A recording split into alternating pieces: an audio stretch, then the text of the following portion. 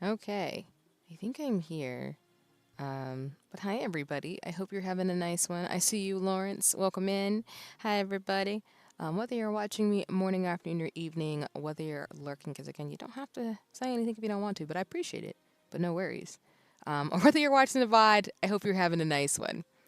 Okay, I knew this was gonna happen. That's why I was taking a little bit longer to come back. Hold on a second. BRV screen. There we go. Sorry, y'all. Sometimes VTube Studio, as I've said often, just does not want to work some days. Um, I think I'm just gonna have to probably see why that is, because it's just very weird how just sometimes it just does not want to work. So, with that in mind, we are gonna switch to my 2D self. I mean, sorry, my pixel self. So just give me one moment to switch over, and then we'll do that. Just give me one second. And of course, as always, when there's tech shenanigans, you'll be able to see on the screen my font, or at least my, not font, but the caption still to be accessible. But yeah. All right. Let me go ahead and switch it over. Boop. All right, cool. Yeah, sorry about that. Sometimes VTube Studio is not very nice to me when I'm trying to do things. So, as y'all have known and seen often on stream, sometimes I just have to troubleshoot. So, I'm not sure why. Like, some days VTube Studio is very nice, and then other times it just doesn't like me. So, I'll probably spend some time this week to just sort that out because it's been happening like every couple of streams. But like I said, I have multiple forms for a reason. Because if we have to break our cardinal rule where we are not 2D when things come up, it's all goody in the hoodie. But welcome in, everybody. I hope you're having a nice one today. Um, yeah, today is going to be an hour-long co-working session first. I was not able to get the widget working, so that is why you see it is not accessible right now. So I'm going to be spending some time doing that today, as well as after we get through with about an hour, hour and a half of co-working, probably going to be an hour. We will do about an hour and 30 minutes or so of Final Fantasy 14 before we call it. Again, as I've tried to emphasize, even though sometimes I do break my own cardinal rules.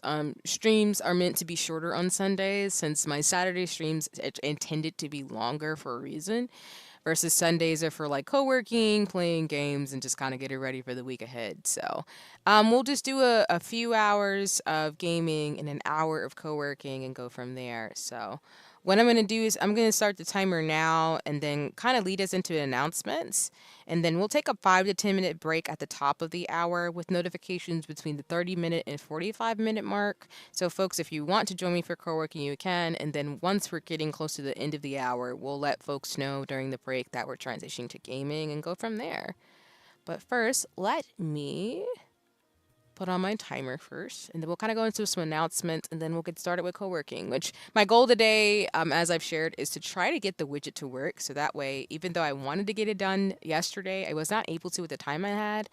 Um, which is fine. Sometimes life happens, and I had a lot of fun doing the shenanigans I did yesterday with folks, and folks who know, in regards to just gaming and things like that. But yeah, we basically I'm just gonna like do some behind the scenes things as well as just make this more of a chatting portion with the co-working while we get things up to snuff in regards to where we're at.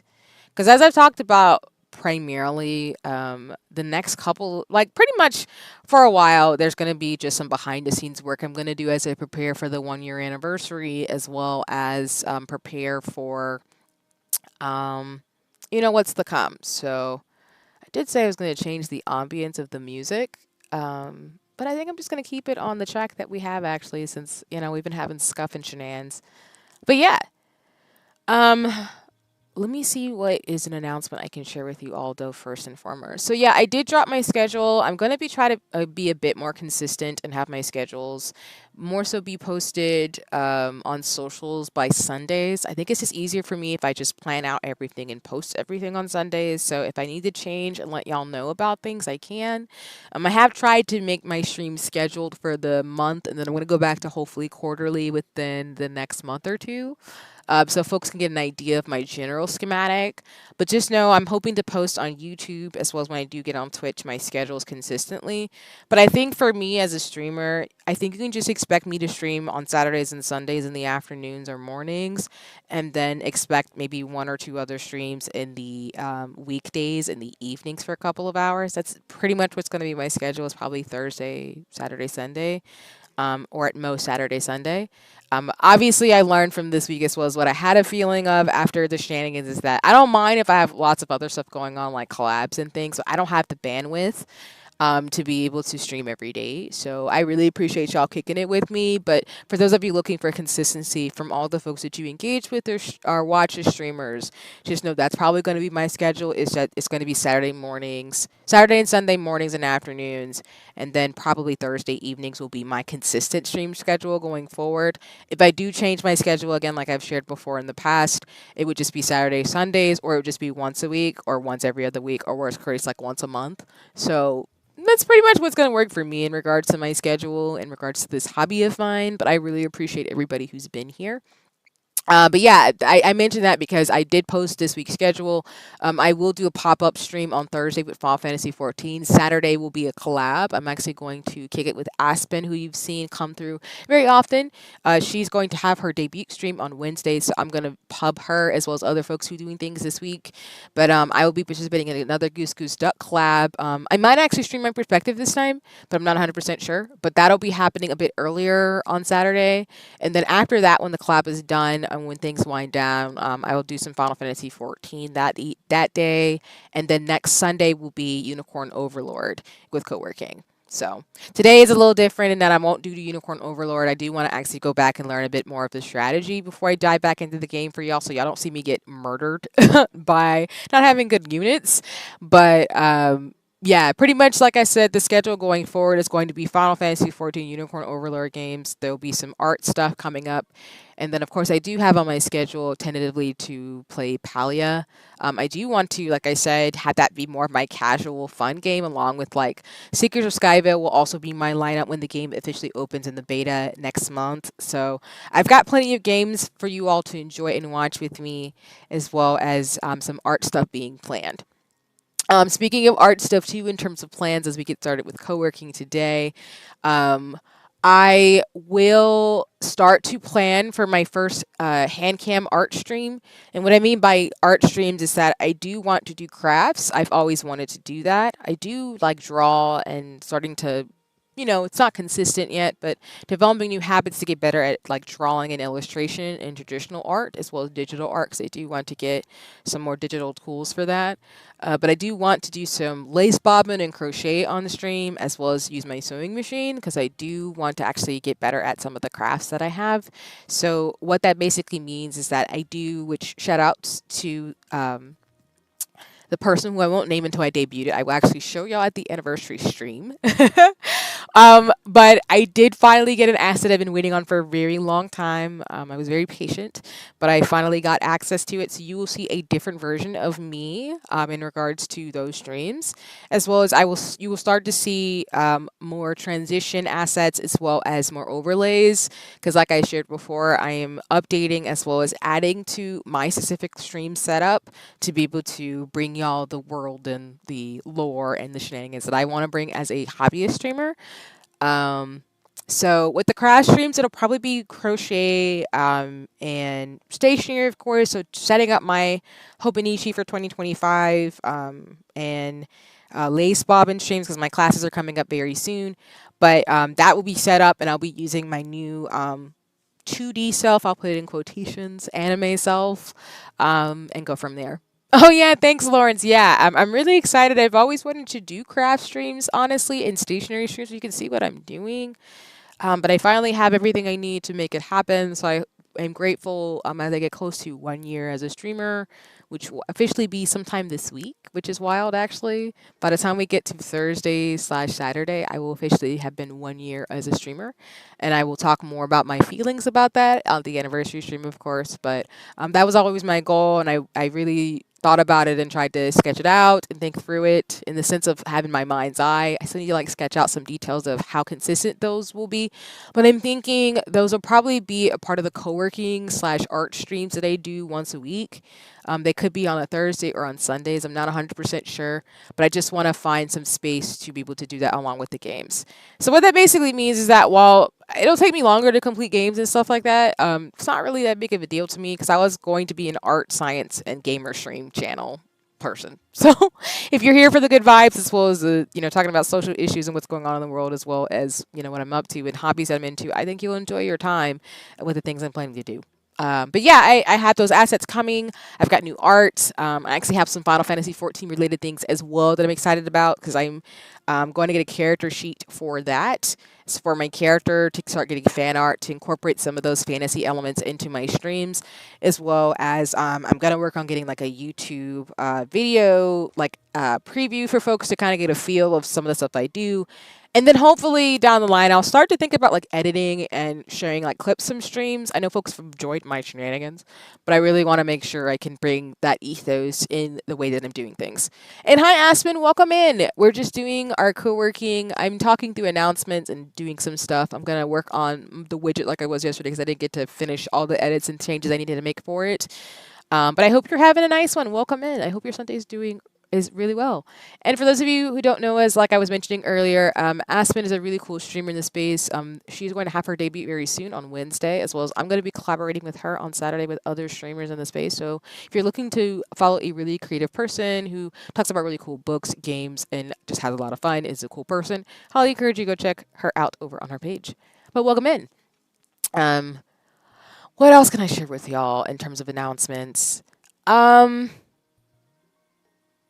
Yeah, I think as we get closer to the next quarter, I'll probably talk about this, maybe not this week, but next week before we get to the anniversary stream, 'cause that's going to be the big premiere event. But probably for the fall, winter, we're going to be focused on a lot of RPGs and things like that too. I will say that I have been reached out to again to try other games. Like I said, all the opportunities I've gotten are completely free. I do them because I can and have the time to make time for them. So I've been reached out to try another game on stream. So I will do that game sometime at the end of the month slash September. But I did want to give y'all a heads up that there will be more as a slight preview Otome game Shenanigans. And I have been reaching out, which I plan to do during co-working streams as well as off stream, to see if I can actually like support some of my favorite developers and game companies in regards to just really bringing spotlight to some of the games I've seen. So I'm really excited for those opportunities, as well as again, I will continue to be a part of the Creative Program for Seekers of Psychic Veil. So you're going to see a lot of that, as well as the art streams that I have going on. Other than that, the only other announcement I have to make is that I'm really growing on social. So thank you all so much for all the follows and likes. I've had a blast just getting to know new people and, of course, kicking it with the OG community members here and folks who watch me, playing games with people, getting to know folks and things like that. I'm growing on socials, which is wild. I actually almost, for example, have like 1K on Twitter, which I didn't expect because I'm not really focused on numbers. I feel kind of, I don't know how to explain it, but I'm not really focused on how many people follow me. It's more of the like genuine authenticity of engagement, and that I really just want to build connections and community, and also just be a streamer in this ecosystem. So I feel like I'm doing that, but I just really am grateful for folks who are looking out, clipping me, doing types of things, tagging me and stuff. It's just been really cool to kind of be more wedged into the streamer community. So I really am grateful for that, as well as meeting other folks who are into crabs and who are just trying to stay safe from COVID and things like that. So just want to say thank you all so much for that, as well as folks who follow me on YouTube and, kick it with me. And then, like I said, I will officially share when my official Twitch debut date will be. I will let y'all know after the anniversary stream what that date will be. I will say hint-wise, it's probably looking to be sometime before the year is over. But if it's not then, it'll definitely be early next year. So, yeah.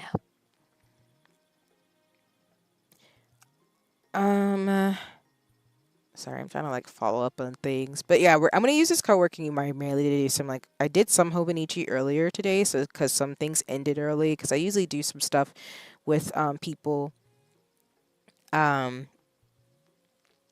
earlier in the day.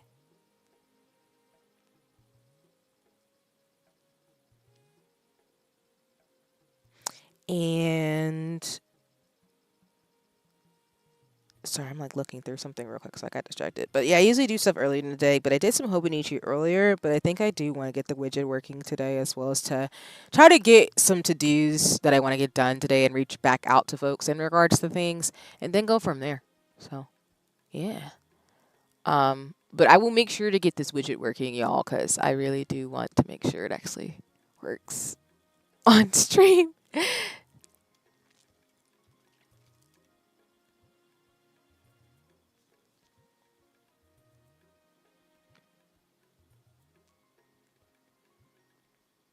And hopefully I'll be able to actually like launch it during stream today while it's actually being nice to me. Um, Let me first make sure. I also have to automate things, y'all, because I feel like sometimes I need to be better about letting folks know when I do go live. I know folks end up finding me, so I appreciate folks who have the notifications on for me, but I still got to be better about like consistently doing that. So I know folks have it set up for their Twitch, which I'll probably have it for both.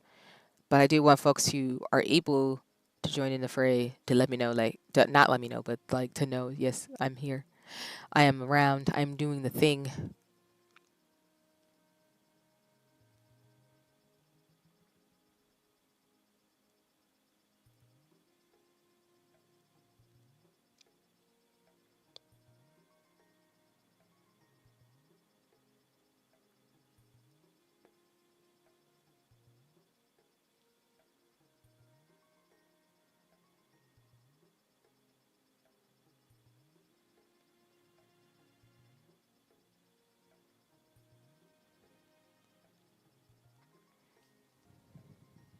And we're going to keep the ambient vibes going up in regards to today's stream.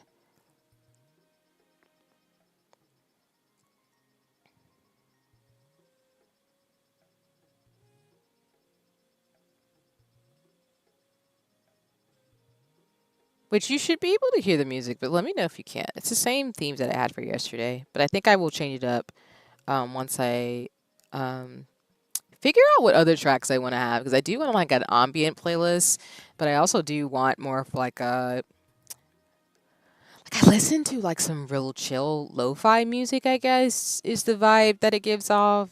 But and you know, some folks have like their preferences, which I think mine are just in those two categories and I'm trying to get stuff done.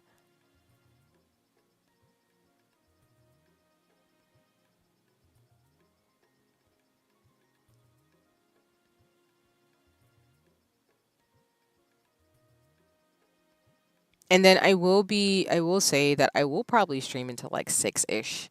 Like I said, it's gonna be short today. Um, and then we will do Thursday for Final Fantasy 14. So I'm hoping and thinking I probably will end up wrapping up Stormblood's arc. Um, Probably either, if not this coming Thursday, probably next week, the following week. Because I think I'm pretty far along actually in terms of things.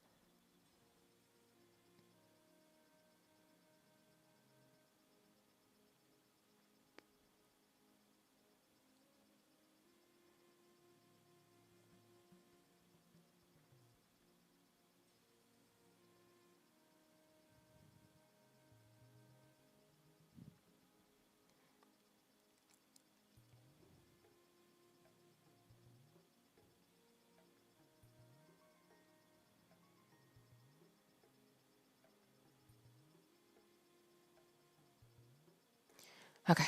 Um, and hopefully if I can get this going, I can actually live like add my goals for the next couple of weeks because I've been wanting to do that for a minute. Do do do.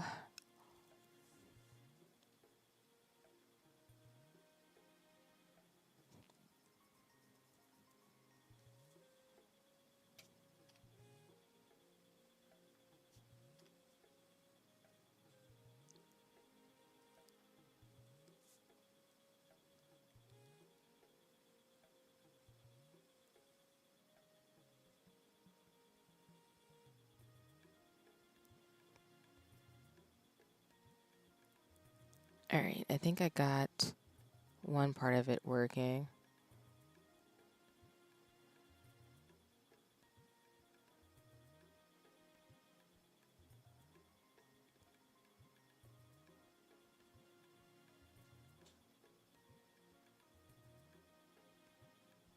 Okay.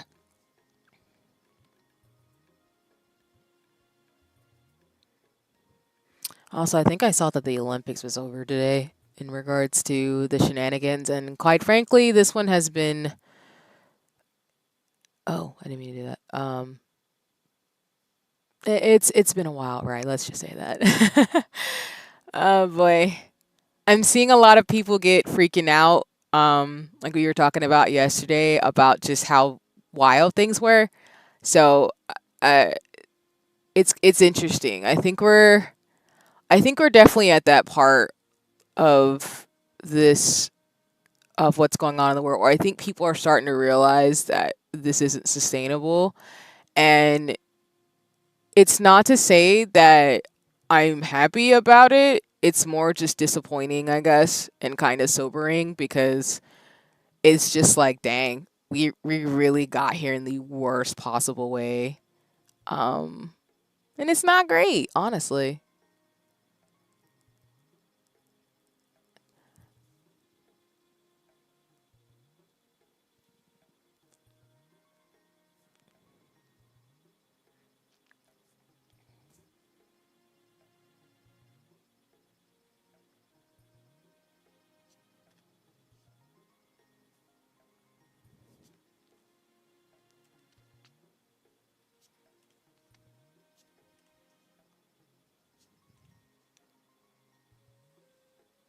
And I think some people are freaking out because they're worried about what's going to happen later this year.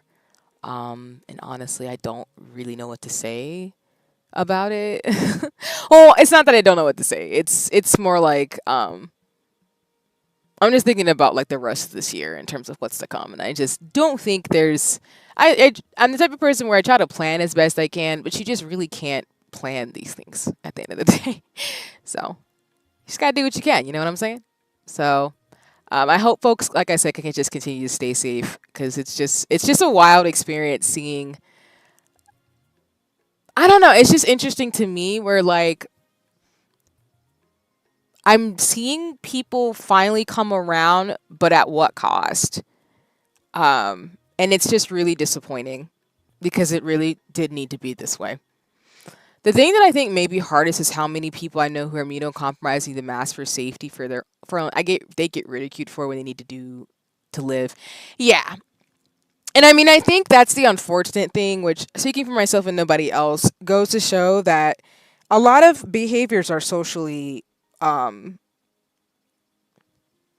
the one thing I've realized in a lot of my training and the social sciences is that a lot of behavior is socially constructed. And what I mean by that is like we all make choices based on our environment and the people that we're around.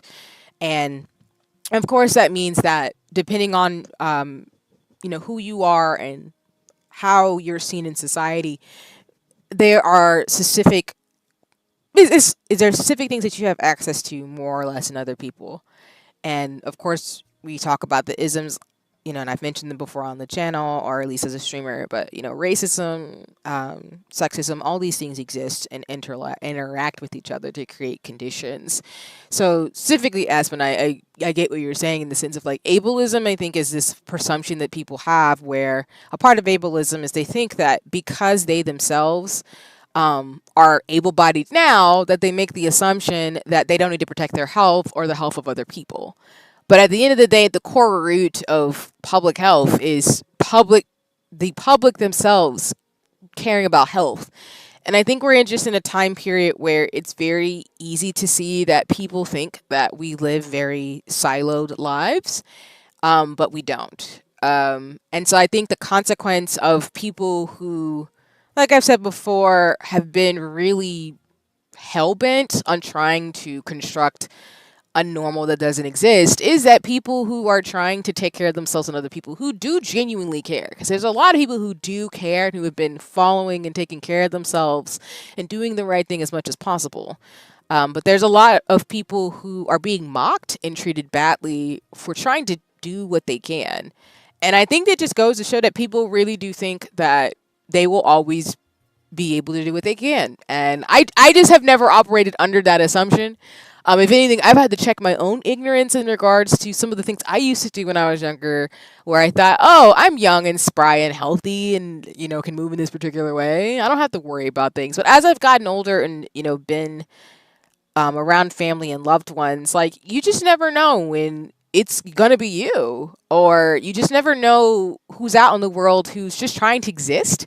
Um, and to me, and this is just me speaking for myself, I feel like I have a responsibility, um, along with others in my community and beyond, to care about people, even if they're not friends with me or something like that. So I think it's so interesting to see people mock folks who do take care of themselves, when the reality is of like the reason why people are being so vigilant is because, like, I saw some data recently, 400 million people have are disabled from long COVID, and that's not even considering the statistics that we know. Um, One, from the rest of this year, because that statistic I think is from 2023, but then we don't know. Um, we don't know how many people have exacerbated conditions who are not aware, since 2020. So that's a terrifying part that makes this whole last couple of years very socially driven. Because I think a lot of people are in denial about that. And I just, like I tell you on stream, like, I'm just not. I'm not in denial about it. I just think the world's not going to be the same. It hasn't really been like people said, and older folks I know who have told me, which I so appreciate. Like, we've never lived in the world without chaos. Like, humans really think that we've lived in a world where there hasn't been something going on. But I don't think the answer is pretending that things aren't bad. I think the solution is when you find out something's wrong, and collectively we are kind of like, that's not a thing that's great to keep propagating. We should hope and champion to change behaviors and change thoughts about it. That's just how humans work. But I think right now people are having a shocking time of it, because I think they thought that they could never get got, I guess is the way that I would describe it. And again, it just makes me sad, because it's like, it did not have to be this way. And there will be, I always talk about the biological, social, emotional fallout, but I just think like the trajectory of where we're going is going to be very different, I think, than people want it to be. And I think people are starting to realize that we made a lot more mistakes than they thought. And now it's going to be yeah, if 400 million people are dealing with this, what are we going to do about it? And even for folks who aren't dealing with, you know, dealing with some of the folks who, dealing with the things that some folks do who have disabilities and are immunocompromised, like, we can't just pretend like we did just do what we did 5 years ago. Like, I don't know. Like, or not pretend like 5 years ago, but just, we can't pretend that the last 5 years haven't happened. But I think a lot of people want to. And I'm saying 5 years because, y'all, 2025 is right around the corner. Like, in my brain, when Hobonichi sales are coming up, like I think I said last year when I started streaming, like, my brain's already in it's almost like next year. Like, we're almost halfway through this decade. There's just no way, to me, there's just no way to act like that the last 5 years didn't happen. But I think that's also why a lot of people are struggling, unfortunately, for a variety of reasons. Because I think like I think when you don't grieve and then you're kind of awakened to a lot of information, it can be really overwhelming. So it's anticipatory grief. But yeah, anyway, I'm just riffing on what you said, Aspen, because I just think for me, like, it's a sombering moment. It's not a shocking one for me, but again, I study a lot of history, or studied. I have studied history, and I do have some more books I need to read. So I'm not like I'm a historical expert, but just like following other social scientists and other people too. Like no one that I follow or no one that I've interacted with and appreciate their work is surprised. We're all just kind of like, what does this mean for the future? Where do we go from here? And of course, when I say that, I mean like I know at least some of what can be done, but I'm only one person. I'm one part of the giant puzzle of human beings in society. So hopefully we'll figure it out and it'll be all goody in the hoodie. But yeah. And of course, y'all, I'm not, when I talk about these things, I don't want people to interpret it as me being nihilistic or somber. It's more of just me being very, I'm always a cautious optimist. So I don't really see, like, humans do wild stuff, but there's never not an opportunity to just do better. And it's like my late grandma used to say, like, if you know better, you can do better. So that's kind of how my brain is operating with this. Like, we know what we can do because we have so much information. There's so much good science coming out that we can just do better when we want to. We don't have to fight it. It doesn't have to be an all or nothing type of thing. But yeah, that's just how my brain works. Okay, I think I got this widget working, y'all, but don't quote me. I could be lying because it might not work the way I want it to. But we're gonna see. We're gonna see if it's gonna work for me, so I can show y'all on the stream what's supposed to do. If not, I mean, again, I'll be spending this week since not streaming as much to be able to like get it right. Because yeah, just like the scuff with the shenanigans, um, you know, it is what it is.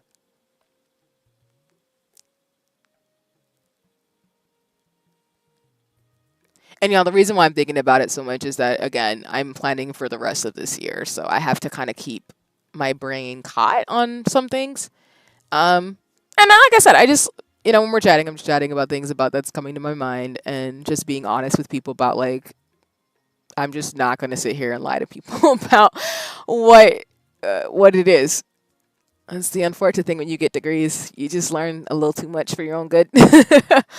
So, um, okay, let me see if this will actually work. I think it might. Hold on.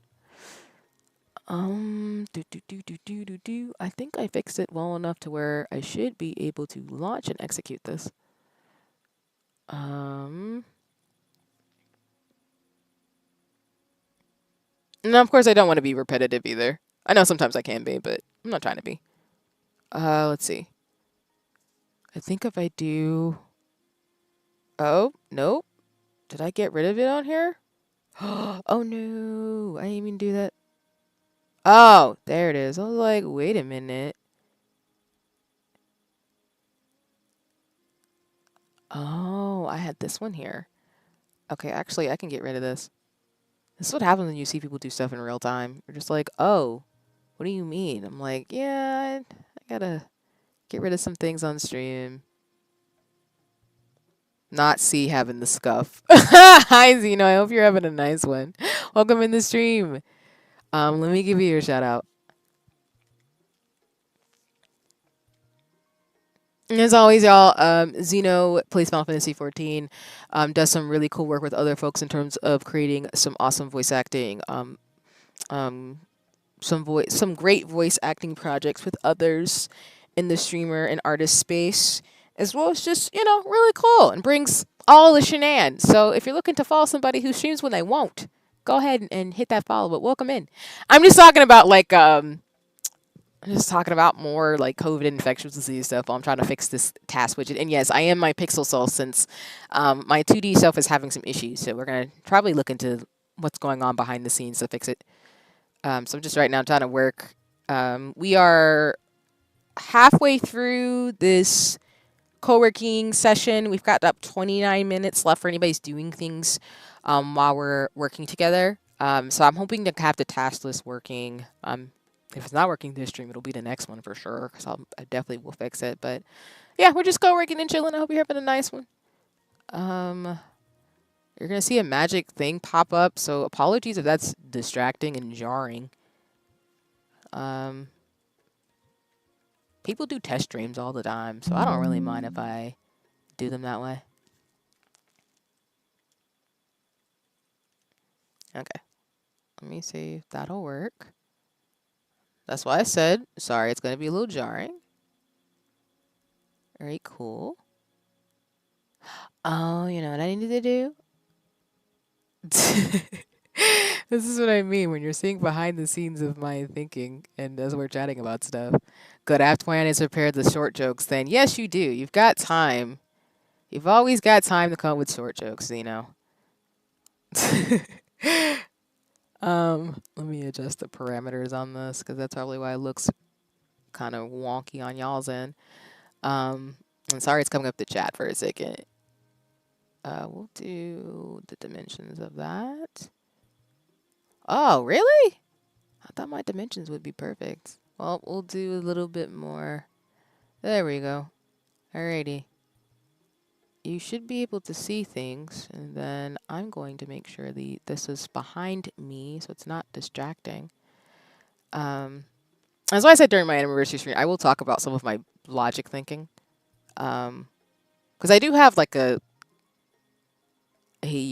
logic, and I did say that if I did get 1,000 followers on Twitter, not that I ever like really, it's not really again about numbers, y'all. Like I said, it's really about engagement and just trying to move forward in the ways that I can. But I did say I would do like a vlog style to give you the behind the scenes, and I guess that's happening. So, and the thing. All right, let me see if I can get the timer to work at least. I think we can. Yep, so I got that working, so that's good. Now the question is, can we get my task list widget up? Because I do want to add some stuff on there, but we will see. I'm going to make sure. Because like I said, I had reloaded the whole entire thing, so I was like, ugh, maybe? Oh, wait a minute.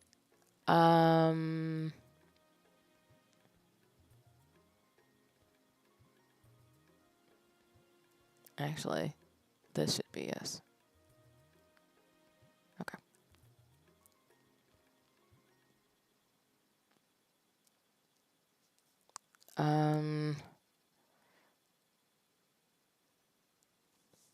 Let's see.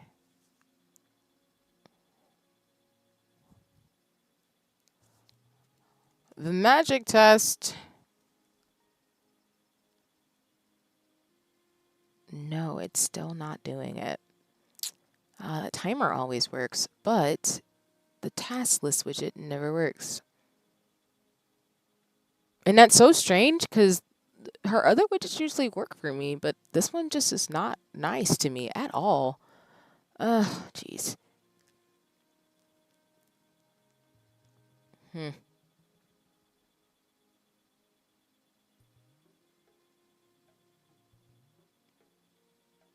trying to think if there's something I'm doing wrong when I do.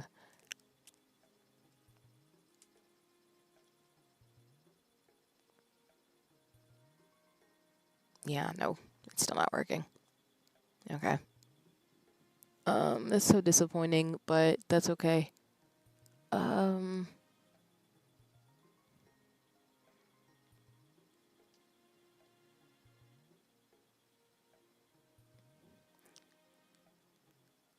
So I just saw Twitter, BRB gonna declare war. What do you mean, Zeno? What do you mean? For those of you who don't know, and again, shout out to Zeno, Sigma, Jinx, Aura, and Genki. I ended up playing Final Fantasy XIV with a bunch of folks last night, and again, people are open to join in on the shenanigans. And again,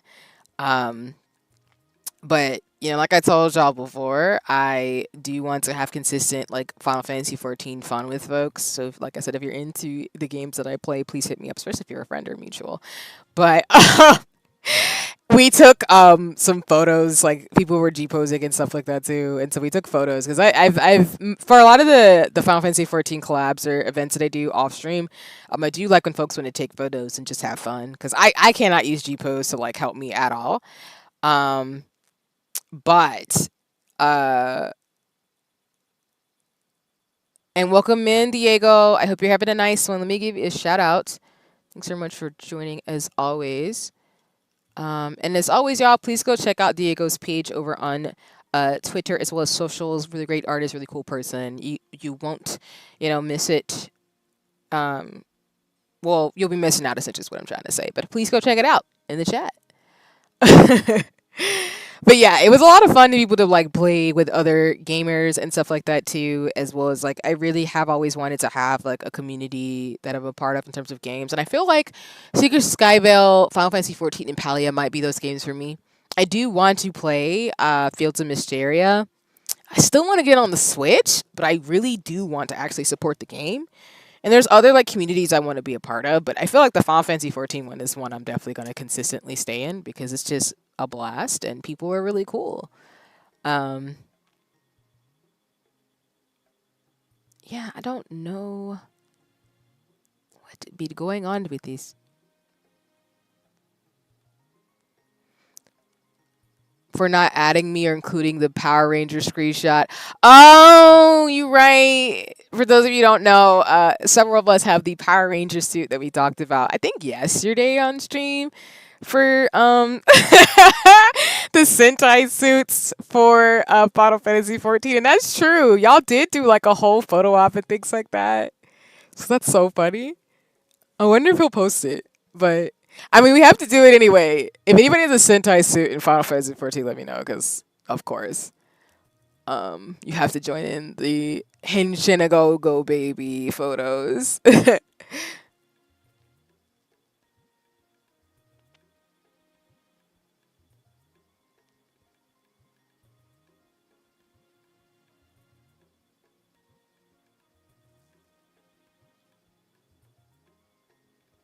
Hmm.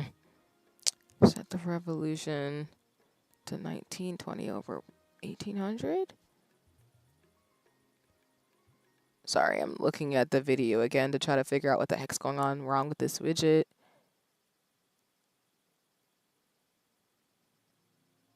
Huh? Hmm.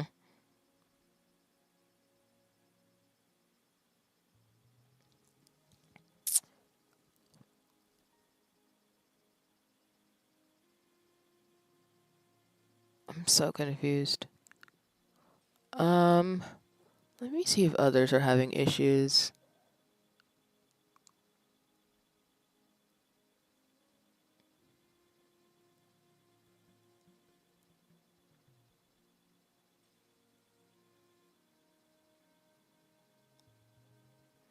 Also, y'all started taking sheets that the minute I went to bed.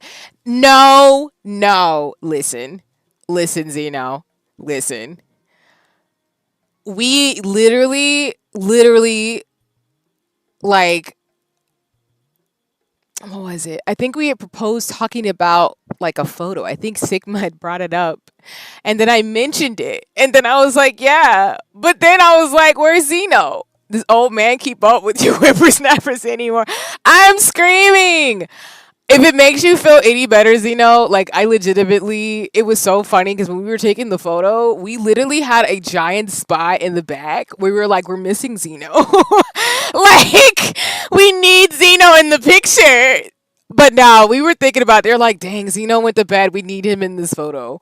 So we were saying like we got to do more photo ops to include you and anybody else who joins in because of course like y'all, I'm the type of person where like everybody for events, if folks want to take photos, of course we don't have to do that because I'm not the type of person where if we're at an event or something like that people have to be in photos, but if folks are going to be there I want everybody to be included.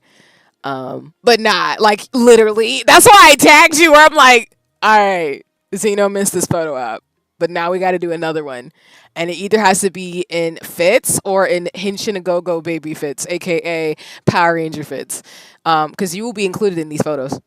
I'm sorry, that is happening in my world. That is never a thing. When you hang out with me, you are not to be excluded. Otherwise, I will fight everybody and be like, "Excuse me, don't do that to people."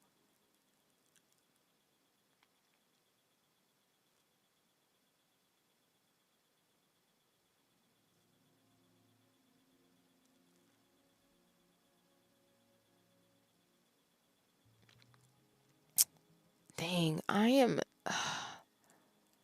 having so many issues with this widget. I know it works. It's not working for me. I don't know what I did, but it's just like no.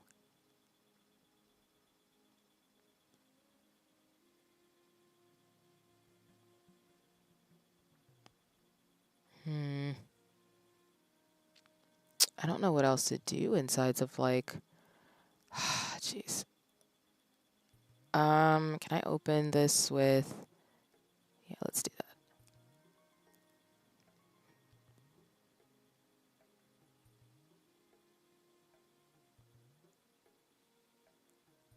Wait a minute. Is it because I'm missing one? Hold on. I might be missing one. Maybe that's what it is. The shenanigans are real today. Oh my gosh. Actually, can I do this? Can I use a developer to upload this? Even though I'm not going to use it. Is that why it's freaking out on me?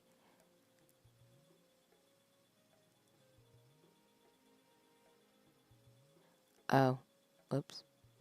Yeah, I don't need to see that. um,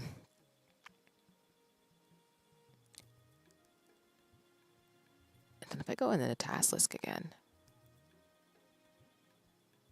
I probably don't need to do that.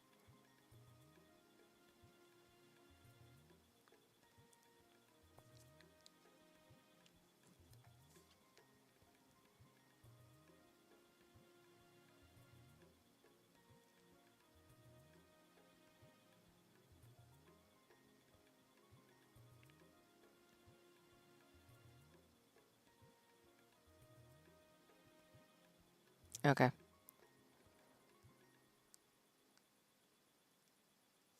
I am having so many issues. God. Okay. We're gonna do this again, maybe.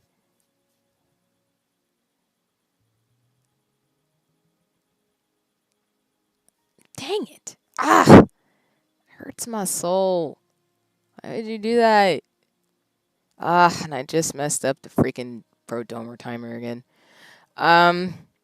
We've got 16 minutes left, so let me start and restart it again to do like 15. Hold on just a second. Sorry that I keep like glitching this out as I'm testing it on stream, because we be the clumsy, and clearly I'm not having the I'm not really getting this right, even though it really should just be easy, but it's not for me. So let me reset, and then we're gonna start again. So that way y'all can have the timer up. Worst case scenario, if I just, if it just doesn't work for me in terms of other stuff, we have the timer going at least. So that's always great. But I will get it to work somehow because I want it to really have a task list widget. Maybe if I get up out of here.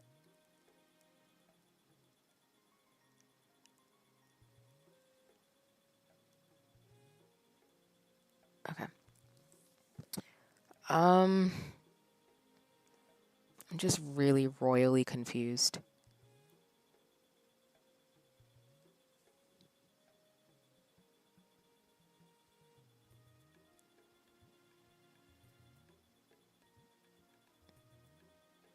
Yeah, I just don't know.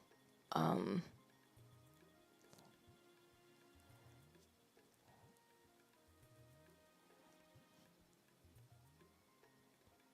no. I don't know what to do with this. Like, I'm really stumped. And that's saying something too, because I'm usually not stumped by things, but I'm just really confused.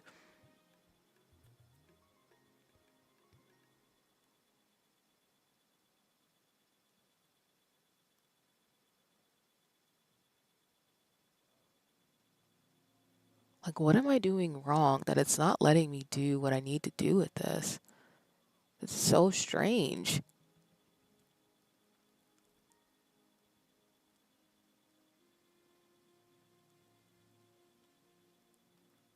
mm.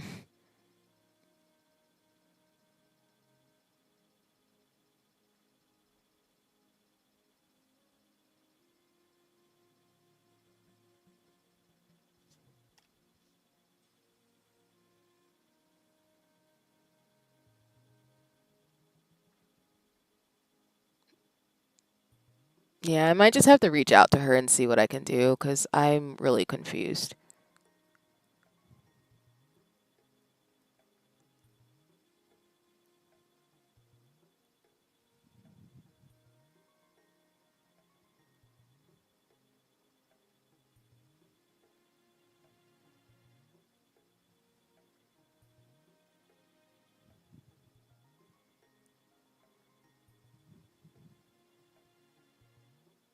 Is that the thing that monitors chat for the? Is that the thing that monitors chat for that? Wait, hold on.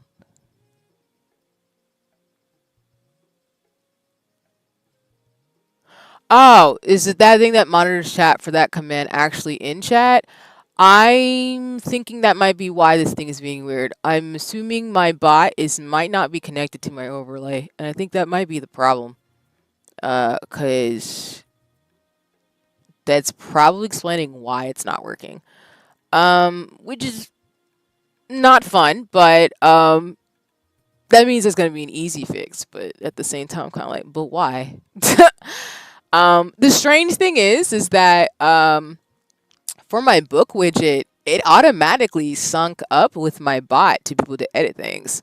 But with this one, it's a bit more involved. So I'm assuming I'm probably just gonna have to fix it in a way which is kind of annoying and finicky because I'm like, what do you mean? What do you mean? I don't want to have to do that, but I'm probably gonna have to. Which is not great for me because I do know some tech stuff, but having to integrate everything sometimes can be really confusing for me. It ain't got nothing to do with like, you know, other people. It's just me, where I have to like take like forever to figure things out. Um, hmm.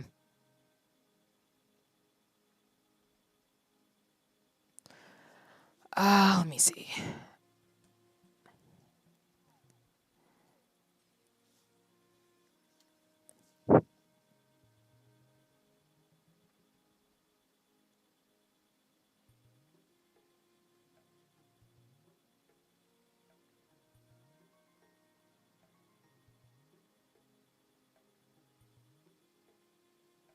Okay. Hmm.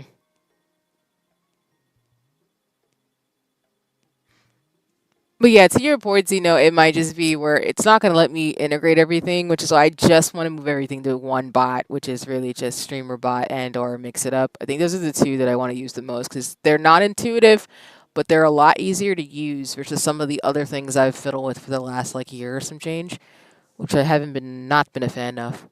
And just as a time check, y'all, we've got about less than 11 minutes left in this. Don't worry, tech support Zeno is here. Yeah, I appreciate you. That's why I'm going to be hitting you up very soon, like we've talked about Discord and some of the tech stuff behind the scenes, because I think that's the main thing, y'all. As a streamer, that is probably my biggest struggle is the technology aspect, because like as a scientist, I've used tech programs to do like data analysis and things like that. So it's not that I can't get it, but when I don't get it, I really don't understand it. And so I need and always appreciate folks who can break down super techie stuff for me to get. Because I was never that type of person. Just why like math is not one of my, well, I don't want to say I can't do math, but it's not one of my favorite things to do. And coding is really cool, but it just, I always know I take a longer time to understand processes and systems versus some people are just really good about picking up on stuff really quickly. I'm not that type of person. Like once I get something, I get it. But once, um, you know what I'm saying? It's not working for you either because the chat task list should work, but it doesn't. But yeah, I'm the person like once I get it, I get it. But if I don't get it. I'm not gonna get it.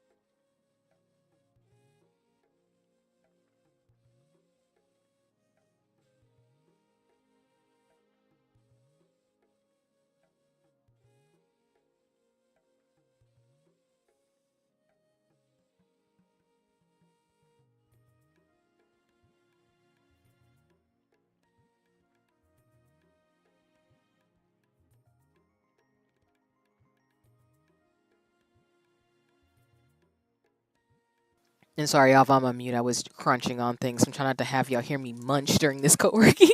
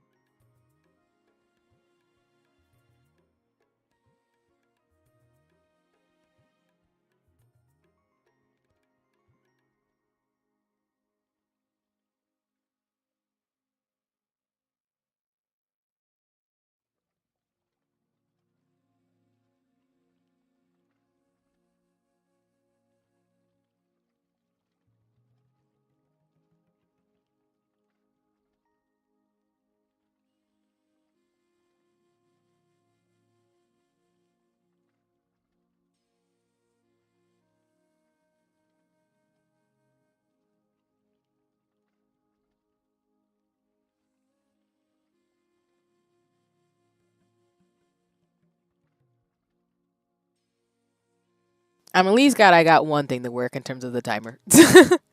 I'm grateful for that, at least.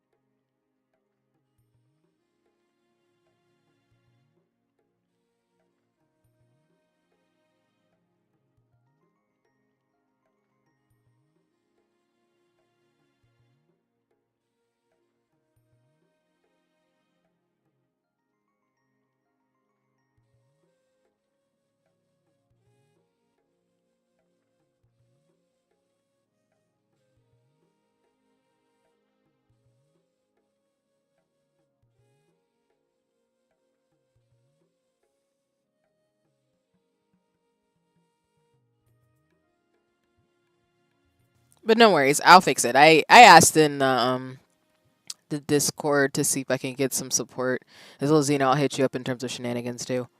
Um, but let me see. I think we almost are out of time on the timer.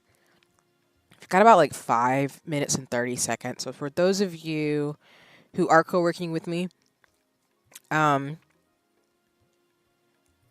what I'll probably do is, like I said, we'll take like a 5-10 minute break, more like five, but I'll take like a 5 minute break. I'll put the BRB screen up. And then what we'll do after is we'll get into Final Fantasy 14 for an hour and 30 minutes and some change.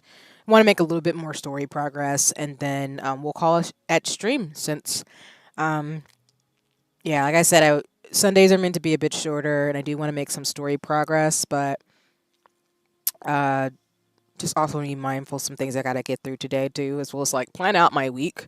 Um, as well, that's why I was saying earlier on the stream, like I can't. I love y'all, but I cannot stream every single day of the week. Um, but I think I finally nailed down consistency in regards to what works for me, which is about 2 to 3 times a week. So, but I got some things I gotta figure out and some appointments this week I gotta handle. And then, yeah, we gotta get prepping on this anniversary stream.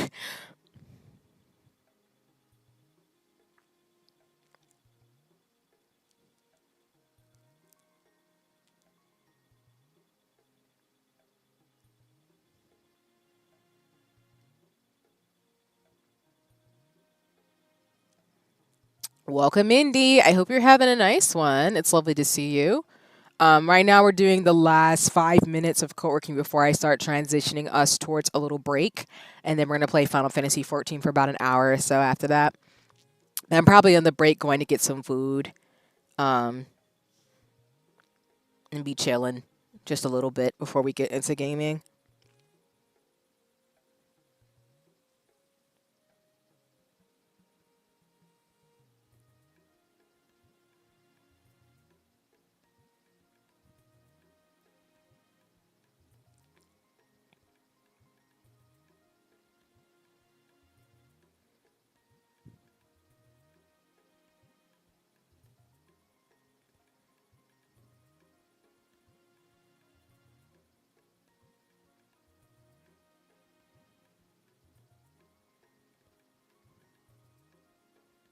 Oh my gosh, I'm gonna have to get a coat. Nice. Hope y'all are having an awesome day so far.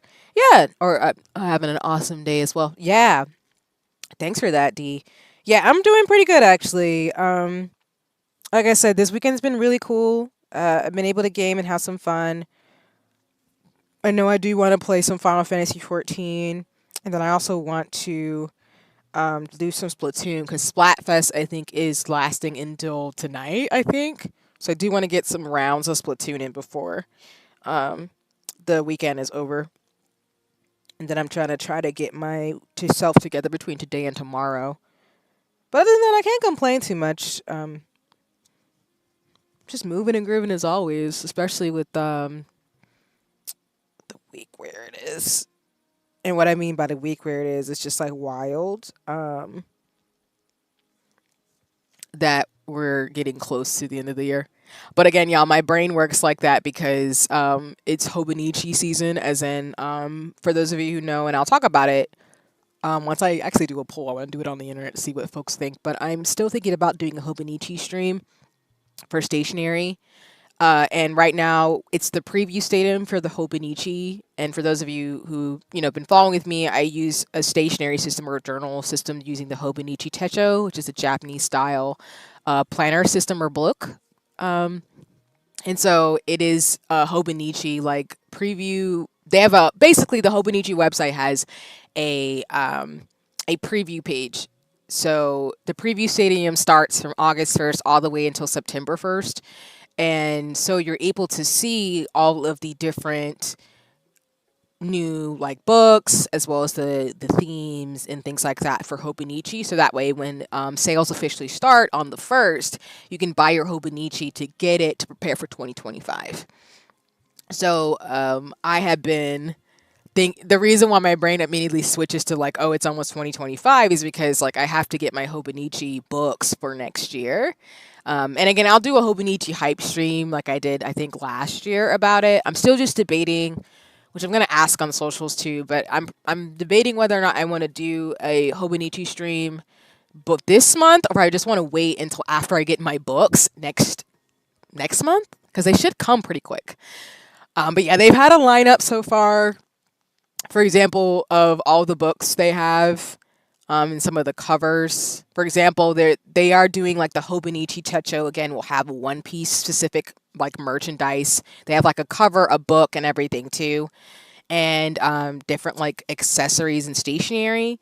And then they actually have a Spy X Family cover for the Hobonichi this year too. So I'm looking, for example, like the one for this year, and they have some really nice covers. Oh, I guess we're done. All right, cool. So for those of you who joined me for co-working, thank you so much for kicking it with me. Again, I'm going to try to be more consistent about having them. I can't say I will try to have them too early in the mornings, but I do want to start working a little bit earlier if I can. They would probably be more on Sundays, more so than, wait, no, not on Sundays, sorry. I'm going to balance between trying to start them a bit earlier in regards to the co-working, probably on Saturdays. And then Sundays, I'll just have to see in terms of like my schedule. But just know, like I said, co-working will always be an hour to 2 hours anytime when I schedule them. But for those of you who've been co-working with me, thank you so much for joining me. If you'd like to stay and watch me play Final Fantasy 14, you're welcome to as always in terms of a break. But congratulations, you did an hour of working, so I hope you're having a nice one. What I'm going to do is restart the timer, even though my thing is being so not cooperative in other ways. So let me go back over there for a second. Where did it go? Okay. Wait. Going back to the widgets. Yeah, I'm just kind of sad it didn't work today, but it's okay. All right. It should be paused. Okay, so I'm going to take a 5-minute break. So for those of you who'd like to stay for Final Fantasy 14, you can. But if you'd like to just scamper and do other things, that's totally cool too. But no worries, no pressure. Thank you so much for joining me or giving me any of your time. We're going to take a 5-minute break, though, and then we'll switch over to Final Fantasy 14 so I can let folks know that we're going to game. And then we will probably end up playing for the next hour and 30 minutes of Final Fantasy 14, and we're going to call it for stream today. So yeah, that'll be the plan. I'll put the BRB screen up. I'll leave the ambient music for everybody, too. And Have you unlocked your company squadron? Are you talking about for like order of the Twin Otter type of stuff? Zeno, before I scamper for 5 minutes? Because if that's to answer your question, no. I know I have gotten higher ranks, but I still need to go get everything. Because there's that final suit I want as a white mage. But hopefully that's what you mean. But if not, let me know. Because I'm not a part of a free company, but that's because the friends I'm going to join in the free company with waiting in terms of hearing back of what's going on. But I'm going to join hers. But I'm assuming, yeah, okay. Yeah, the Order of the Twin Otter stuff I haven't finished yet, no. I've been doing that like offline. But I think I'm still like, I can look when I get back from break. But I'm pretty sure I'm like a couple ranks away. I think it's just I have to complete more of the... Oh, there's a story. There's a quest I need to do for that one to go up the next rank. I forget what it's called. But no, I want to finish those, though. I've been mainly doing them off stream. And for those of you who don't know, in Final Fantasy 14, if I hope I haven't mentioned it or two before I scamper real quick for a break. But basically, when you join either Gridania, Udal, or Lumesa's Grand Company, you have like Grand Company quest. So I've been doing them off stream, where I've been doing like some of the hunts for them as a Order of the Twin Otter member, as well as just going up the ranks. But I just haven't finished it because I think there's like a quest I haven't did that I can't unlock or something, or I need to do it with people. I'm gonna have to log off this toxic investigate. VR chat is something else. Yeah, I've heard some stuff about VR chat that I'm not too jazzed to hear about. I think 3D stuff is cool, so I'm not saying it's not a great community, but I'm sad to hear that it's been toxic for you, D. So I'm hoping like, you can take some distance and break from that if it's been too much, because that sucks. For sure. But yeah. Alrighty, y'all. Let me let folks know on socials. I'm gonna BRB, so let me just double check that the adder, not otter. It's okay. That's my thing of not being able to not being taught how to pronounce English words when I was younger. So I usually say things wrong. But I totally get what you mean. So, but yeah. No worries. I appreciate the words in the chat. But let me just double check really quick that I have the music for stream. No, I do not. Okay. That's probably why when I would say there'd be musical if it didn't. So let me actually add it here. Sorry. But yeah, let me add the background music so y'all should be able to hear it on the BRB screen, and then I'll put my timer on for 5 minutes and I'll be back. But yeah. I'll be back in 5 minutes. See you soon.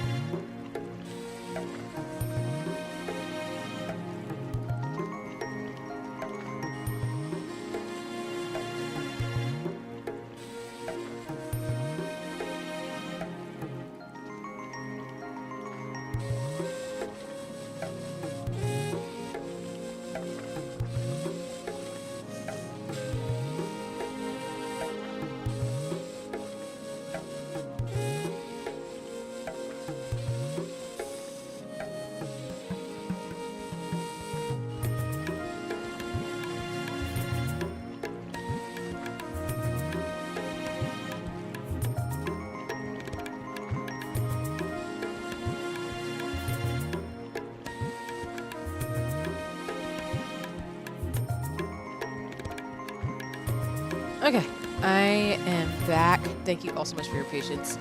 Let me switch over again back to the chatting screen before we get started, and then I will post to let folks know. Oh, sorry, something popped up. I was like, I didn't recognize, but now I do. Sorry. Let me post that we're switching over in terms of shenanigans.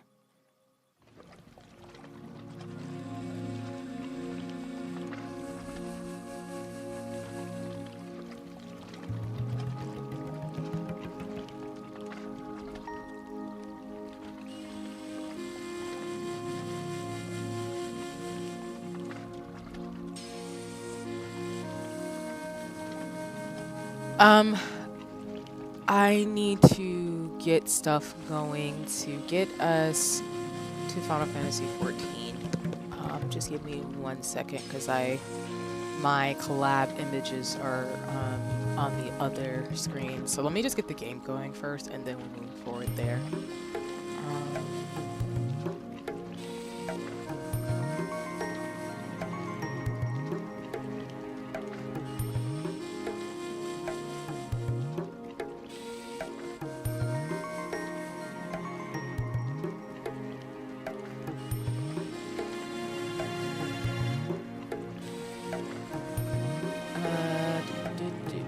And like I said, I'm breaking my cardinal rule only for today.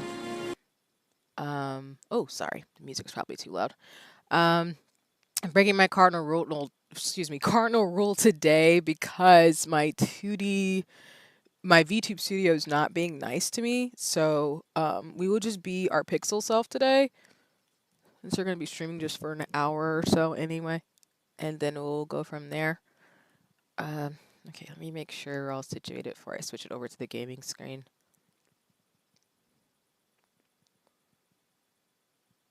Yeah, because I probably gotta adjust some windows now. Okay. The game is coming up. So let me see if I can get the Steam window to capture. Yeah, I figure it's on Secrets of Skyvale. Oh, wow. Came up perfectly. That's nice. Okay. All right. You all should be able to... Wait. Let me see something. All right. You should be able to see the captions on the bottom of the screen, as well as be able to hear me.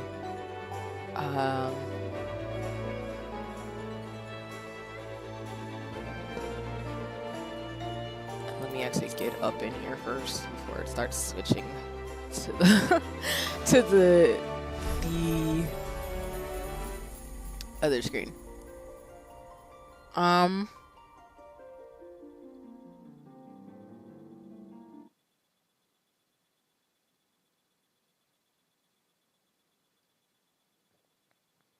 Okay. I see Xeno's in the collab channel, so it's fine. Like I say always, if folks want to game with me in terms of Final Fantasy XIV, you're welcome to, especially if you're in the Discord. But just give me a second. I need to set up the, like I said, the collab images. I'm just catching up in the chat. I only done it for church. Just wanted to explore more. Boy, it was a nutty nothing but kids. No worries. Yeah, I mean, I think it's cool. Like, I think you mentioned it a while ago, D, that people are in VR chat and are able to basically do that type of thing. Wait a minute. It's here? Why don't I see it then? Oh, let me move it down here. Sorry, I'll have to adjust myself first. So let me move me. Let me adjust the captions. Sorry, y'all. I don't want to make them too small, but let me see if you can actually see those. They're really tiny. That's not really cool. Okay. Sorry, I'm trying to fix things to get Xeno's Fugi link up. So I'm going to make myself tinier. Move me here so that way y'all can actually see the captions better, because I'd rather not have it be so tiny on the screen. Okay. So you should be able to see those.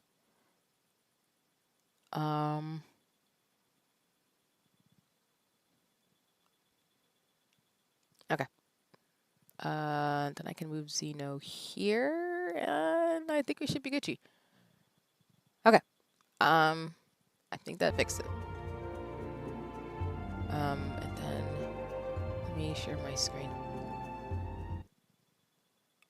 I'm also gonna say now, I'm probably gonna say Order of the Twin Otter wrong every time. So it's like I'm gonna call Sir more donuts now. Shout out to Aura, because I just be wilding out. What do I want to say in terms of fashion fits? While we get going. But yeah, if I ever say anything wrong, yeah, feel free to correct me. But just know I'm gonna say it probably wrong, because I never was taught how to pronounce out English words, so I'm really good about learning languages, but I always say stuff wrong in every language. So, but I'm not offended by it. It's just one of my little quirks, I guess. And y'all should be able to hear Xeno. And wait, let me make sure I'm sharing my screen. Hello. Okay, cool. I just wanted to make sure I'm all set up on my end. Can you hear me? Yeah, I can hear you. Okay. Yeah, you're coming clear. This is probably gonna be my default Pulse Storm Bloodflit. I know I've had a couple of different outfits, but this works for me. I might change it up for Shadowbringers, but I'm not 100% sure. I mean, just set up my glamour plates with all my fits if I want to toggle between the both of them after. Since I know there's gonna be more G's poses in the future. But yeah, that's kind of where we're at with this. And I know there's going to be more fits coming, because I know there's like fairy stuff that I haven't got yet. But I am level 95, so as I was mentioning to folks last night when I was gaming with Xeno and everybody, I probably will keep being a white mage main. I will start to probably play Astro a little bit, because, I mean, I think once I get to level 100, I can't get any stronger. So I kind of, you know, I'll still use my spells and stuff on the MSQ, but I do want to use some of the level buffs on side quests and things to be able to, like, level up my Astro. And I have the same fit, so it's really not going to change anything besides you just might see me be Astro on stream, which is fine. That was the original plan anyway, was to be Astro, Sage, and White Mage. So with all the things, that's going to be pretty consistent. But I will probably be a White Mage main. Primarily, it's the class I came in with, the class I really want to play, and Astro and the other ones are classes I want to try, but I'm always going to have love for the White Mage. Server's not that bad today. Go ahead. It was you just reminded me of what Joe Cat says about astrologians. Which would be I mean, you fit 2 of the 3 criteria. I mean, that you're a suburban white woman in your early to mid 30s. Oh God, that's insulting. Screaming. Well, I'm definitely not white, so but I'll give the early to mid 30s. I will give Joe Cats that one at least. In all seriousness, that's hilarious. That's the thing that it is. Yeah, I'm a stereotype and says I'm one of them like magical girls who just likes doing spells and having a set of things and then like looking pretty. So that's pretty much what white mage is to me. Healer spells and looking pretty. And that's about it.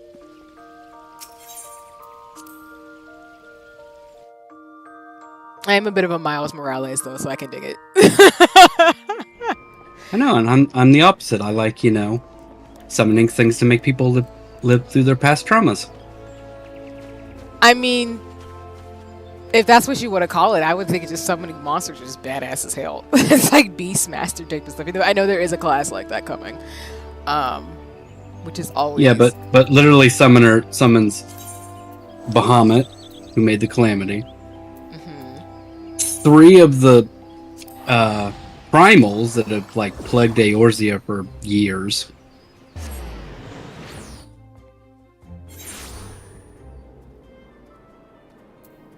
Just walking around, like you said, just reminding folks of what's been happening and monsters that can kill them or damage their lives. You know, trying people. Also, yo, I will be flying on my moon thing along with my. Pretty much, I'm gonna be doing my Moogle dragons and flying on my moon because it's cute. Where am I going? I am going to this little corner over here for the next quest. Yes. Okay. All right.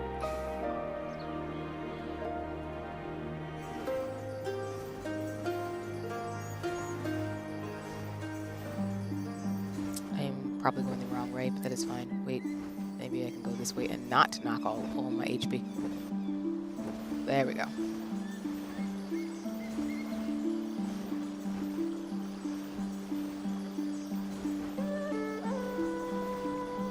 I have been spoiled a little bit, I will say, on stream by accident.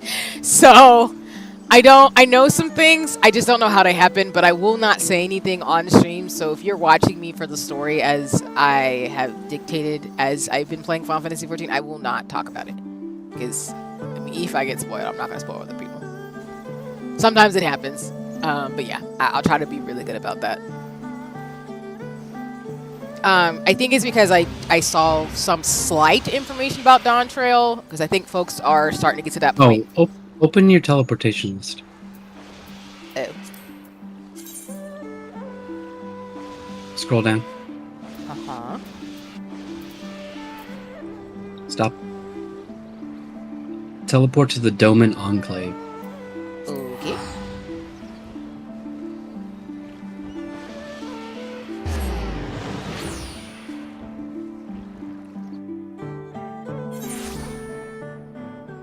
Your quest should be in there.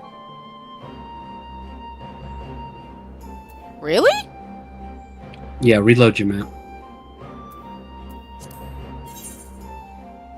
Oh, thanks.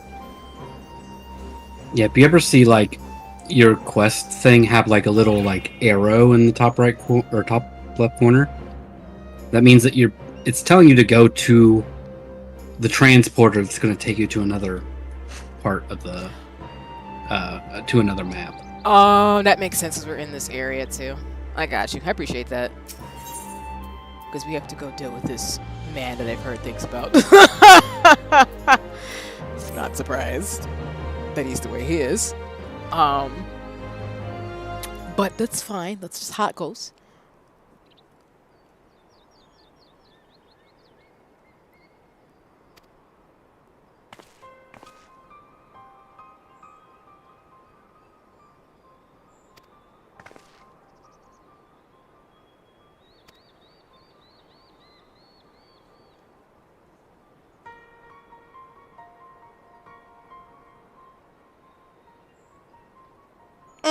I'm crying, Xeno Sigma's like, I'll get that one up. Never.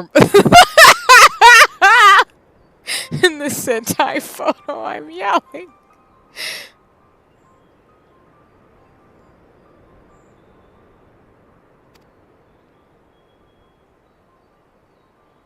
Also, I'm going to drop this in the Discord for those of you in there, but apparently there's a desire to crowdfund, I think, to get Emmerich plushies. So, if anybody wants to join in on that, let me know.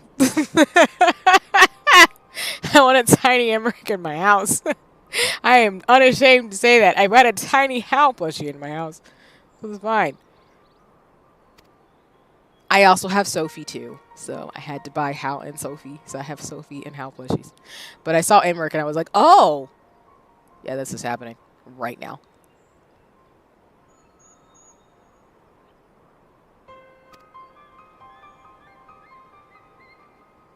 Sure.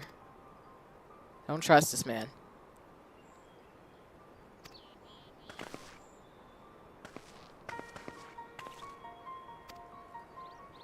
Hold on. There's my cardigan, like right there. It's kind of chilly in my office space.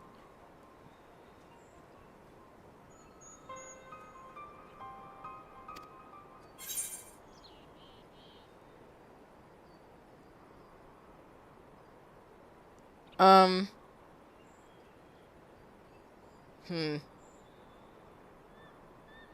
Sure. I'll come with. Might as well. I don't trust necessarily him by himself. Please watch him in Doma.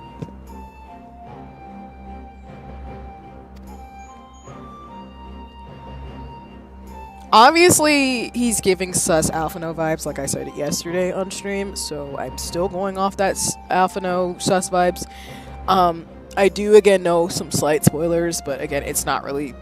The spoilers weren't that bad, where I'm like... Again, if someone spoils me, it is like, dang it, but it's also not a, oh, the world is ending. It's... I'll just bleach it for the most part out of my head. And then I don't know how something happened, so it's really not that serious. So... but I know, obviously, he's going to do some snake stuff. So, but I won't say what or anything like that because I don't want to give spoilers.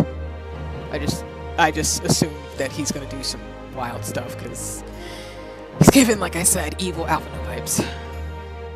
Jinx may be questioning her life choices right now.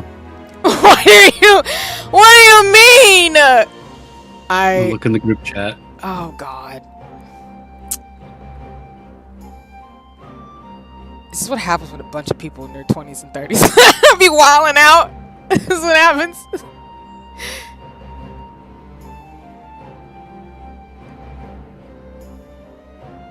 Y'all, and I cannot not left the group chat. No, she didn't. I know she did, but I'm freaking screaming. Oh my god, this damn drink meme. I'm crying. It's just... Alright. I'm yelling. Oh, the hilarity right now. Final Fantasy 14 players never change. Making peace is sus? I mean, it's not sus. It's more like... Let me put it this way. He's coming from an empire that's been trying to kill us for the last 3 expansions. You finally decide to have a diplomacy peace run at this moment, and then you mention the person who people have been chasing down, they don't know that she lost her memory, of course, but you mentioned somebody who you didn't have to tell, like, he did not have to tell us that he was her stepbrother. So why would you say something like that to people you barely know? Even if I'm with Hien, who's like, you know, the Prince of Doma, the leader of Doma, why would you let me know that as a Scions? Like, why would you do that? And secondly, if you've been trying to destroy this whole world for a while, why would you now come at this opportune moment and say we want peace? That's very suspicious. Because Garleans are everywhere. They've been causing chaos for 2 or 3 expansions. So to me, it's just very suspect. Like, you conveniently come at the right time when Doma just got his liberation, when y'all are the main reason why they've been oppressed for like 20 years. Well, sorry, that's Alamigo in terms of like the shenanigans with them. But basically, like, you've been doing this stuff for a long time and you decide to come now? That is suspicious as heck. I don't care what this man says. Like, there's some pieces missing in this puzzle, clearly. But making peace in general is not a bad thing. If people can reconcile, that's always great.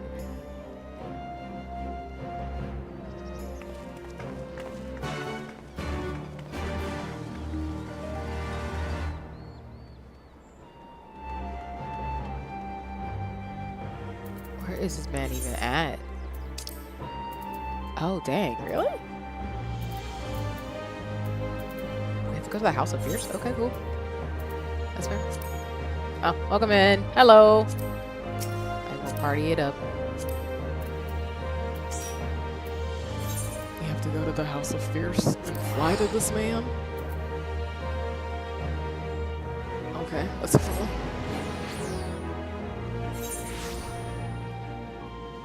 Oh.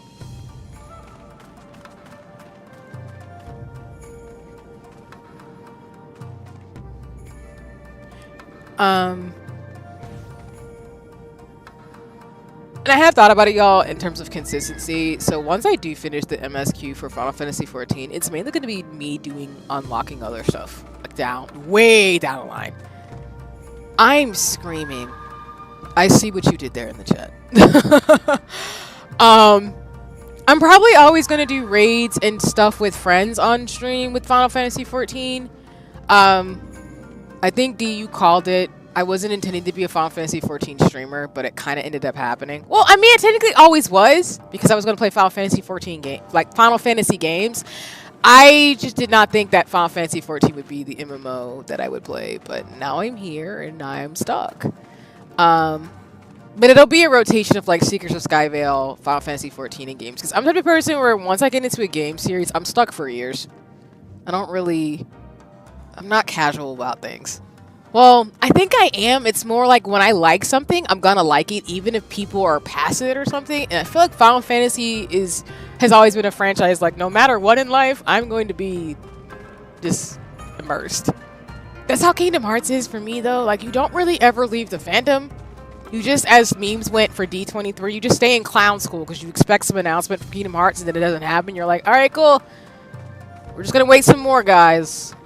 Friends, guys, gals, and non-binary pals. We're gonna make some more for Final Fantasy 14, or sorry, Kingdom Hearts news, and we'll be okay. We'll get something, even if we don't get anything for like the longest time. It's so funny.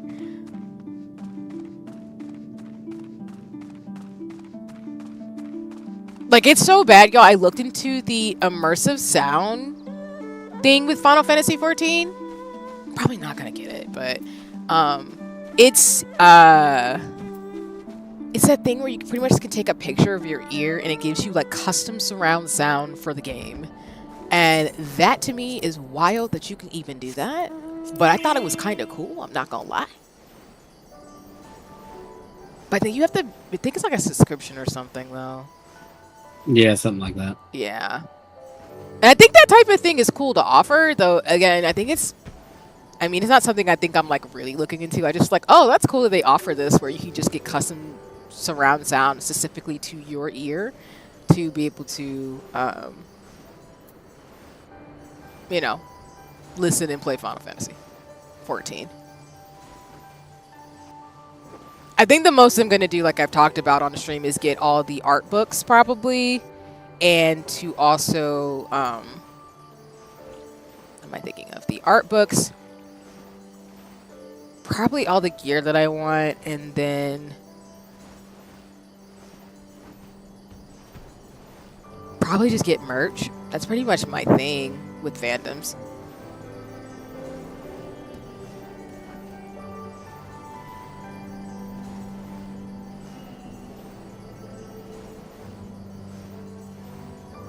And I'm really excited to be actually caught up by the time the next expansion comes, because obviously it was going to take me a long time to get the Dawn Trail at the rate I'm going, which I don't have a problem. But I also know that it's really, I look forward to like getting hyped for the next expansion. Oh no, it's those head things with the mouths that I don't need to open my... Yeah, let's not. Terrifying.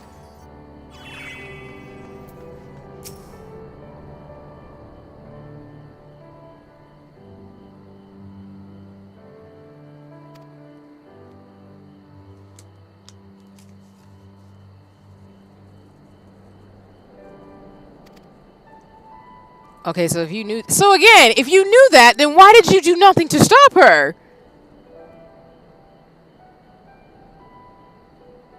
Alright.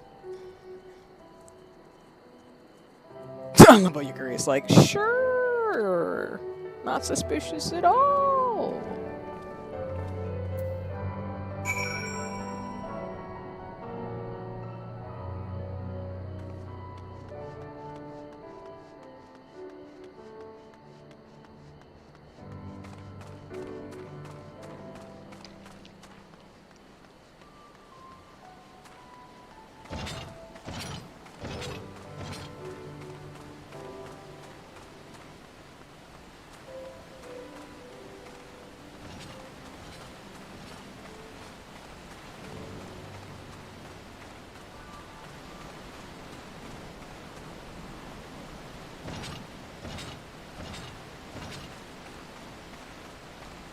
Oh, and if I'm on mute sometimes because I have snacks. Play that housing lottery. Ha ha ha ha ha. I will one day, but today is not going to be that day.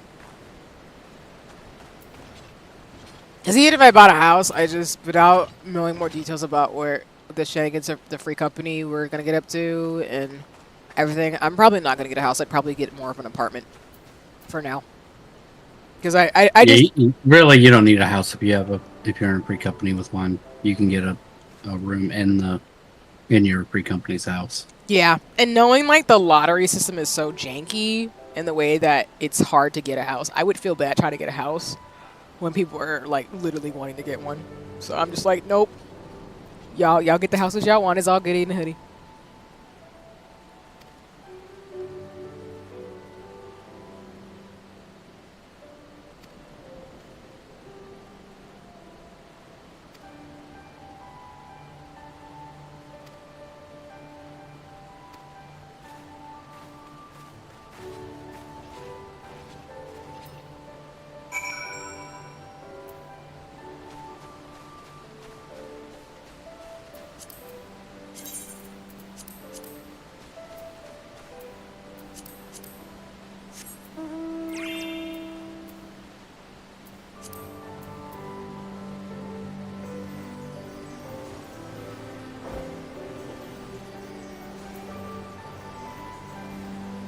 Oh, I remember what it was. I'll probably get the art books and also some of the albums for Final Fantasy XIV. I do love the music and I do love the art, so it's generally what I lean towards though is art and music when it comes to game stuff. Because I know folks heard when I was talking with Gigi yesterday about Unicorn Overlord. I do actually might want to get the art book because I do like getting art of games that I really appreciate. And I do love getting music. The only thing that sucks is that I can't get, again, I said this before, there is no like OST for Unicorn Overlord that's not 18-bit, so I was like, dang it. But if they ever release a soundtrack for the game, I would buy it.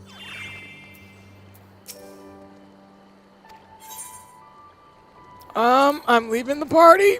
Yup. I'll come back. Not me having to do with this fight, whatever's about to happen, because I'm worried.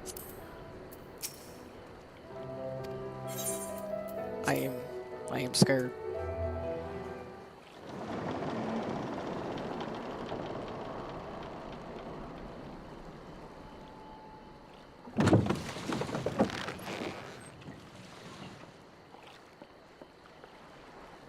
Get back! I'm warning you! Someone's in trouble.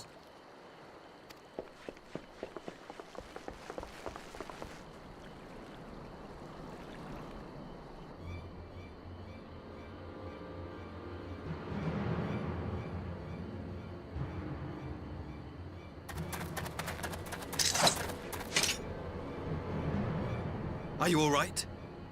That's so suspicious. Did you set this up? I don't trust you. Hi.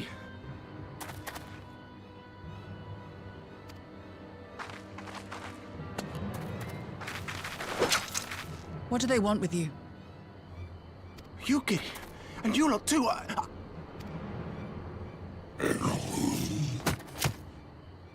I don't know. We were returning from the Enclave when they came at us. It seems they won't go quietly. And neither will we.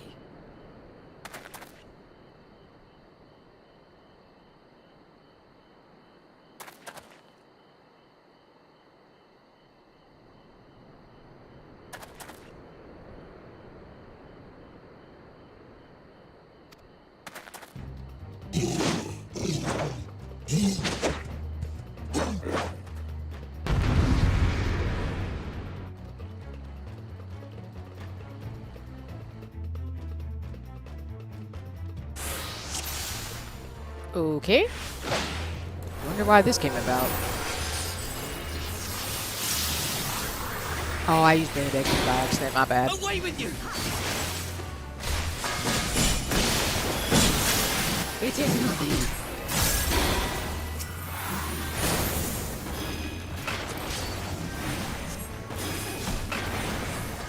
Oh!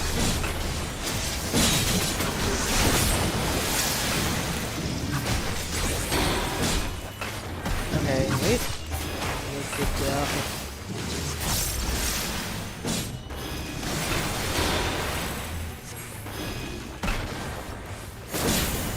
What do you mean? Leave this to me.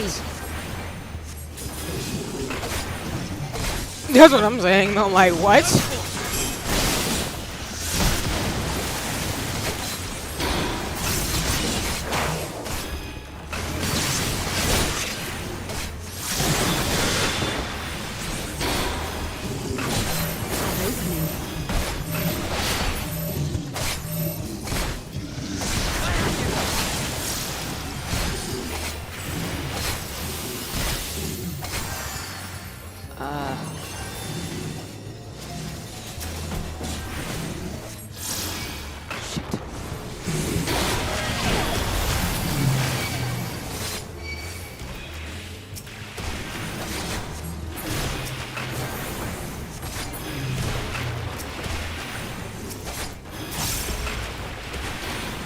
The art of my forebears. You shoot at me from far away? All people do stuff like that. No, I'm kidding. I do not like that.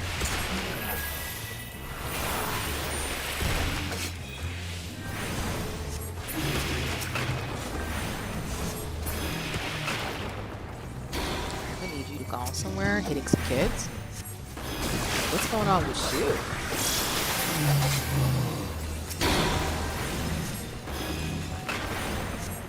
Nip that in the bud.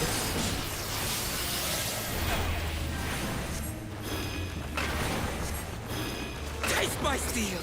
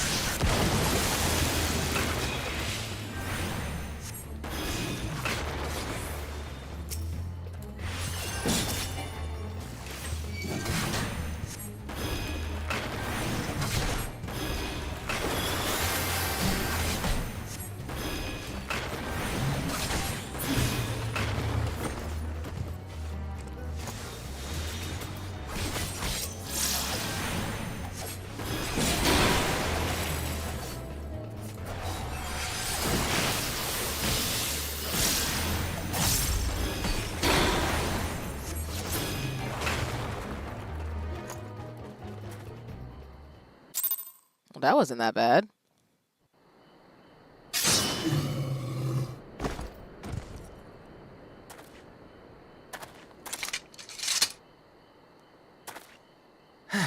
That seems to be the last of them.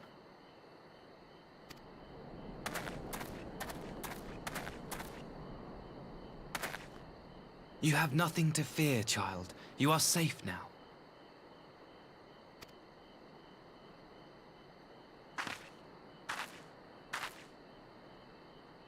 Thank you, sir.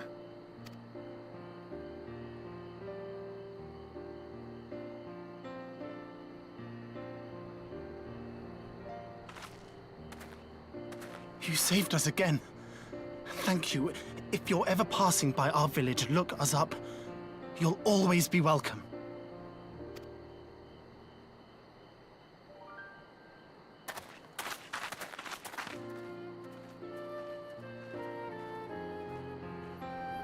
Thank goodness we arrived when we did. Indeed.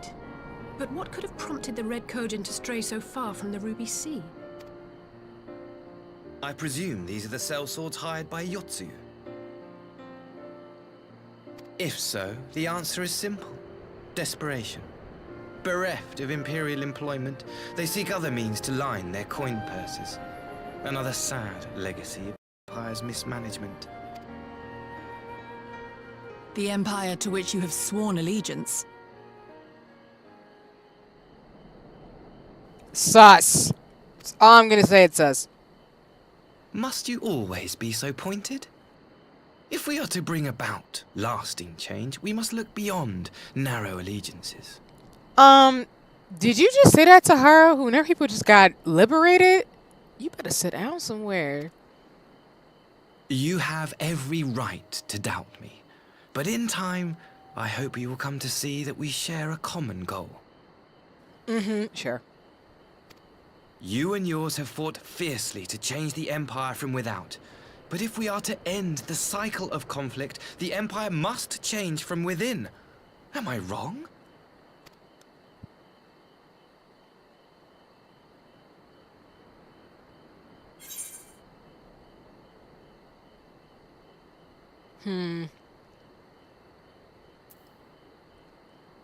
Of course I'm gonna do the bottom. Never? I wonder, would you have said the same of Ishgard? Believe what you will, but I assure you, the Empire can change. There's a quote that many people often say, which is you can't dismantle the master's house with the master's tools, and it's definitely invoking that. So shout out to the Final Fantasy XIV writers for that one. I love how I brought up Ishgard, because I'm like, it's not the same thing. But okay. Still sus. Very sus.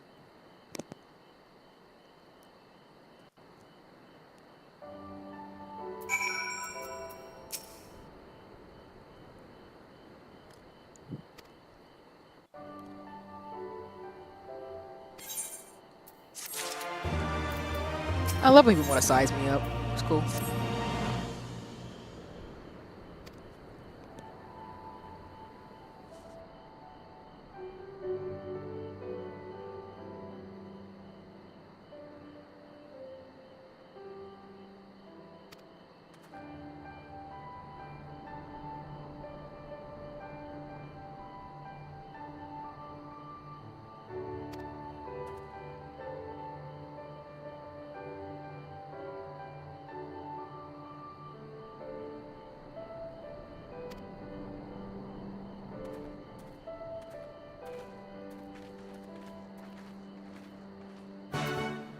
Don't do it, Ian! Don't do it!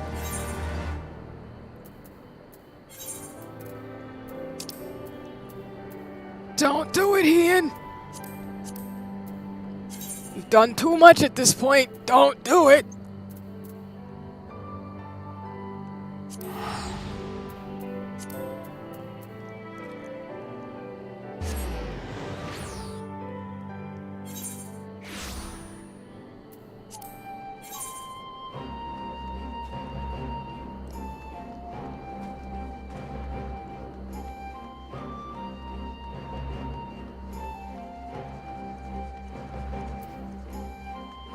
Say on the side.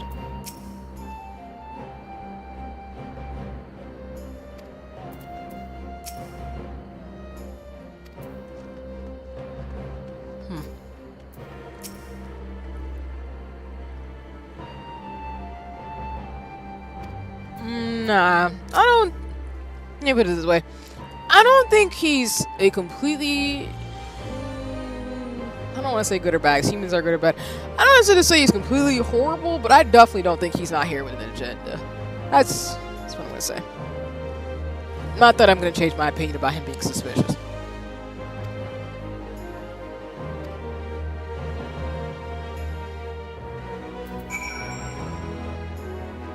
It's definitely not like an anti-hero Deadpool type of thing. It's more of a, you have an agenda and I don't know what hands you're hiding behind your back type of thing.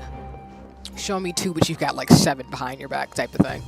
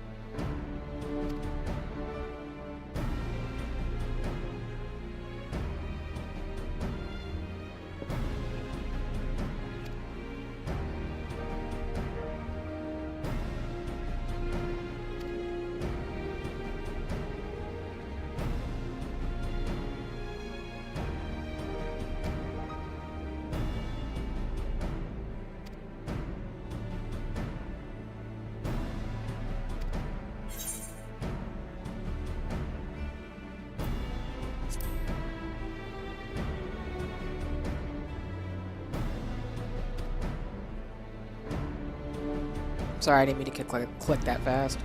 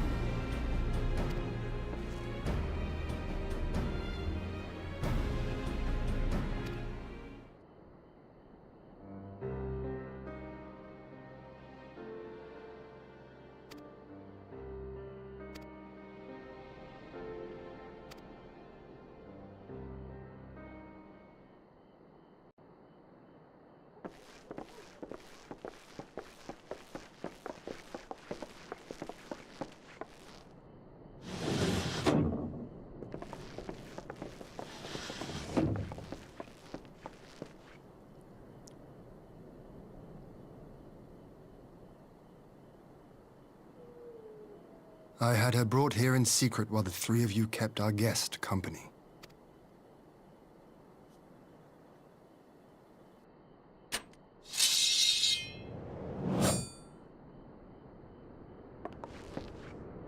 The world has not been kind to you, it is true. But that does not excuse your sins. You should be at the bottom of the river. Yet here you are. The living, breathing proof of my failure. A failure for which I would now make amends. What did I do? I don't remember. Was it really so terrible?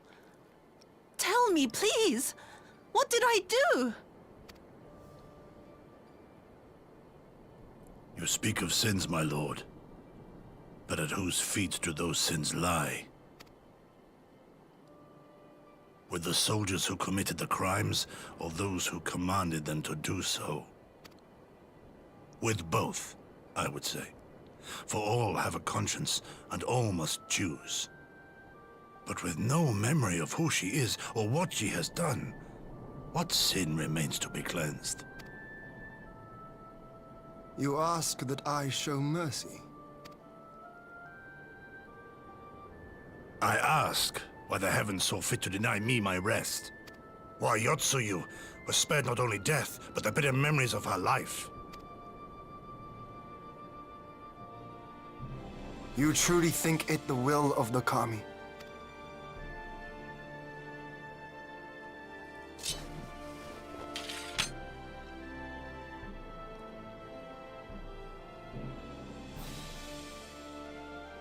If so, her life is not mine to take.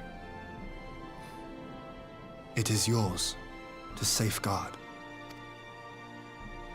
Come the hour of the exchange, if her memories have not returned, she may remain here in Doma to live out her days as Tsuyu. But if they do, the Guardians shall have their viceroy. Though the people will protest, they will come to accept my decision when they have been reunited with their loved ones. Thank you, my lord. Now then, I believe we have kept our guest waiting long enough.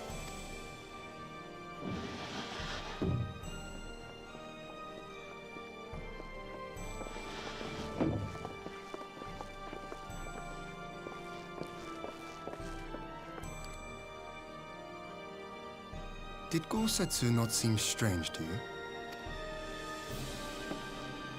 His sympathy for Yotsuyu, part, I mean. I know his powers of endurance only too well, but after all he has suffered, even he should not be on his feet. He puts on a brave face for our sakes, but it would not surprise me if he lacked the strength to raise his blade. Though I suppose if he and Yotsuyu are to enjoy a life of peace and quiet, he will have little use for it. It falls to us to shape that future. One in which he need never again set foot on the battlefield.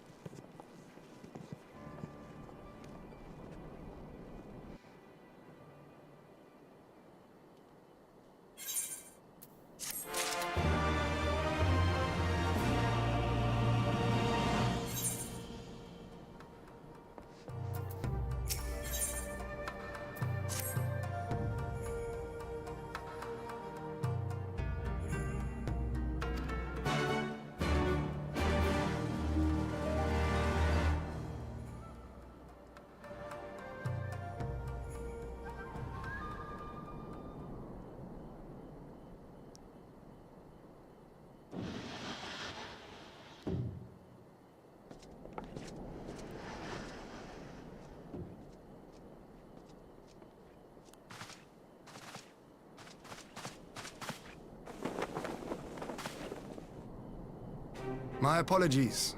Our deliberations took longer than expected. Think nothing of it. The time afforded me the opportunity to go on a rather rousing excursion through Yansha. You just go ahead and auto-advance the cutscenes. You have reached a decision then? We are willing to cooperate with you in combating the Icon threat, and also in the exchange of prisoners. Assuming you accept our conditions, of course. As you know, your sister is in our care. Due to certain complications, however, we are hesitant to release her into your custody. Complications? She was inside Doma Castle when it collapsed. Though she survived, she remembers nothing of her past life. Not even her name. To clarify, she is in our care not as a prisoner, but as a vulnerable citizen of Doma. Are you saying you refuse to release her? Not at all. If her memory returns before the appointed hour. And if not, what exactly? You will accommodate her here in Doma? Well, I sincerely doubt she will be of any great strategic value to the Empire. She spends her days daydreaming of Dango. Dango? How dreadful.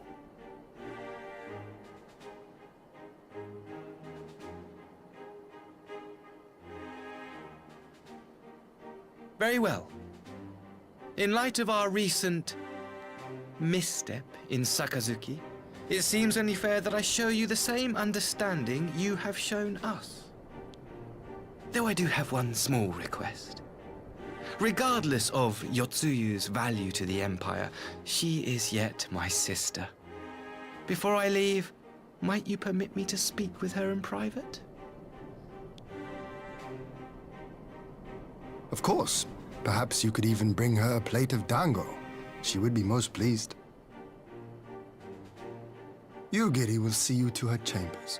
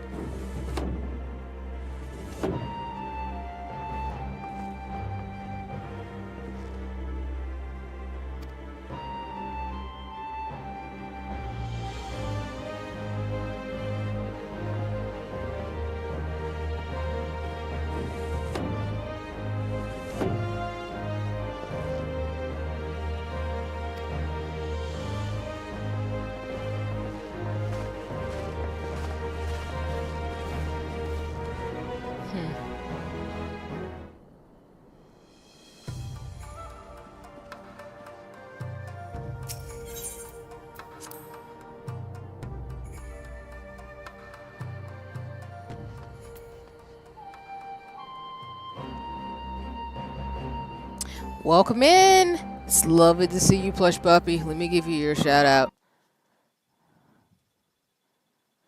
But welcome in the stream. I hope you're doing well today. We were doing some co-working earlier, and now we're doing a little bit of Final Fantasy XIV for today's stream. So I hope you're having a nice one. I just want to make sure I got the things working. I can always know my commands be doing their thing, even though sometimes those freak out y'all. But I'm just gonna fix my co-working widgets. That's the thing we got to do. But as always, y'all, please go check out Plush Poppy. They've been playing some really cool games as always. I did see, for example, Catherine is on the agenda, which is a really awesome game. But if you're looking for another great streamer to follow and enjoy the shenanigans and fun and commentary, please go check out Plush Poppy over on Twitch. Yeah, no, I'm doing pretty good. I'm enjoying playing Final Fantasy XIV with Zeno. My 2D stuff was being weird, so I broke my cardinal rule of streaming with my pixels off with a 3D game. But I'm doing pretty good today. Just kind of taking it, you know, day by day as always, and just trying to set goals and just keep them moving. So I hope you're having a good one too.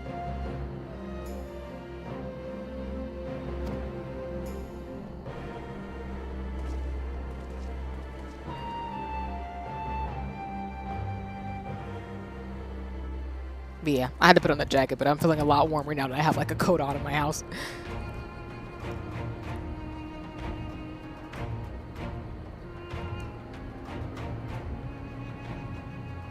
And Sundays are usually a pretty chill time for me. Safe journey. Oh, sorry, I mean to talk over the cutscenes. So I'm feeling pretty good. I just gotta get some stuff done between the day and tomorrow, and then I'll feel a little bit more like, all right, we got a game plan. This has been a most enjoyable visit. I look forward to our next meeting. Maxima, would you take the others and see that all is ready for our departure?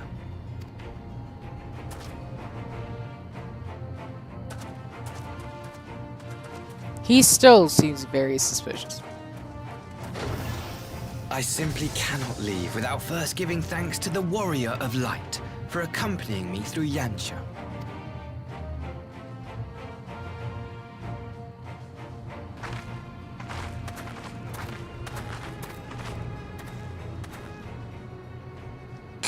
Of course. Go ahead and do what you about to do. Mark me, savior of the savages. There will be a reckoning. Okay.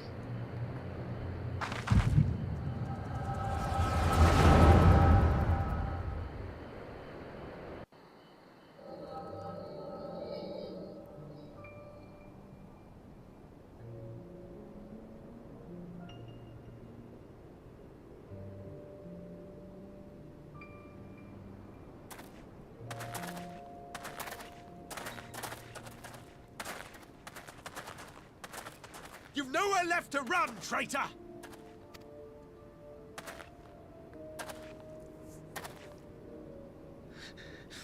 Ignorant savages! Killing us will avail you naught. For every Imperial you cut down, 1,000 more will come. Abandon this foolish endeavor and surrender. You may yet serve our righteous cause. I mean, they're siblings, so if he liked people from Doma, that's not shocking. The racism is kind of there, ingrained, learned behavior. But good to know that we can see his past, and we have confirmed this is why sus.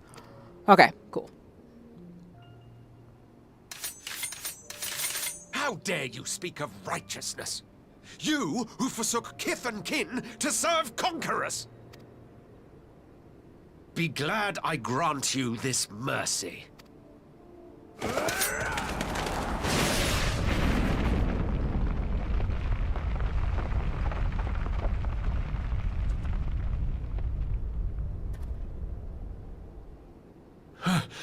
What in the... You got saved by Xenos?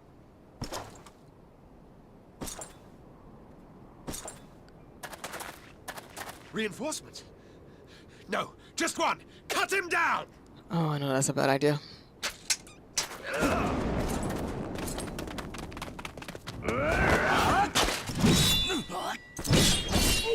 Oh! We fought Xeno, so this is going to be a bad idea for them, because he's very strong.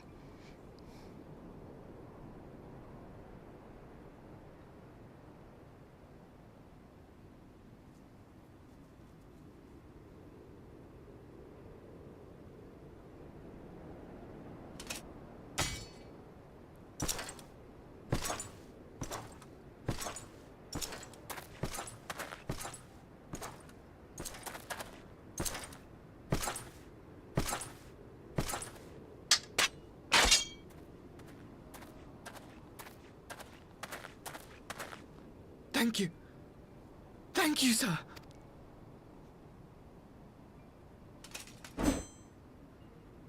This one is promising. For anybody who remembers, Xeno, whenever he cuts down his enemies, takes their weapons and is very not great about being somewhat of a not mean person. Sorry, it was a bad descriptor, but yeah. Who remains to offer us resistance?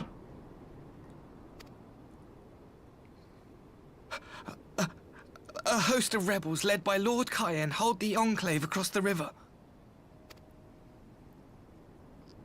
Lord Cayenne? The king of the former king of Dorma, sir. They say he is one of the greatest swordsmen alive.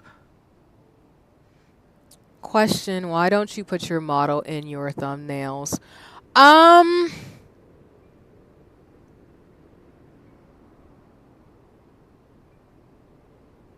Honestly?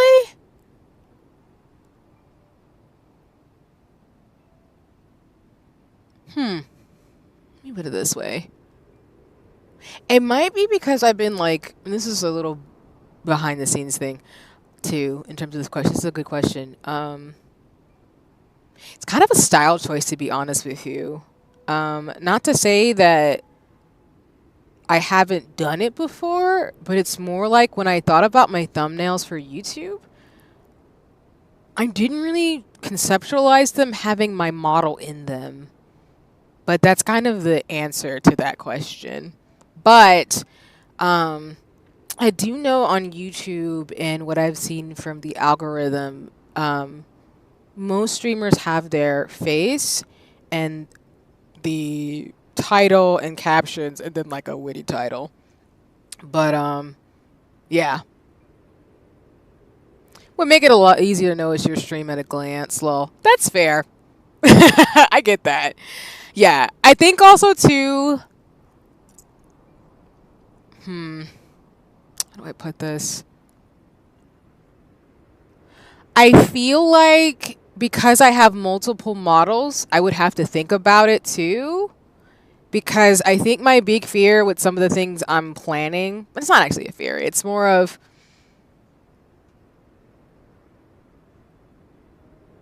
it's just a style choice. I think it's just my graphic designer in me where it's like, I made the choice not to include my model because I wanted to focus more on the game that I'm playing. But that's literally the only reason why.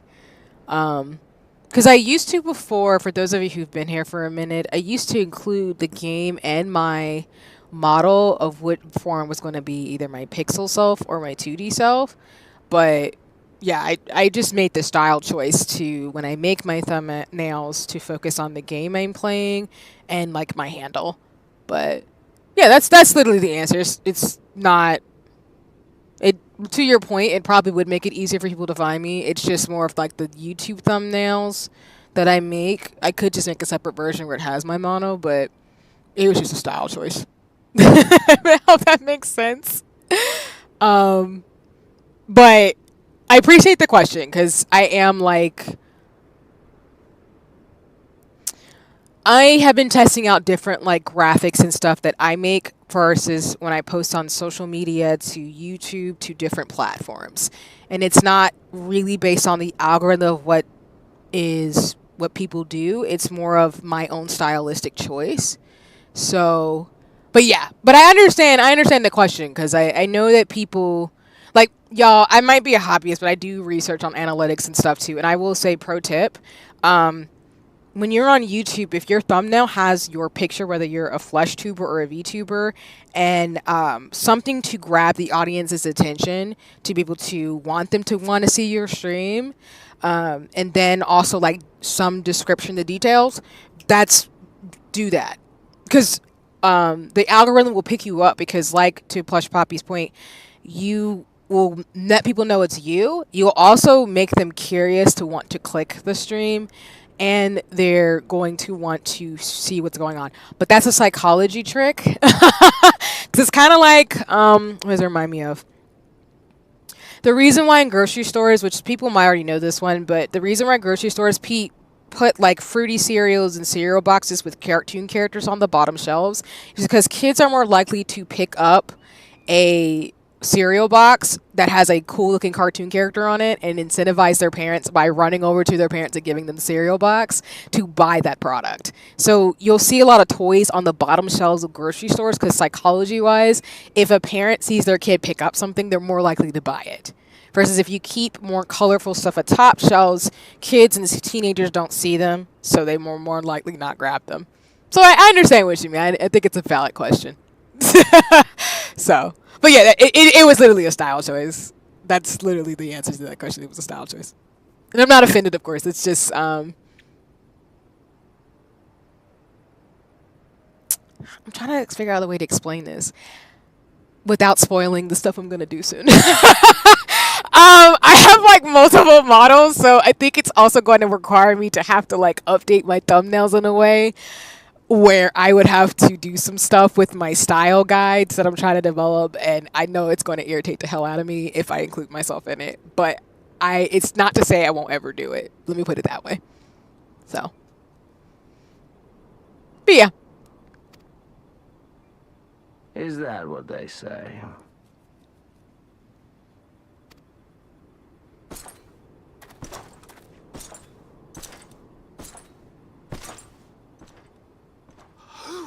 Was that?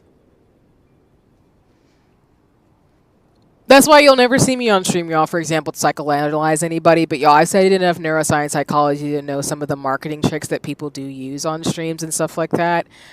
Which is why, not to sound like a complete scientist, but I see what techniques people use to get people to join their streams. It's very valuable what people are doing. In terms of the algorithm plus the marketing tactics they're using. I am not the type of person since the evolution of influencers to be very influenced very easily. Let me put it that way. I'll leave it like that. Not to say anybody else is here. It's just more, I again, going back to the ethos of asking this type of question, I appreciate it because those are the types of things that I do think about. And they're important questions to ask because sometimes people don't think about them. And I'm like, yeah. Surely you jest. That was Xenosier Galvus, Legatus of the 12th, the Crown Bloody Prince. I heard he was strong, but that was frightening. Some people do get upset at me, though, when I say stuff like that. And it's like, no, if you ask anybody who studies psychology and neuroscience, like, you know some stuff about the human brain and, like, social interactions where social media is a landscape that it is. And it's not a bad thing because, like I tell people, like, parasocial relationships are not innately bad. But what happens is that the algorithm and people getting way too caught up in, let me put it this way. Parasocial relationships are innately bad because parasociality as a thing, for example, is really about having people you look up to in your community or in your environment that maybe inspires you or makes you want to be a particular way. Because humans are social creatures, so we get influenced by people by default. So I won't say that I won't act like I don't get influenced by things ever because I'm a human being and I'm impacted by social forces. But that's why parasociality is not a bad thing. It becomes toxic when we start talking about celebrity culture and how sometimes the way in which our world is built, parasocial relationships can be so dangerous that people start to I guess the best way you can see this is like in K-pop and like celebrities who sing. You can see how people start to commodify and treat people as objects for them that they can impose and project their issues or their loves and things like that, which is why fame comes at a cost. No, I would disagree. I'm not calling anybody that word. It's not about being smart or not. It's more of just once you know some of the things about how people are marketed to and like some of the psychology, you just can't unsee it. That's all. But it's not about calling anybody smart or not. It's just like that was my degree program where I studied about human behavior. So once you know, you know. And like I said, marketing and business and parasocial reality, those things are not innately bad. I think they can become bad though. And they often can based on who's doing what. Because in a positive way, like parasocial relationships with streaming are really good because for people to do mutual aid and fundraising, it incentivizes people to join for a common good. So that's not a bad thing. But that's why, like, when people say for streamers, it really depends on the person as well as their community. Like, if you want to be I'll put in quotations, a leader, you need to be mindful that, like, yeah, there are certain things that you can do or not do, and it does impact the group in terms of stuff. But no, I would never call somebody, I would never just say that. I would just say, like, we don't know what we don't know. I just study way too much psychology and neuroscience all the time, so that's kind of my bias. And so I might not say it, but that's why I appreciated Plush Poppy's question, because, like, you know, people,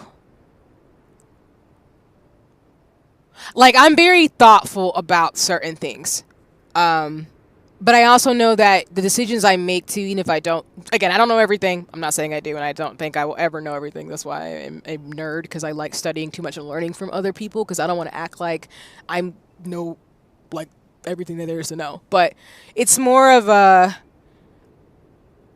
I'm very meticulous, and I appreciate that folks ask me questions like this, because I do actually plan stuff as a hobbyist. I just think sometimes people think when you don't do certain things that you haven't thought about it, but that's why I like these types of questions. But anyway, it's just my ethos. I think it's also like a little bias for me, because some people think because I am, well, y'all can't physically see me, but when people see me in real life, they think, oh, I'm very like Sora-like. I'm like, yes, I am, but I literally went to grad school to study brains. So, like, I do know some stuff. I just don't flex, because I just don't see the point. It is what it is.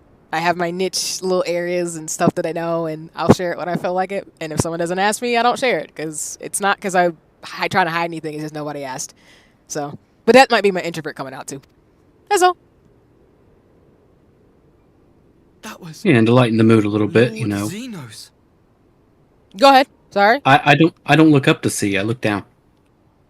I'm crying, not the short joke. I mean, that's fair. I look up to most of my friends who are, like, much taller than me. That's just how that goes. But yeah. I hope that makes sense, because like I said, I just, at least for me, and I can speak for myself, I'm never going to call anybody as a streamer smart or not. I don't think that's a fair judgment to make. We all have our own, we have all the knowledge that we have in life experience and expertise. I have mine, you have yours. It is what it is. But I just don't do that, because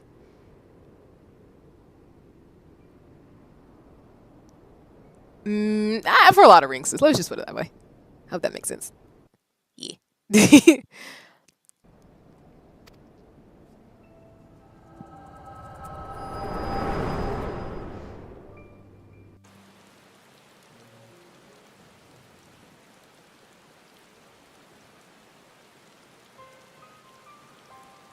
Everything you are, your power, even your face, vexes me.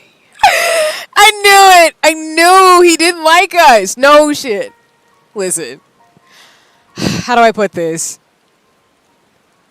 At this point in the game, the Warrior of Light is known across the entire I'm crying at the sheep in the chat. Our character has a reputation of being the type of person who goes in, makes, decisions and supports people. So the reason why I was suspicious of him is, one, why would you tell us that you are a step sibling to one of the characters who's been awful? So I have to make the assumption from there, okay, you all are probably related, which means you probably grew up maybe with some similar stuff. And again, I don't psychoanalyze people from afar, but I'm just going based on what he told me. And then conveniently, after the liberation, we get attacked by the Red Kojin out of nowhere. Like, why would that happen randomly? Especially when everybody just got their freedom. I get the Red Kojin wanted to join the Empire, but that's suspicious. So him being pissed off at us, is so funny to me because, of course, he works for the Empire who wants to destroy us because we have been stopping them from taking over all of the entire world. So why would he like me? That doesn't make any sense. I think he did posture in a way where he clearly wants to, get good graces in with Doma since they just lost a big part of the region to me and my annoying self. But I'm glad he's being honest because I'm the type of person where I'm like, if you don't like me, tell me to my face. Don't lie to me. It's cool. If you don't like me, that's fine. I'm glad, I'm sad about it, of course, because I have a big heart. But if you don't like me, just let me know so I can, keep it hunted and keep it pushing and just know how you feeling. So I'm glad he's being honest with us and letting us know with the character, the Warrior of Light, that he doesn't like us. I'm glad. As if everybody isn't behind us either, but we're not going to talk about that.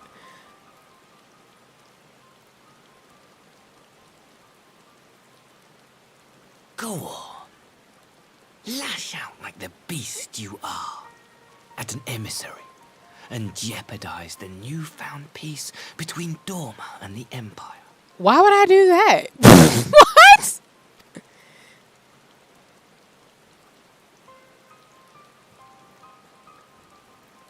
My lord was destined to lead us unto a glorious new age.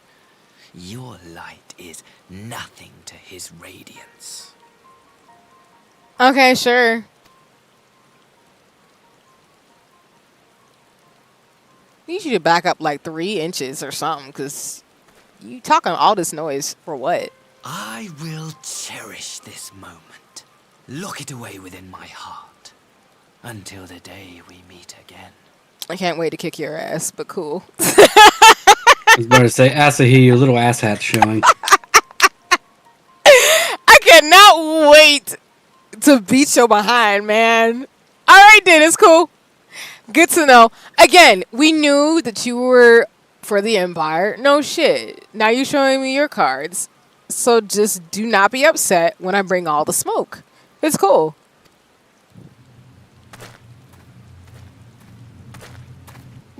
Okay.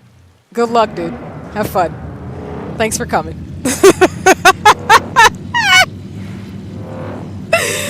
Oh my god. That was great character rating. I appreciate that. That made me laugh. Okay, in all seriousness, y'all, I guess, again, I'm not for me, I appreciate Final Fantasy XIV because, again, the character writing is really good. But it's so funny to me where he's, a diehard Empire fan and we're just you're messing up my master's plan. And I'm just okay, cool. Throw a temper tantrum. It's fine. Whatever floats your boat. Whatever. See you on the other side. But this is what I mean in real life, I've talked about, y'all, where, on outside of the game in terms of, encounters like that, the reason why I say what I say about, people showing me their cards is because it's so funny to me. I've had encounters like that where people are like, I don't like you, and I just need you to know that. And I'm like, okay, cool. I don't know. Hi, welcome in, Kiki. I hope you're having a nice one. Yeah, no, I'm just commenting. Let me give you a shout out, though. Welcome in the stream. Playing Final Fantasy XIV and just relishing in him showing us her true colors. But as always, yeah, Ginky is a fellow mutual friend in his streamer space, plays Final Fantasy XIV. So if you're looking for another soap space to be, I highly encourage you to go check out Ginky.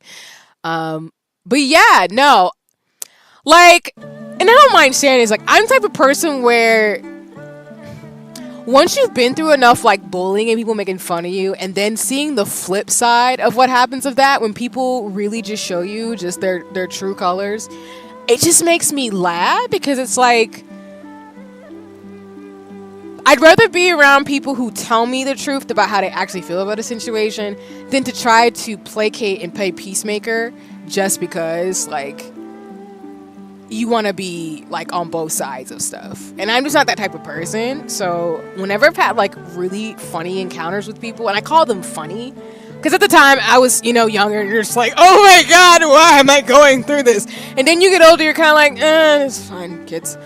Not saying it makes it right, but it's more just, it's funny to me because at the end of the day, all you can really do is just look at people like, okay, you can underestimate me all you want, but if I end up doing what I'm gonna do according to you, then cool. But if I end up beating your behind too, that's fair.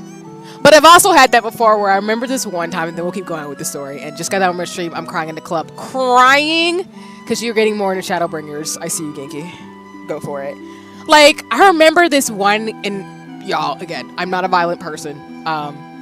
I do more martial arts though, so I tell people like, don't think the ethereal dresses and stuff won't be able to beat your ass. And I mean that in like a not actually gonna fight you type of way, but do not think that if you run up on me that I weightlift and I don't martial arts that you think you can play some games with me. And I think some people learn that the hard way. So whenever I've like, you know, done matches with masculine bodyboard people who aren't me, it's so funny because they'll usually be like, oh yeah, you know, I've got this swag or whatever going on, and then I'm just going to move forward and do things. And then I remember this one guy I went to class, he was a classmate, and he was like, yeah, we should fight. And I was like, sure, whatever. And then he was, you know, talking and doing whatever he wanted to do. I proceeded to whoop his ass, y'all, as a martial artist, and he didn't say anything. Like, I did that thing where there's two incidents. One, the first incident with the guy when we were, like, sparring is that he tried to grab me by behind my leg because I'm small. So I actually spun around, kicked him in the, chest and pushed him against the wall. And then I fell and landed, of course. Then the other guy, we were doing a sparring match. And then ended up, like, beating him to a pulp. Not to a pulp, but, like, ended up, like, actually being able to knock him out. And then people were like, oh, my God. Like, I didn't know. And I'm like, y'all, I play sports. Like, what are you talking about? I've knocked over grown men playing soccer. Like, do not think because somebody is short. If you've seen HIYOKO and other shows, you should know. Do not underestimate somebody's size. Like, so that encounter reminded me of that, where it's kind of like, okay, it's cool. You know my power. You've seen my thing. You're trying to size me up. You might be able to kick my ass in this sparring match. It's cool. But if you don't talk no shit. Don't be about it. Be about that life. If you're gonna talk some stuff, be okay to be wrong. Because I've been wrong when I play video games and I get my butt handed to me playing like Smash and stuff. But I wanted to share those things because like when people size me up, it's so funny to me. Because I'm like, you don't know me and you underestimate me. And I've been underestimated a lot in life. And I think it's really funny when people do it. Because it's like, it's cool. I could be completely wrong and fall flat on my face. But I also could do this very well. And when I actually make it and where I get where I gotta go, don't say nothing. Just watch. I like to show, but not tell people stuff. But that's my moral of the day, I guess. Which is so funny to me because I'm looking at this man like, bro, come through. We can square up. It's all goody in the hoodie.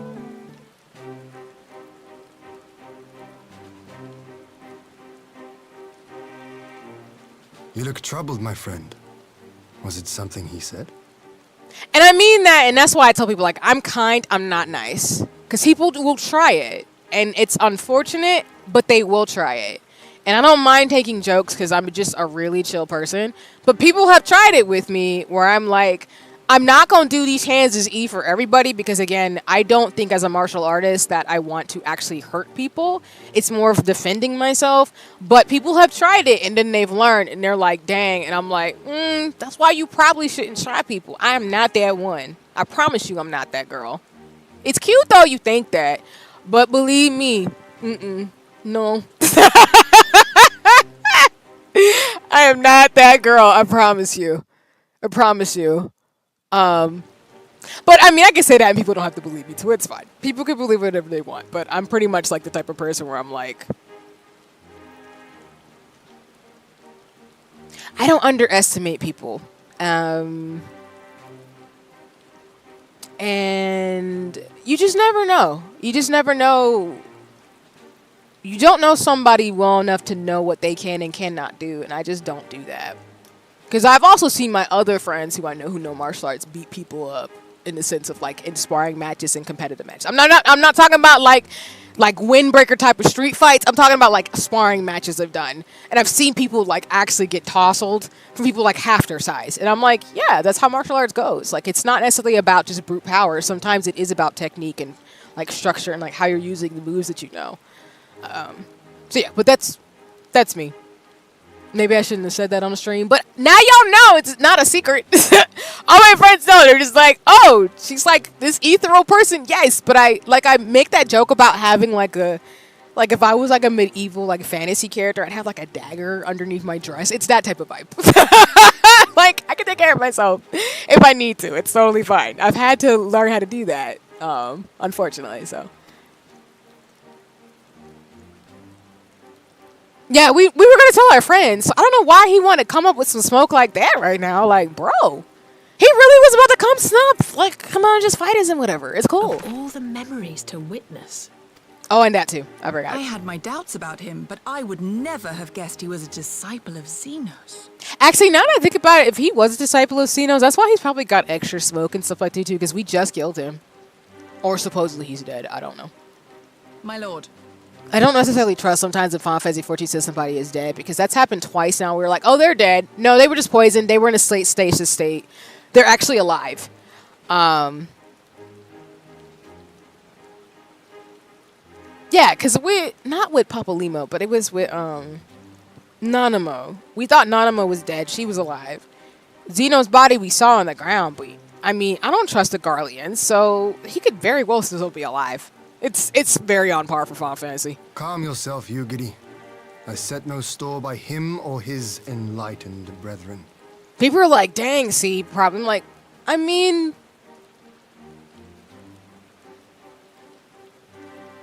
I don't know how to explain to people that I have multiple piercings. So there's like a ethereal. Shout out to Paz for this. I like the term ethereal punk. I think that's kind of how I live my life. So. But if by treating with them there is even the faintest hope, we might secure the return of our conscripted brothers and sisters, I must play this game.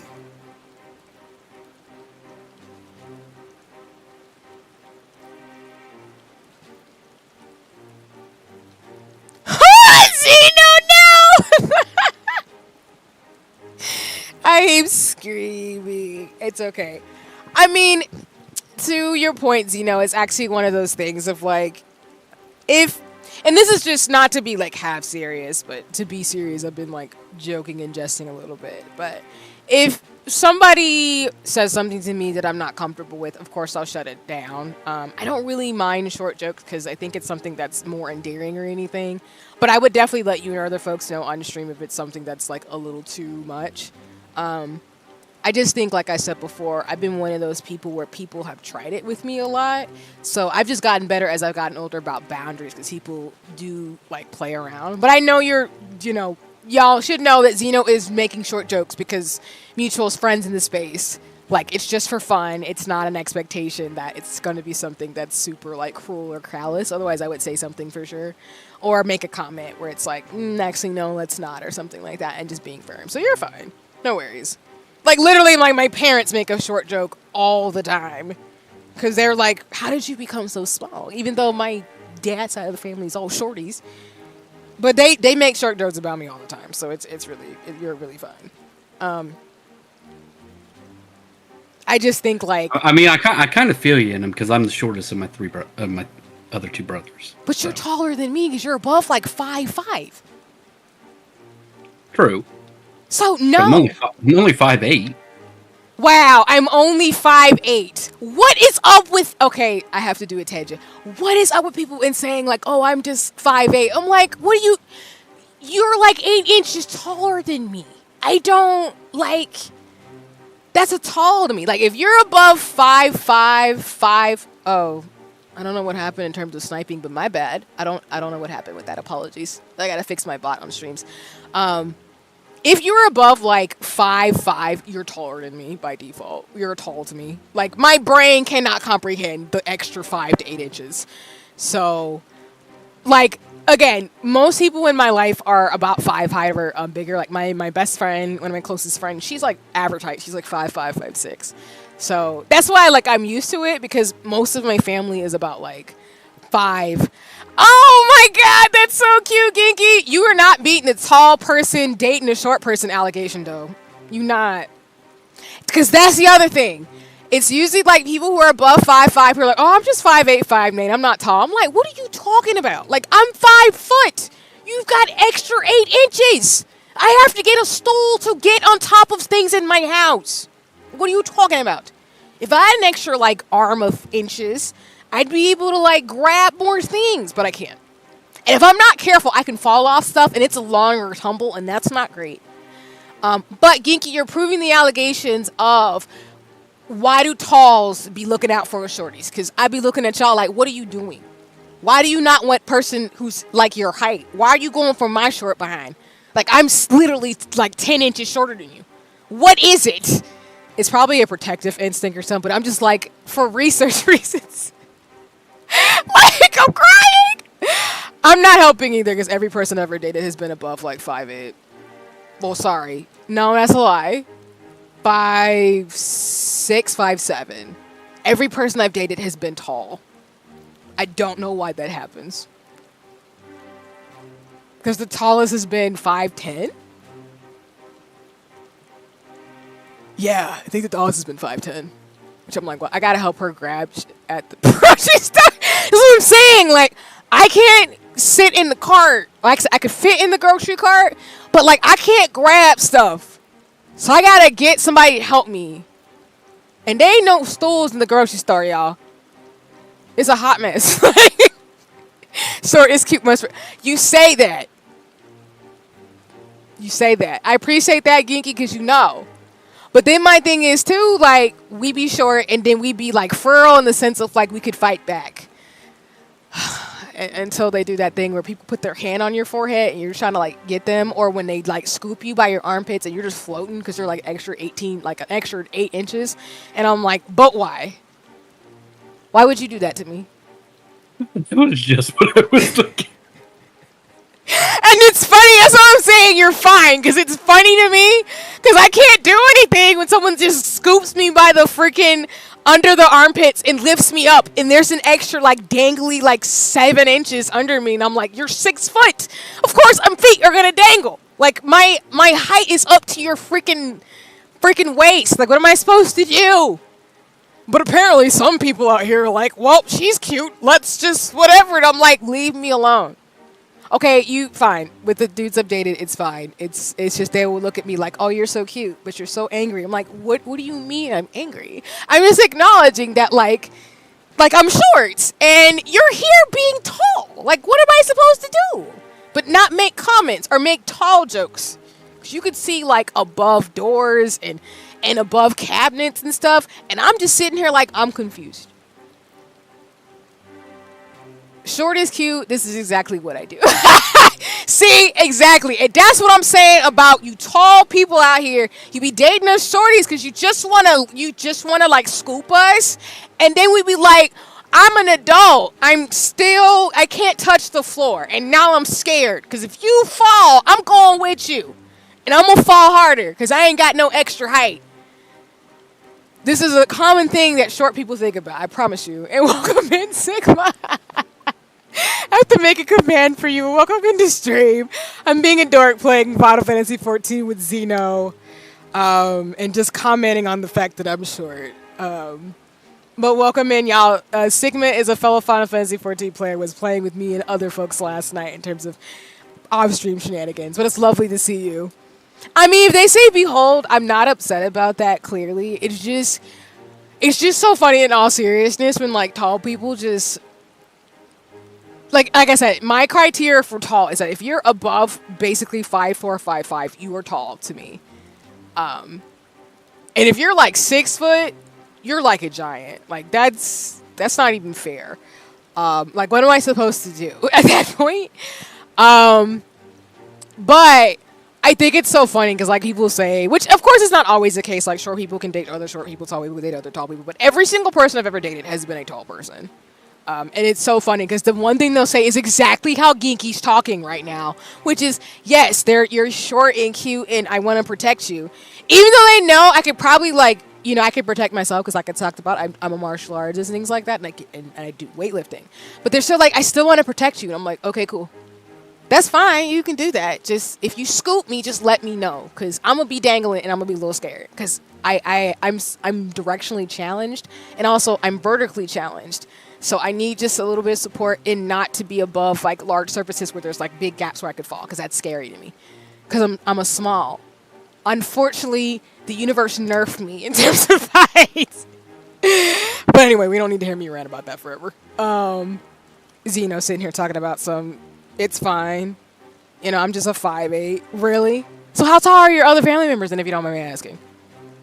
Everybody around me is tall. I would say the one brother's 6 foot and the other brother's 6'2".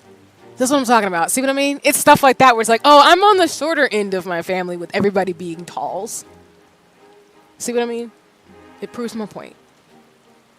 Everybody in my family's tall except for me and my sister. We're both shorties. She's got 2 inches on me though. But she's a shorter like me. And my brother is like, that man's like almost 6 foot. So I remember that man in a diaper when he was small, and then he just slowly puberty hit him like a truck, and now he is super tall. And I bet your sister lets you know about those 2 inches every single time, right? I mean, she doesn't really, but I do know she probably is looking at me like, yeah, I got an extra inch or 2 on you. It's cool. We got to get y'all some L and R hand tattoos because you know what direction is east and west. I'm screaming. I would not be mad though, cause like I'm crying. I am crying. But yeah, it's so funny. But y'all, like, I also want to say too, in all seriousness, like I'm petite and I'm short, so it doesn't help that not only am I like short, but I'm also very small. So if I'm not careful, some people will be like, "Oh, hello, Miss Teenager. Like, how are you doing?" And I'm like, I am in my 30s. And I've talked about this on stream before. People, if I'm not careful, they'll mistake me for being like half my age. I'm like, oh, that's so cute. I could be your mom. What are you doing? Where are your parents? Like, where are your parents? Oh my God. I haven't done that in a minute though. Where I've scared a youth where I'm like, where are your parents right now? And they're like, what do you mean? And I'm like, mm-mm. And my favorite is going to call me like Miss C. I'm like, yes, I know. Hello. But as I told you before, like most like younger people do appreciate me because it's so cute how they'll be like, you're so tiny, like, but you're an adult. And I'm like, yeah. Some of us are just, we didn't get taller. We're here. With high cheekbones and everything. We're existing. Anyway, my bad. I know y'all are probably like, what type of detour is this? But I promise you, there will be more short jokes in the shenanigans. So that's why I'm saying to you, Zeno, and everybody else, like, you are totally cool to make short jokes with me. I think it's funny. Because the allegations, I'm not beating them. And it makes it funnier, too, because like I said before, I think, I actually want to be average height. I don't know why, actually, I wanted to be average height. I never wanted to be tall, but I wanted to be, like, maybe, like, 5'5", 5'6". But I found out by the time I was like a preteen, they were like, you're not getting no taller. So I was like, what are you talking about? And then in the 6th grade, I just, like, my mom always makes fun of me, which is so funny. She's just like, you literally got this height and then you just stopped. And she was right. But I can wear 6-inch heels, so that does help me where I become an average heighted person. In that instant, but only in that instant. Somebody in the chat or who watches the VOD's like, how do you walk in 6-inch heels? Weightlifting's your friend. I was about to say, yeah, and then you risk, snapping your ankles in half. Well, the thing about it too is if you weightlifted enough where you work on your like calf and like ankle strength, it's not that bad. You want to do insoles though, and of course, I do not recommend, or at least for me, I'm not wearing like 7-inch heels every day because that's not fun. But that's why I say on stream, like, I'm a heels girly, and then I be wearing my kicks. So it's like an equilibrium of like, I'm gonna do fashion fabulous, and then I'm gonna do like my kicks, because when my shoes like be getting on my nerves, I need to be putting on my sneakers, and I'm good for the rest of my days. I liked being practical, but also fashionable. Let me actually, really quick though, I'm gonna grab Sigma's link so I can drop it in the chat. And I did say I was gonna stop towards 6:30, but now we're gonna go towards 7. Because I don't think this is a good stopping space, so I'm doing my thing again, y'all. I'm doing my thing again! Oh, and Sigma did post the photos, you know, it looks nice. The Henshin a Go-Go baby photo. Oh yeah, I saw it. Nice. I need to get on these shenanigans next time.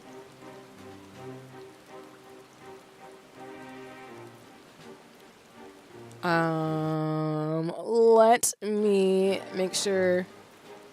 Oh no, I actually do. So Sigma, I don't know if you've been on the yesterday's stream, but my policy is no worries. Actually, post everybody both on Twitch and YouTube. So usually I do it for mutuals and friends, but if anybody stops by, I like to give people shout outs. Of course, if anybody is uncomfortable with that, okay, only on Twitch, and even then still got to re-debut. Okay, well, if you want to, Sigma, was, of course, you know, we'll be gaming and stuff in the future. Whenever you re-debut, if you can give me your Twitch link, the Twitch link that you use, I'll probably... I think I already have it, because, y'all, if you're a mutual or friend, I usually keep all your stuff in a corner where I can find it.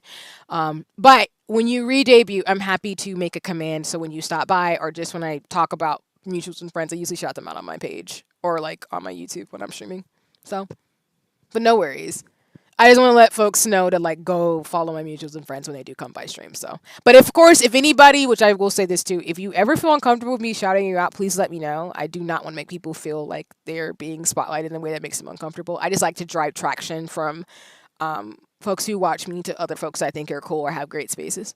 So, but that's just my thing, just to explain it. But it's lovely to see you, though. I went on my tangent rant. Yeah, I can give that whenever I schedule. I really appreciate that. No worries. For sure, for sure. After the way I risked their lives in the rebellion, I owe them that much. Also, Xeno, I would never fight you. I've only really fought, like... Okay, one, it's not a gender thing, but I really don't fight people. But I think it's been, like, more where I was just having fun because I had my, like, Naruto antics as a kid. And some of the folks that I would be friends with would be like, oh, can we spar? And I'm like, sure. And then I would end up beating them. Or at least... I would say ended up beating them. Some of them I didn't, though, because, of course, like, again, being short and being a martial artist, you don't have as much power and you don't have as much height. So you have to, like, figure out ways to move quickly. So I usually focused on speed and, like, thinking through my strategy. And, like, being really, really aggressive. But, I wasn't the type of person to be like, let's just randomly spar like you've seen, like, animes and cartoons. People just randomly rock at the people saying that we should just fight. But that's why I love, like, showing and, like, windbreaker shows, because it's fun. If anything, though, if we ever met in real life, if you pick me up like friends do and stuff, I'm going to give you a look. I will judge you just a little bit. I don't know what it is about my friends, and they're all just like, I just want to try and see if I can lift you up without any, and see if my muscle strength is there. And I'm like, okay, you can get a dumbbell. And they're like, no, I have to do a human body. I'm like, okay. This is what happens when you're a shorty. Just for you shorties out there, you know your friends are just going to kind of scoop you and you're just sitting there like, I didn't do anything. But if you wanted to use the experiment, that's on you. And Xeno's quiet, which means he would probably do it. It's fine. I get it. My lord, you bear no blame for their fate. I plead the fifth. That's how I know you would do it. It's fine. I get it. All my friends do it. They're just like, hey, can I? Sure. Just watch my armpits. Watch it. If not blame, then responsibility. They were prisoners, and still I chose to fight, knowing they could be executed in retaliation.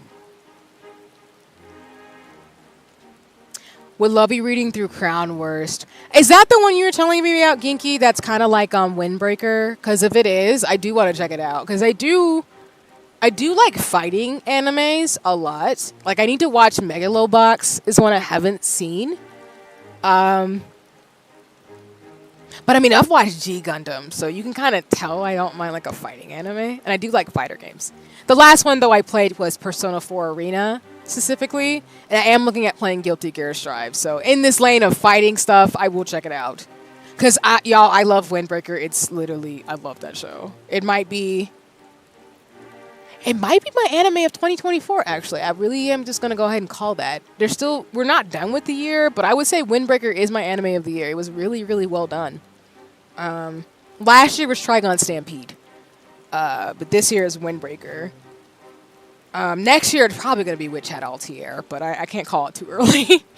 But yeah, is it Crows and Word? Is it? It's done though, Genki, right? Strive, yes. So for context in terms of fighting games, I'm not like a heavy enthusiast because. And then we'll keep going with the story. Sorry for the delays, y'all. Those are delinquent gang fighting manga. Worse is the sequel to Crows. Okay, gotcha. All right. I'm going to put it on my to-dos. As always, when you give me recommendations, I'm going to check them out. So I appreciate you. I'm glad it dust off the hitbox. Yeah, so, and I'll keep going. Y'all know me when I get off my tangents in terms of streaming, but I was more of a DDR kid, is the way I'm going to put it. So when I used to go to arcades, I would play more of the Dance Dance Revolution type of games, as well as like, you know, I didn't really do like the ones where you win tickets or something, but I did a lot of those types of games. I do like fighter games because I play a lot of Super Smash Brothers. Okay, cool. Thank you. Those are done. All right, bet. We're going to check those out. So I appreciate the recommendations, of course. And Ginky, if you can hit me up in the DMs again, because I usually try to keep all your recs. I can do this with all my friends and mutuals. If you can hit me up in the DMs so I can like make sure I put it on my list, I will read it and check it out and tell you how I feel about it. But I do like fighter games. I play games like Tekken and Street Fighter, but I haven't found one that I'm like super invested in. I did try Street Fighter 6, which was really cool.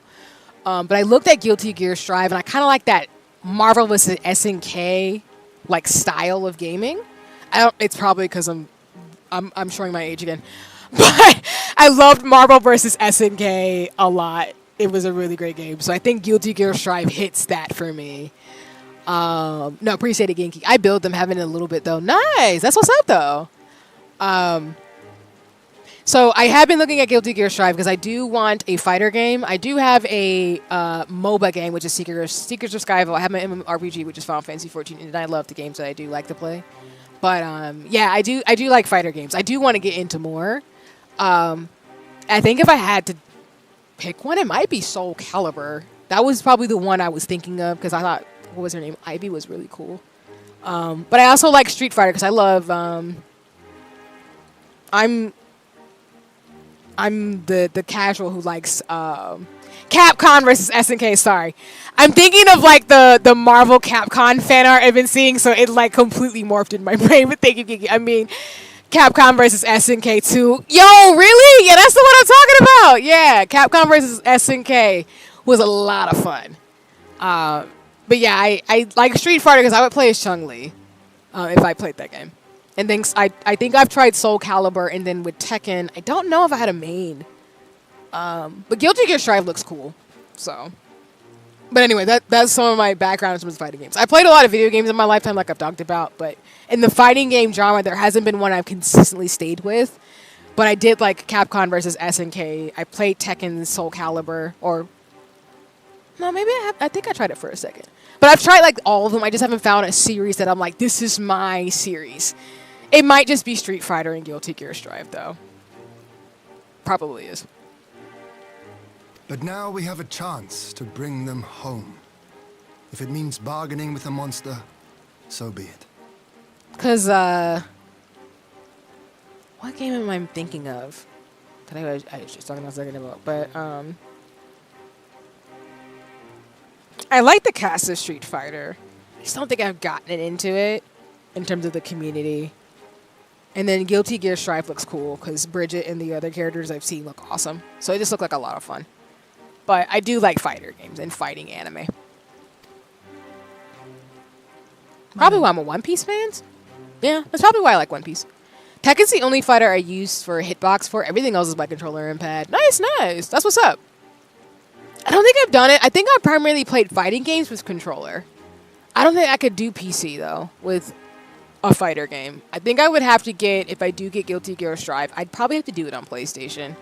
Because most of the fighter games I played, like Persona 4 Arena, I do with a keyboard. Sorry, not a keyboard, but a controller. Besides, I think he likes me. Which is more than some can say. No, he likes you. He don't like me, though. It's cool. I'm screaming.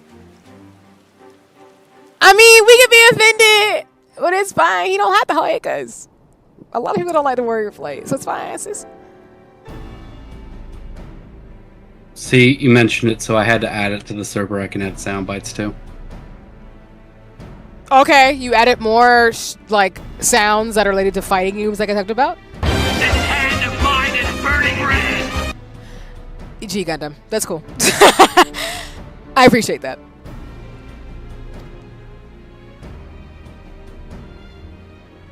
Yeah, like we've been said, like the whole reason why he came over here was to exchange for Tsuyu for the prisoner, for the folks who are incarcerated.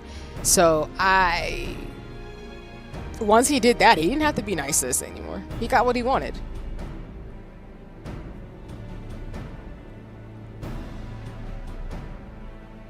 That's what I'm saying. See, thank you. I love, again, the story beat's good, but why would he be kind to me? I just killed the person he admired. That's not a good thing.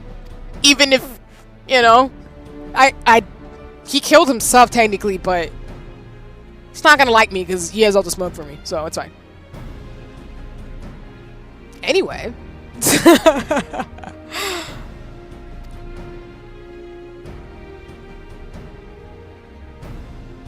I hope what I said earlier in terms of me being into martial arts didn't scare anybody.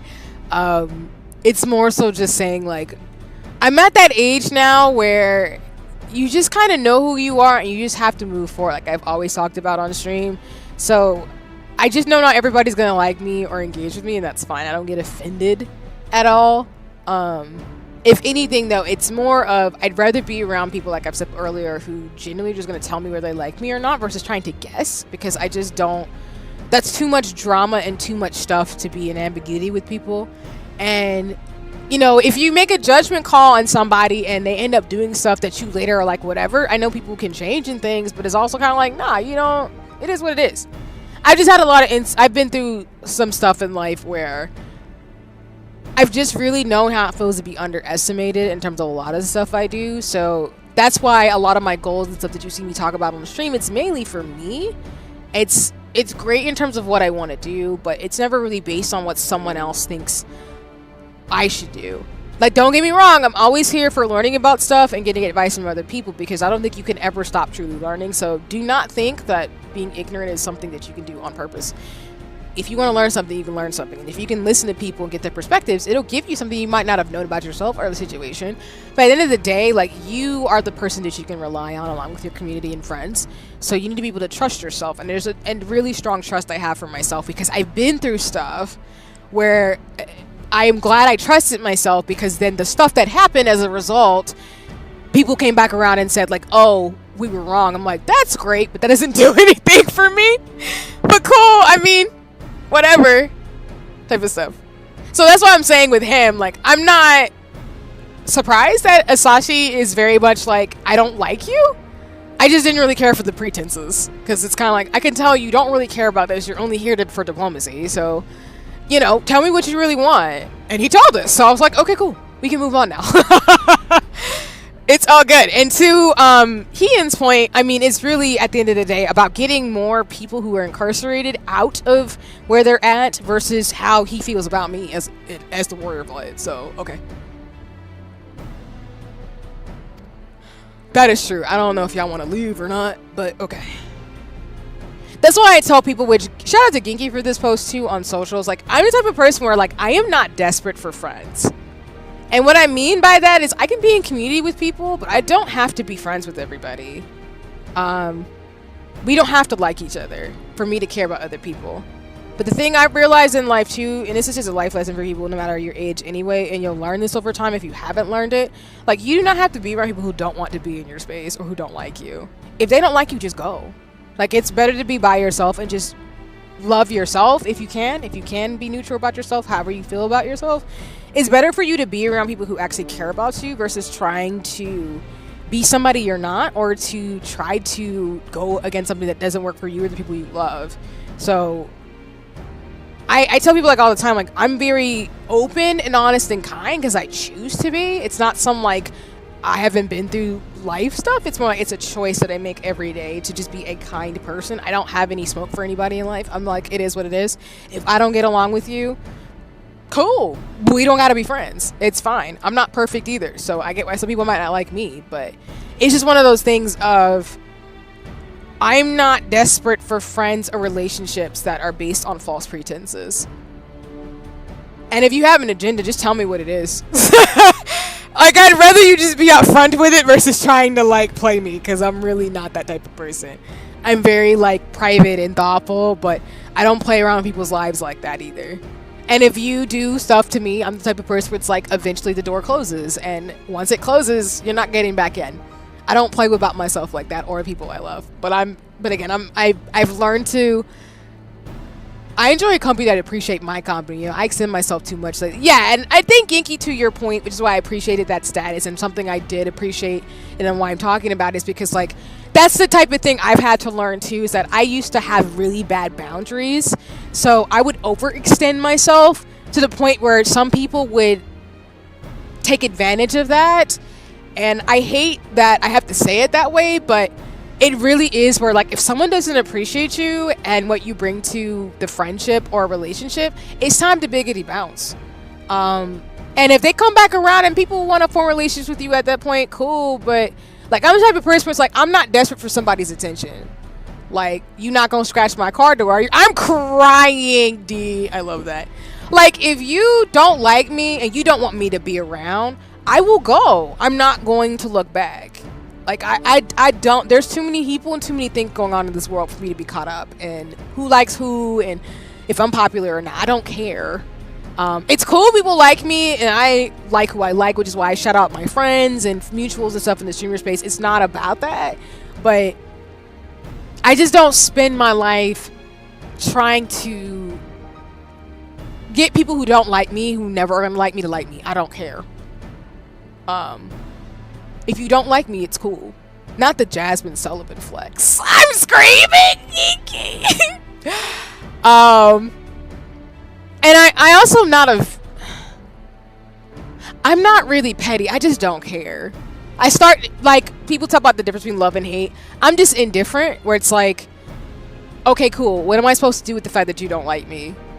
Is it supposed to make me feel bad about who I am, or what? Like, I don't know.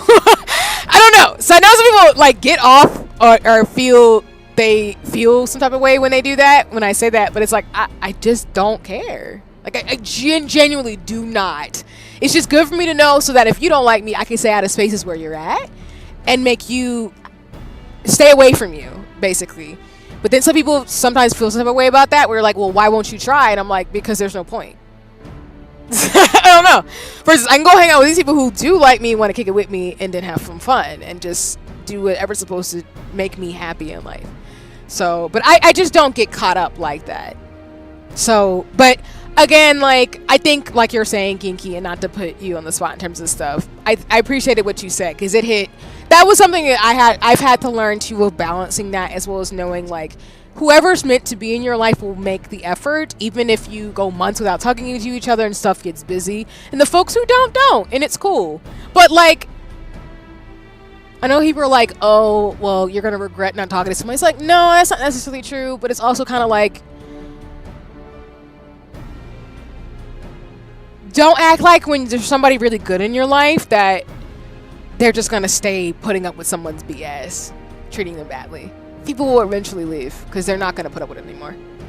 Because I know I've had to do that. I've been the friend that's gotten away. Hey, welcome in, Skip. Let me give you a shout out. As always, y'all, Skip is a friend of mutual in the space. Really great taste in shows and games. So if you're looking for another streamer to join, to join Shenanigans, please go catch out Skip over on Twitch. But welcome in, friend. It's lovely to see you as always. I'm playing Final Fantasy XIV with Zeno, talking about various things and stuff like that. Well, I'm still on my have no enemies type vibe. I also have a hard time caring people don't like me.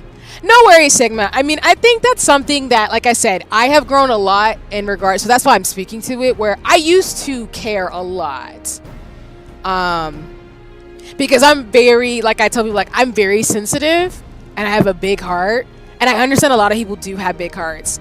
I think I've just realized in life, though, the reason why I've stopped caring is that, like, if I give myself energy to people who don't like me, I'm not giving that to people I love or to myself.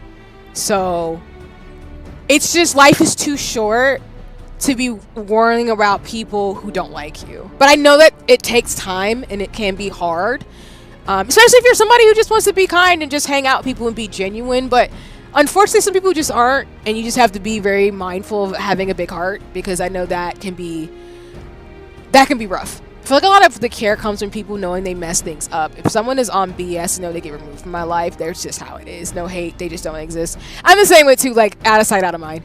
Once you do something to me that's really, really callous, I'm out. I'm out. I don't care. I'm leaving. Because to me, I am not going to be abused, and I refuse to let my friends and family be abused. So I'm gonna go. And I know that some people might be like, oh, dang, that means you're mean. I'm like, I'm not nice. I'm a kind person. Those are two different things. I don't put up with BS. And I will call it out and clock it as much as I can. At least strategically, I guess is the way I'm going to put it. Life is a bit too short to care about people that don't like you, but it's a learning thing. Yeah, exactly. And that's what I'm saying. I don't want to act like if you do care, if people don't like you, that it's a bad thing. I think it's just something that takes time and learning to, like, don't ever stop caring about people and stuff. And it's okay to feel bad when people don't like you. It never feels good. But it is 100% okay to put that energy into yourself or other people who do like you. And I think that's something of a balance to be able to work that out. Then I had to, I used to wonder what I did wrong so much, and I had to start asking, what did I do to not make them not like me? Recovering people, please are here.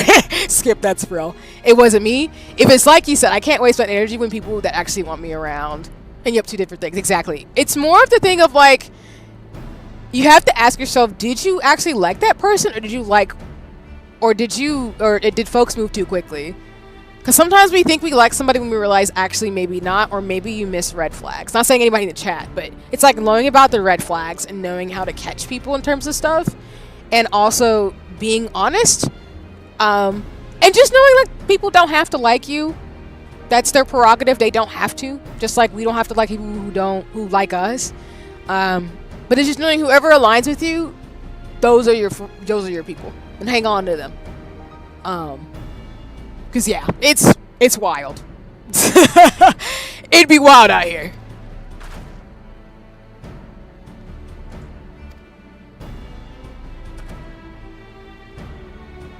It's like liking someone versus liking the idea of someone who people get tripped up. Exactly.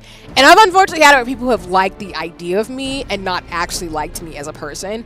And I've also been on a pedestal a lot with people, and that scares me too, because what tends to happen is that if you put somebody on a pedestal, you will end up often dehumanizing that person to where when they do make a mistake or do something that you don't agree with, you end up, like, knocking them down and treating them inhumanely. And I've had that happen, and I'm gonna be transparent about that. I've had it happen a lot to me in life, and I don't like that. Personally, like, don't get me wrong, I appreciate people compliment me and say I inspire them and stuff like that, but I also know that sometimes it's not coming from a genuine place. It's sometimes coming from a place of you have some inadequacy with you that you're taking out on me that has nothing to do with me. If you don't like yourself, which again, that is a personal thing, and I'm not saying that everybody will truly ever get to loving themselves, because people have the things that they go through in life, but me loving who I am has nothing to do with you not liking yourself. But I've been around people who have told me that they don't like me because I like myself, and I've had to cut those people out of my life, because it's like, I can't, just because you hate yourself has nothing to do with me. That's a you problem. And if me being friends with you makes you so upset that I exist, I'm just gonna go. I can leave. I don't care. It's fine. And it's not to say like I'm the type of person who I don't need people. I love my friends and family, and I'm always open to making new friends. But it's a difference between like honoring myself and my boundaries and who I am, and also being respectful of somebody else. Because to me, I always, like, I remember telling this one person when I had to end a friendship, I was like, if you don't like me because you don't like yourself, then I can just leave, because I'm not going to change who I am for you. I have no reason to. I can change some behaviors and stuff, but you don't like me at my core, so there's nothing I can do to fix this relationship. And they got really upset by that, but it's like, there are better people for you than me. There's nothing wrong with you or me, but in this situation, we don't get along. So it's better for you to just find people who are going to be better for you than for me to be near you. Because I make you mad by existing. And I'm not going to be your punching bag because you don't like yourself. But that's why, again, like I tell people, I've gone through a lot of life experiences like that. And that's why, again, I'm open on the stream about it, because I just don't mind. I have a very strong sense of self, and I'm grateful for that. And even though I have my insecurities and doubts, like, I am harder on myself than anybody else because I have my goals and ambitions. But I'm going to find a way to make it productive as much as I can, or if I get angry about stuff, exercise or do something, whatever, to cope. Versus like some of the horrible stuff people have done to me that I'm like, crap, I have to live with that. But cool, good to know. And it's equal exchange. So if I've ever done something to anybody, I understand why they don't talk to me either. Because when you're a human being, when you have relationships, sometimes you do things that are hurtful, and you have to, be accountable and talk to your friends and family and fix it. So I'm not gonna act like, again, that's not a thing either. And Zeno, to your point, this is what I meant about I need to do this. I don't have to do it now, but this is the quest that I need to do for Gridania. That I haven't done for the Chief Sergeant level. Oh yeah, that'll get you your squadron. Yeah. I don't even. What I was getting at on that though is after you level up your squadron to level 51, you can glam them. What do you mean? I can glam them. You can't tell me that. You can apply glam to them. My current squad is totally not all wearing Power Ranger costumes. I'm screaming. Because I love that you can dress up the retainers and stuff, but like actually I can glam them. Oh god, damn it! I'm gonna be doing that. Also, check the group chat. What did y'all do? Now I'm gonna be like checking this and being like, did y'all do the drink meme again? What did y'all do?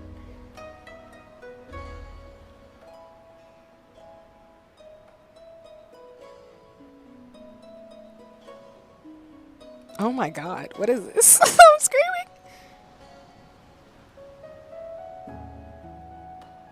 You know what? If you can leave me alone, Zeno, for like 2 seconds. 2 seconds. Stop coming for me! I'm kidding. I do like her style, though. Not for the fish fry. I'm yelling? Not you with the photo burning up the actual fish. I am screaming. Okay, look, her fashion fits are great and the hair is amazing. So yes, I do appreciate that. I wish she was wearing glasses instead of sunglasses. I don't really wear sunglasses, but we will allow it. Actually, no, they're kind of like white glasses, so I will allow this. Wait, we can do that? I can make my own PR squad, not a PR team. I'm crying, Sigma. I just unlocked squadrons. Hold up. My retainers are named after Greek goddesses and are fashionable. You know what? All y'all got great ideas. First, I'm here for, again, the PR squad. Go and do your thing and flex, Sigma. And then again, Ginky, you about to, have fun with it. And then, D, that's super creative. I appreciate that. In terms of Greek goddesses, that's an awesome idea. Yeah, I made mine, like, fashionable. But I think it's a common thing of, like, they're all, like, blue-coded in terms of their fashion and aesthetic. And they're all conjurers. I wanted a squad of, like, healers. So.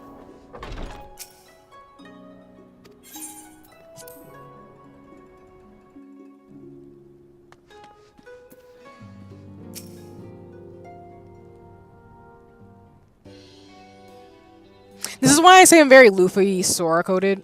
But I really should say I'm more, if I had an anime character that was very like, I'd probably say I'm like Tanjiro from Demon Slayer a lot. Yeah. Although what you don't see in that that picture is she actually has like really bright light blue nail polish on, which I totally see you wearing. Don't call me out like that! Me, after I had like a few weeks ago, long coffin butterfly blue nails. So yes, you were right about that. That is very true.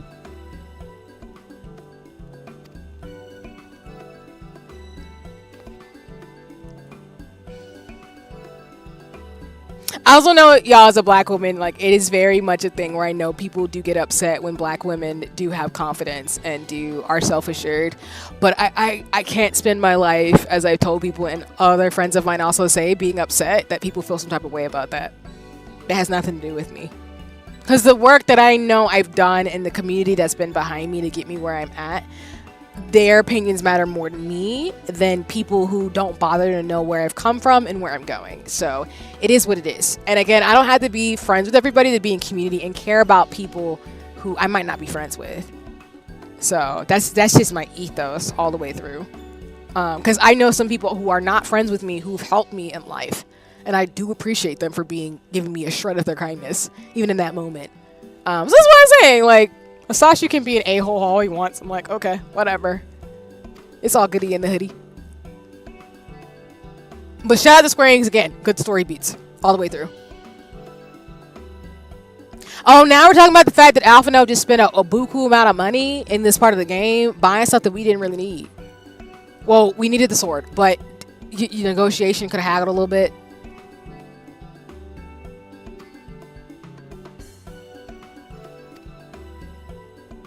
That is very true. I love how I'm like, girl, don't talk to me about money. I don't want to deal with that. That's your job.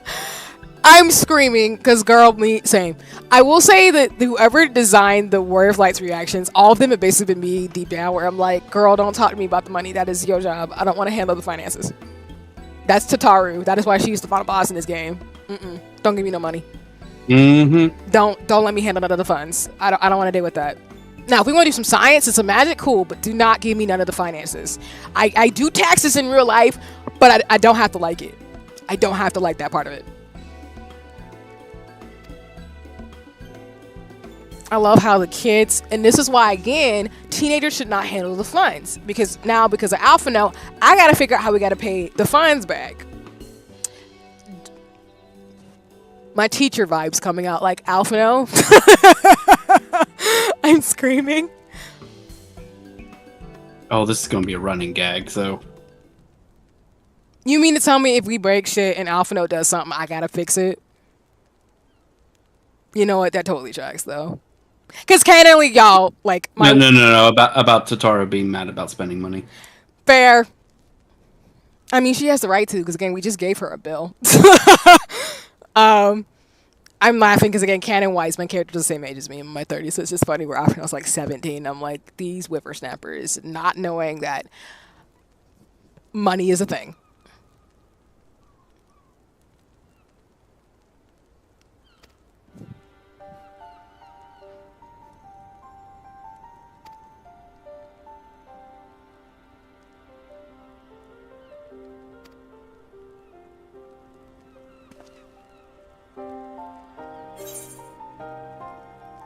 It's why I'm twit-longing all the signs of the seventh thought. I'm screaming! Screaming! But valid. She is the treasurer. She has a right to be. That is fair. Shout out to those of you who can do money and stuff like that. I am just a humble wee scientist, so I don't handle the money. Yeah, she hands it all to the Mog Station. That is technically true, so I'm gonna give you that. I do balance, so I'm budget as best I can.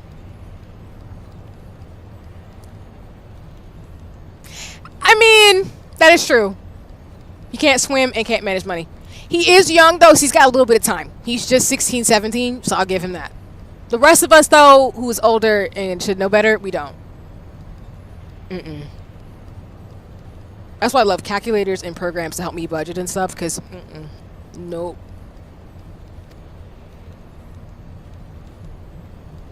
Everybody in my family is math oriented, so I talk to them often too. But me, oh no. If I got an app or a program that can do some statistics and calculus for me, I will do that preferably. I know how to do my own statistics, but I just know. I am not liable for the mistakes I make, especially when I haven't gotten my sleep. Oh my god, that's not a good thing. He's such a brat, jeez. Oh my god. This man is funny. I feel like Asashi's in his 20s. He's very sniveling. I just want to know for research reasons. Can you truly remember nothing? Nothing at all? Were we friends? Oh man, her memory is really gone. Yes. We were good friends, you and I. In fact, I've brought you a gift. And that's why I don't trust him, because he'd be lying. What is that?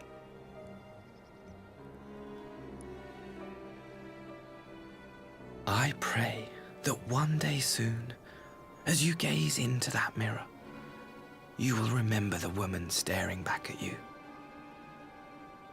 I don't like that. This man's 27? Mm-mm. It's so pretty. Who are you? Who are Wait, who's 27? Asashi's 27.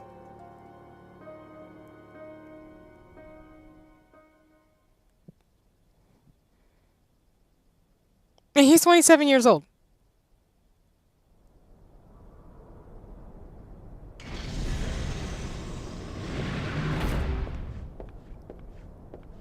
Oh yeah, he is. How are you feeling, my lord? I mean, Yatsu is 32. Oh my now leave me. god. Oh, you mother... What did I just say? That you do never know if these people are dead or alive unless there's a body. Oh, he's alive.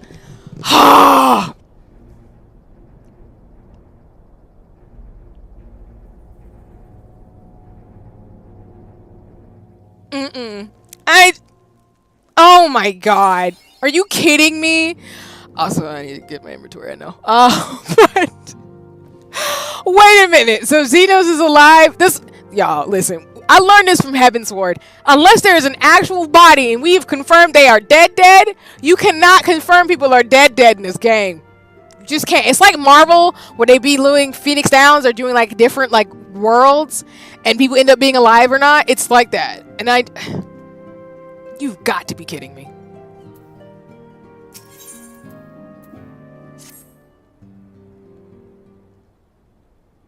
He did slit his throat.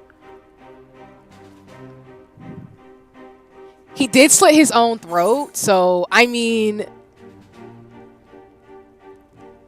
I'm not really surprised he could technically stay alive, but I'm not gonna overthink it, because I'm gonna start doing that thing where it's like, all right, he got hit here in the neck. In terms of the anatomy and physiology, I know. Could he technically survive from bleeding out a little bit? And we don't need to go there. Damn, that's not even the twist. Okay, I get to be yelling at everything now. Because I'm thinking of Nighthawk's eyes when I knew when we threw them off that bridge in Heavensward that if we didn't actually get rid of them, somebody was going to take them and cause issues. And that's exactly what happened. You think he can stay dead when his his bestest friend is still alive? Oh, that's true. Oh my god. This is such a hot mess. This is such a mess. Damn, and we like... I know we got to be halfway into the story, because the story beats are good. Oh god. Not to say it hasn't been good the entire way. I've enjoyed Stormblood all the way through. I don't know why people get upset at every expansion. I think they've done a phenomenal job with the storytelling. He's our Toto. I'm screaming. He's Sigma. That's funny. I understand what you mean though. We are definitely his Toto.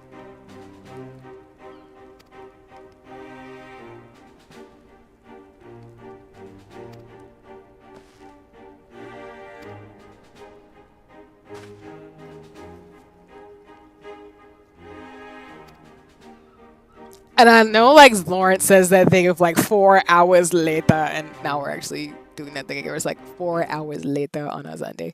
I'm crying.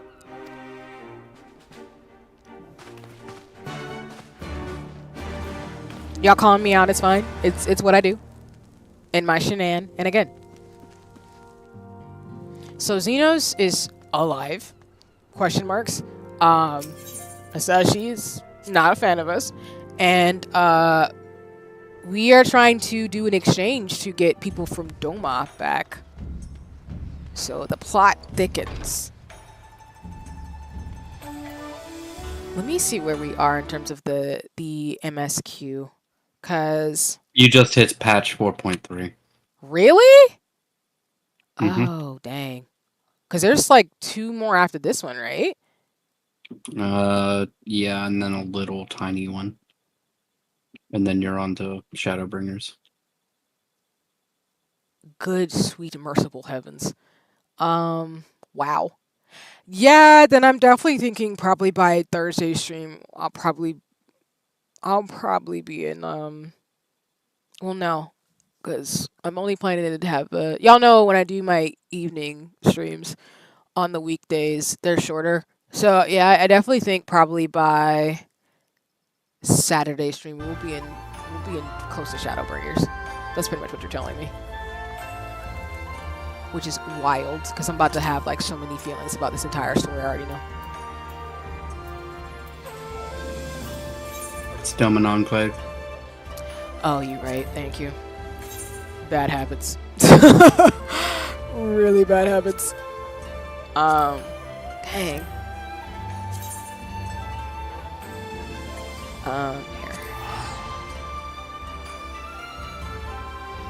So my bad. I didn't mean to call Azashi a youngin. He's still technically my age, just a little younger. And his sister's older than me. Okay, but same age. I appreciate that. Still wild though. So when I was looking up his age though, I saw that somebody said he's like that one character from Genshin Impact. I don't know their name, but they have the same hairstyle, and I was like, I can see it. It's giving like the bratty archetype character, the one who's got a lot of sass.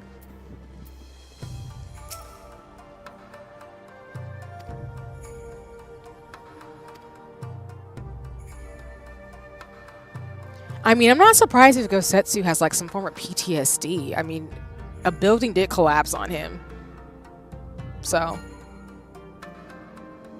why do we care about the fish? I'm screaming. Hold on, I missed a little bit of that. I imagine. Okay, I'm glad he's okay. But I mean, he is older. He did have a building collapse on him. He did get washed up on a deserted island and then have to save somebody and then didn't have any money to eat decent food for like days or weeks. So I imagine he's probably like, yeah, I need to rest. So, goes without saying.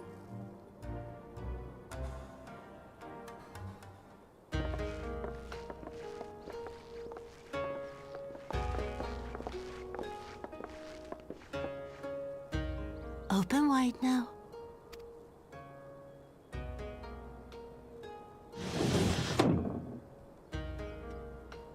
Please, Tsuyu. I'm not so frail that I cannot feed myself. I grow weary of the taste of gruel. You don't like it? Can I fetch you something else?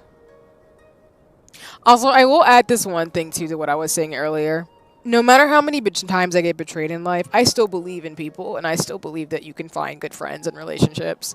But I also know some people might think I'm very naive, especially if I said every single detail of all the intricate things that have happened to me. But I think life is just too short, at least for me, to hold that much malice for humans. I don't have it in me.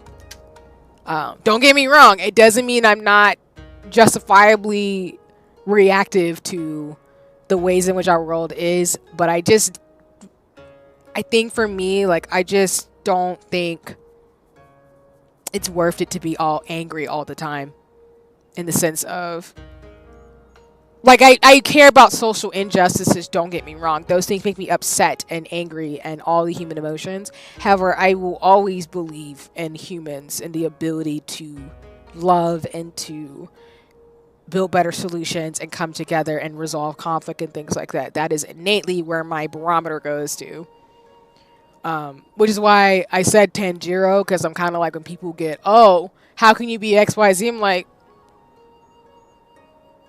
sometimes you go through some dark days, but people make it worth it. So, and it's not always going to stay bad forever. People are like, how would you know? I'm like, it's... Even if it takes days, years, or decades, stuff can change. You never know. Aye, wine. Or if that is not wholesome enough, I don't know. A sweet persimmon from Namai? I enjoyed them in my youth.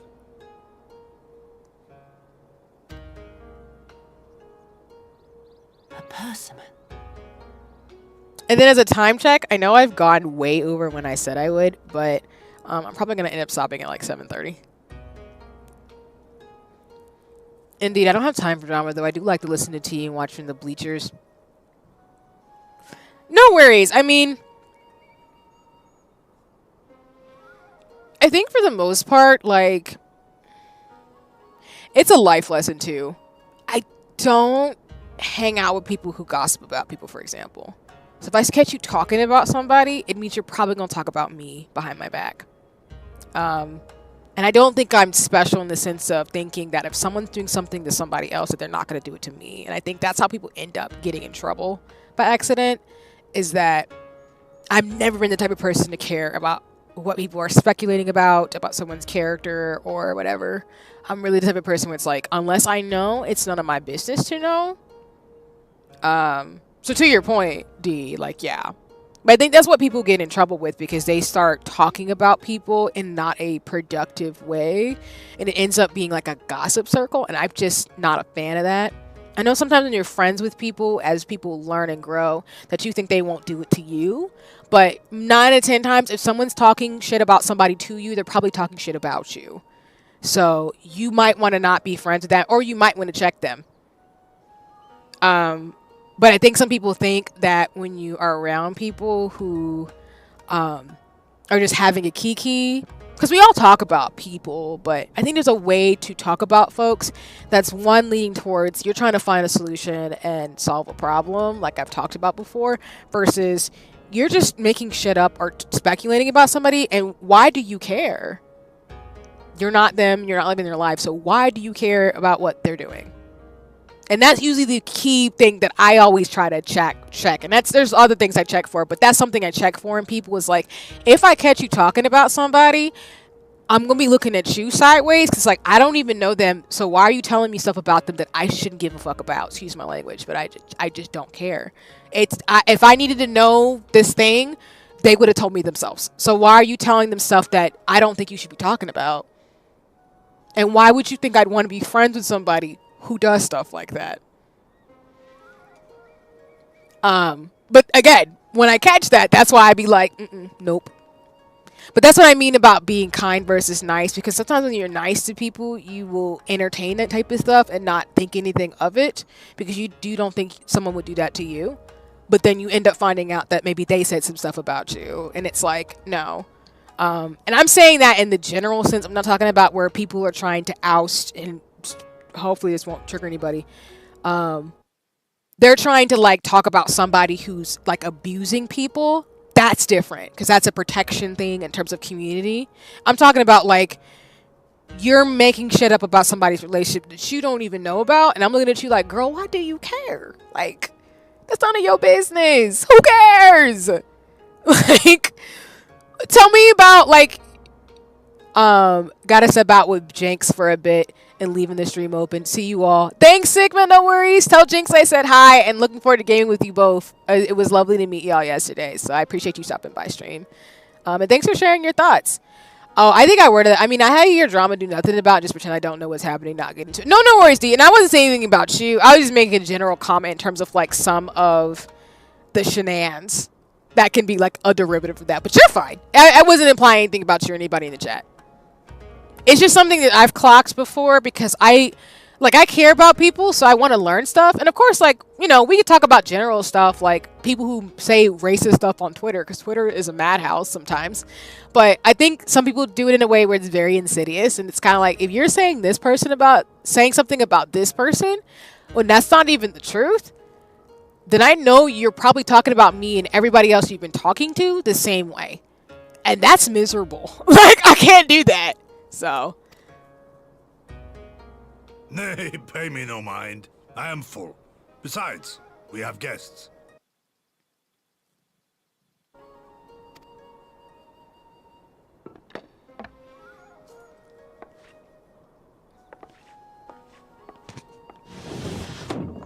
I hope we are not interrupting your meal.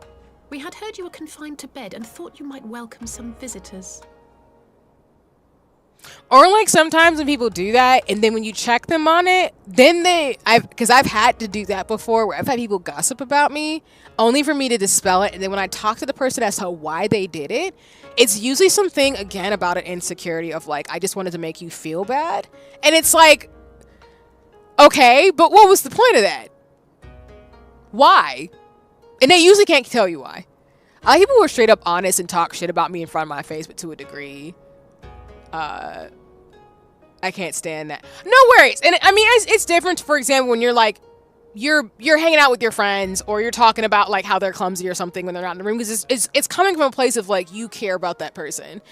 In the instances I'm referring to, D, in terms of stuff, which again is different, it's like someone who really cares about you isn't going to go that far. And if they do, because people can make mistakes, I would genuinely hope that they would reconcile and say, hey, that was a little too much, I'm sorry, type of thing. But it's one of those things where, like, I have people, for example, and again, I'm y'all are getting to know me a lot, as sometimes happens on the stream. But, like, I've had people, like, straight up gossip about me, and then I call them out on it, and everybody's like, oh, that wasn't true? Okay, cool. And then they'll be like, they can't tell me why they did it. They just felt like they wanted to do it because they were so angry about something really tiny.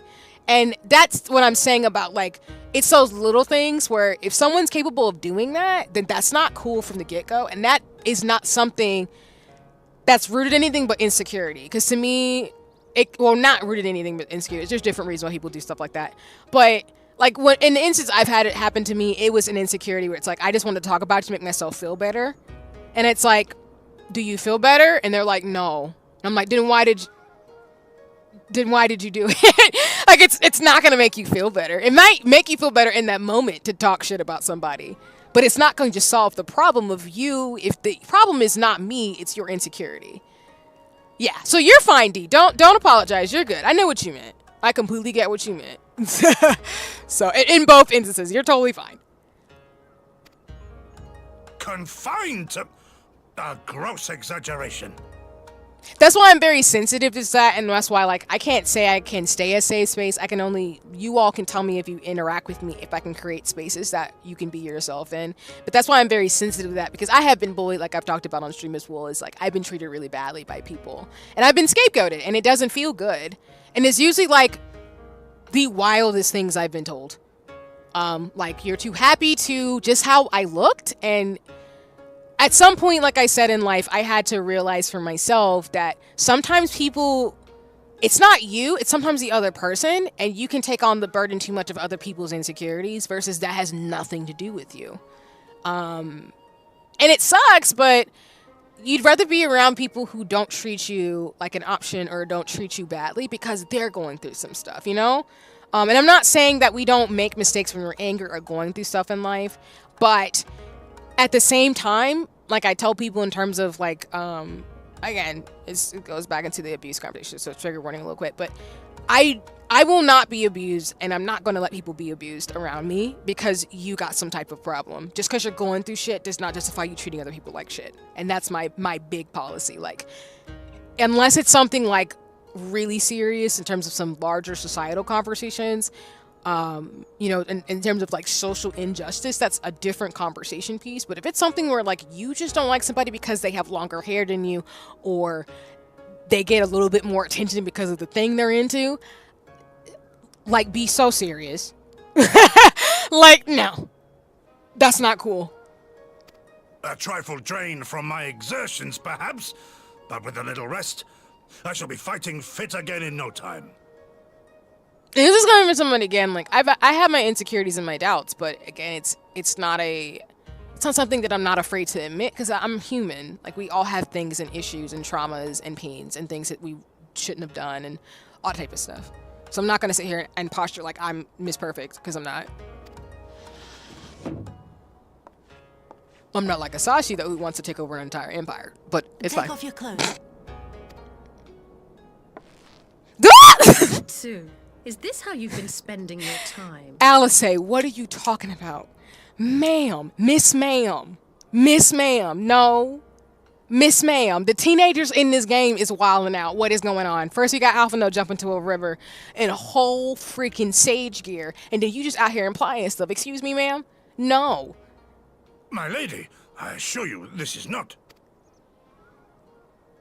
Why all of y'all looking confused? What you doing? Off with them. We need to wash you. You stink. I love how Suyu's just like, oh, I'm calm and chill, and everybody's like, excuse me? This is how you get down? I'm like, what? What do you mean this man is injured?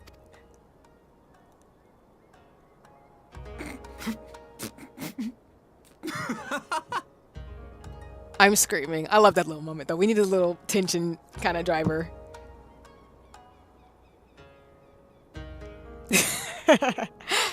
What are all these scars?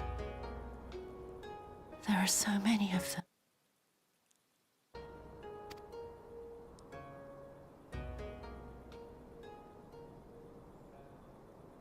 A life of battle will leave its mark upon a man.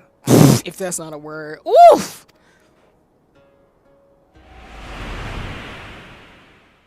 Oh, no.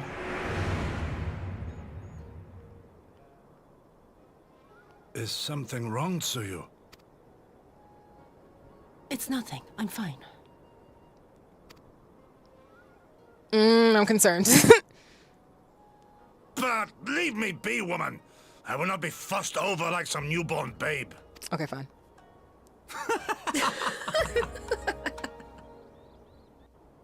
We all deserve to be pampered, though. I'm just saying. Because that's just like, nope.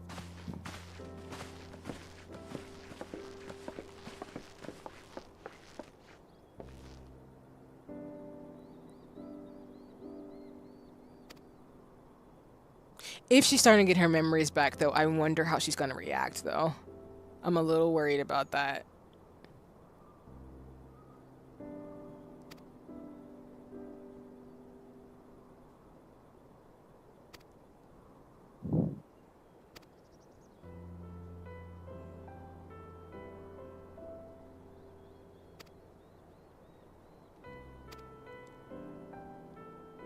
I guess if there's one thing that you can take from watching me, if there's any lesson I can impart, that's something I live by, that life will get better. Do not ever think that it won't. I'm not going to tell you you're always going to have like the best days. And I mean, sometimes things just suck. So please don't Pollyanna yourself into a toxic positive corner and say that this is fine, like the dog who has fire all over him. But I think I play games like Final Fantasy XIV because it's a reminder that, like, yeah, sometimes stuff is just messed up and it's bad, but at the same time, if you keep going in life, you never know where you're going to end up, and your life's probably worth the story, so you should give yourself more credit. That's all I'm saying. Like, I used to tell one of my college friends, I've always wanted my life to kind of unfold like a story, and stories have their ups and downs, like their climaxes, their like hero's journey. So I've always wanted to have like a life that was worth the story like that. So I just always feel as long as you do what you got to do and have good people and build community and try to do a little good along the way, that you'll have a really great storybook to tell of your life. And I think that's something that's really important. So.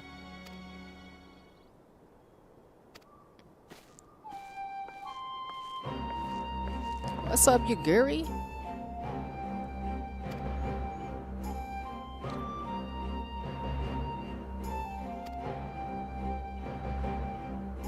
Okay, but she just got her memory back a little bit, so I'm a little. I don't know. Her and her brother, I don't trust them.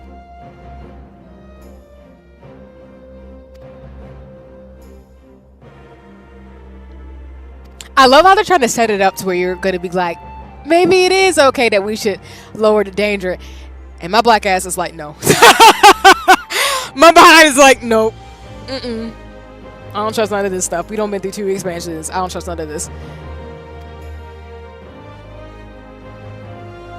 Until we actually get to the end of this story, I do not trust this. I'm just going to go with this because y'all, we going with the group. It's a democracy or whatever. But like, I'm not trusting this right now. We're gonna have to wait.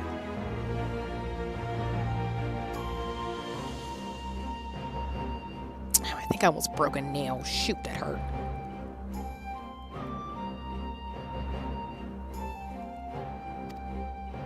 Well, that's why, again, I gotta end at 7:30 for other reasons, but that's why I gotta do that to fix stuff before work tomorrow on this week. Oh, God.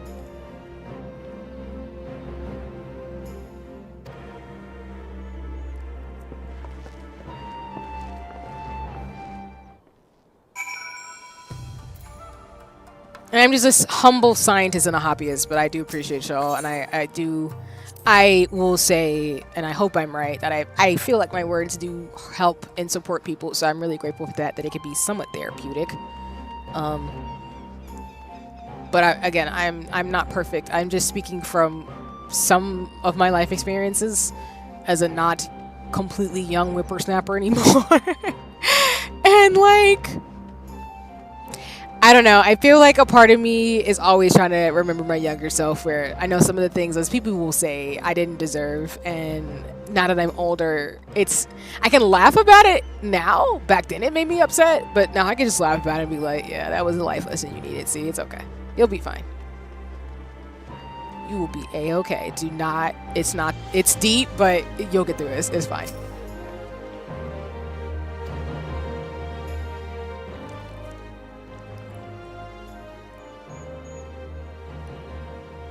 And as that Kendrick song goes, sometimes you gotta pop out and show people. So I'm not a fan of that. Of course she's gone. Great. Where could she be?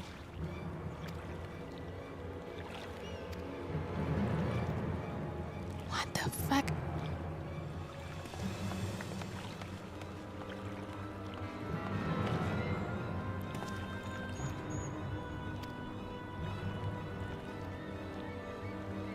Shit!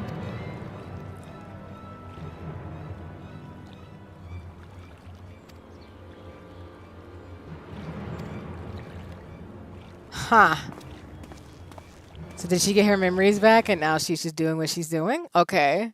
Well, that sucks. He is like, God help me. Oh, God.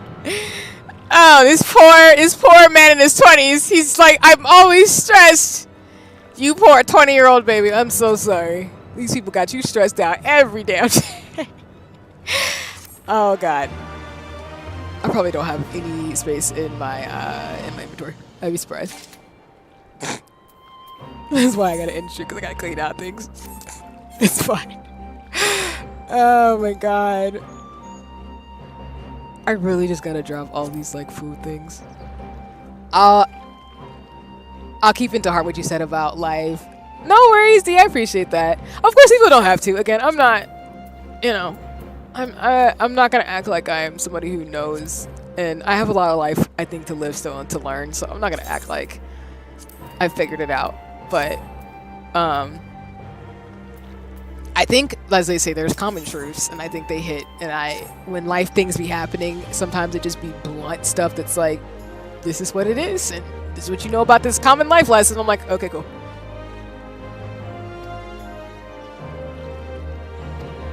Is it really your fault, Ian? Because, like, this family's very deceptive.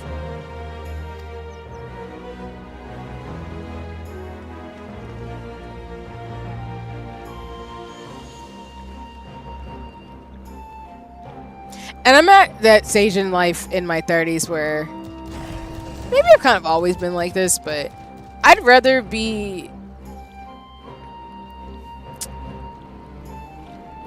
I don't mind being on my own. I don't mind solitude. So it doesn't bother me as much as other people. So I know sometimes people have gotten mad at me. They're like, how can you just do your own thing and be by yourself? I'm like, I've never had a problem like doing stuff on my own. I love my friends and family, but like,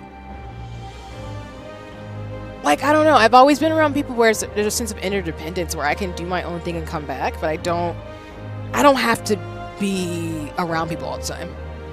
So I've had people in my life be like, I can't go eat a meal by myself. And I'm like, I do that all the time. Like, that doesn't bother me. But that's just how I am, so. Oh, wow. Well, thank you so much for coming by stream. I appreciate that. And also, hello from where you're at, too. Apologies, my Japanese is not the best. The languages that I know the most are Chinese and Spanish, but it's cool that you've come by stream, you know, to study English from watching me as I play Final Fantasy XIV. So I appreciate that. I hope you're having a nice one. You're actually not the first person either to tell me that. I've had a few... I've had a few viewers or like folks who follow the channel who actually specifically watch me to study English, which is really cool. So, and yeah, it's cool to have folks from all over the world like check me out. So, like I said, I think that's really cool and I hope you're having a nice one.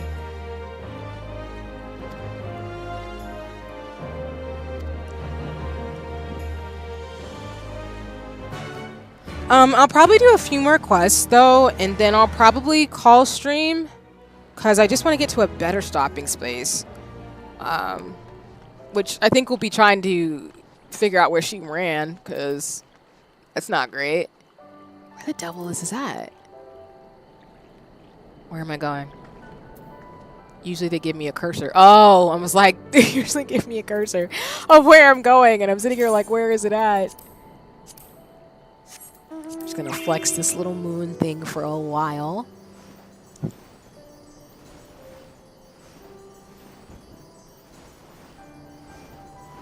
I'm surprised, you know, you haven't got another short joke in this stream. I mean, I would, but it would go over your head. Dang, that was slick. I got you. I'll give you that. Oh, I have to talk to the fish man again.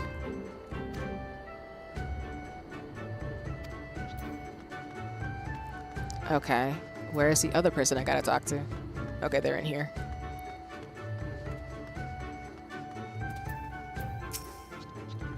Oh, and please tell me if I can call you by a particular name in terms of things. So yeah.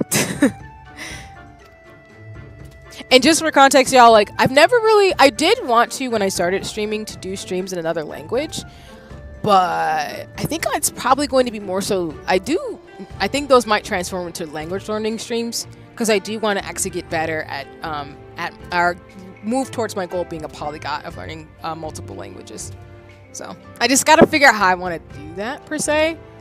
Well, incidentally, their name is Tokame, which translates to anonymous. Nice.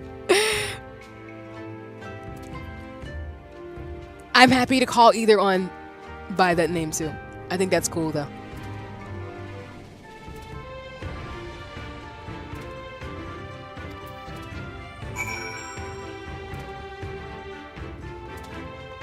So I know there's folks who watch for English as well as there's folks who just I think they're mainly lurkers. But they watch the VODs. I'm like, that's cool. I have no problem with that.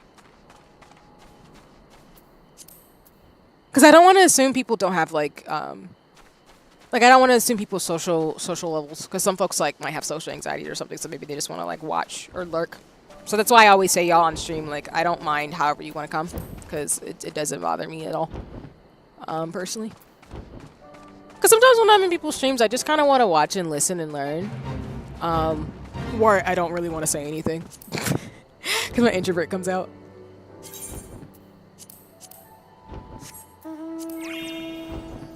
Even though, as Zeno called me out on and clocked me on my love of blue nails. Rude. I'm just kidding. But I'm very bold, but people make the assumption that because I am a bit more introvert, I'm extrovert all the time, and that's just not true. Sometimes I just want to be in a blanket and read books for like hours and be left alone. As in, like, I don't mind people like ask me a question or want to like chill in silence, but sometimes I'm just like that. So I think it just trips people up because you're like, huh? And I'm like, I could still like fluffy princess dresses and still be kind of quiet in a corner. It's fine. I don't always gotta talk. It ain't about me all the time. I was hoping to find her before we had to stop stream today. Dang, she got away quick. Dang. What that twist? I was about to say what a twist, like what a twister, but I don't know how many people know Rocket Power in the chat.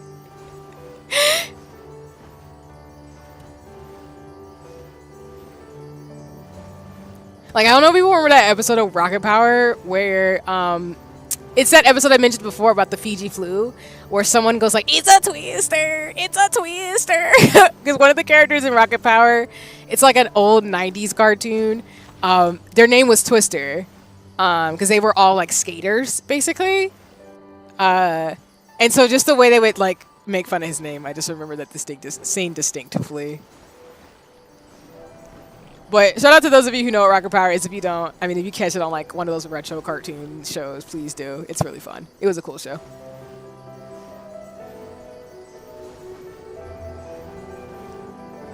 Probably just aged myself too, but it's fine. I know a lot of my shows are retro now. Like when I saw that Danny Phantom, because someone drew like an updated version of a joke that was in the show. When I saw that Danny Phantom was in the 2000s, I'm like, oh, that was like 20, 30 years ago almost. Never mind. But it's fine. Oh, there. I mean, we can party up since... Maybe I'm gonna like log out soon. It's fine. I still gotta get that. I was about to say you're almost to the trial. Really? Like, how close? Let me check the how many quests.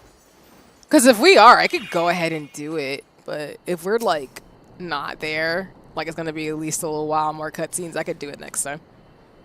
Yeah, I would say do it next time. Okay, no worries.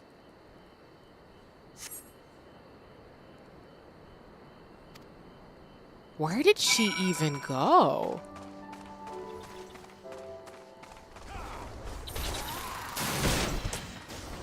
A far bit away from the actual gotcha. No worries. That means more shenanigans on Thursday.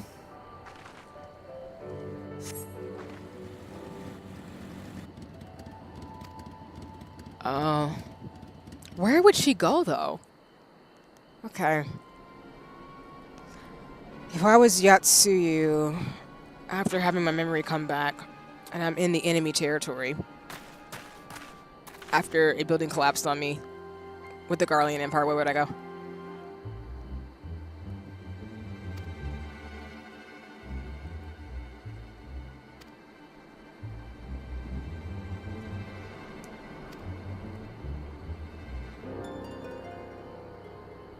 Because would she want to go back to the Garlean Empire if she failed?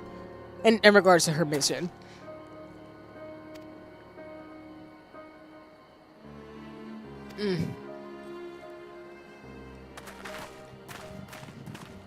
This is a wild situation. She's kind of a bargaining chip.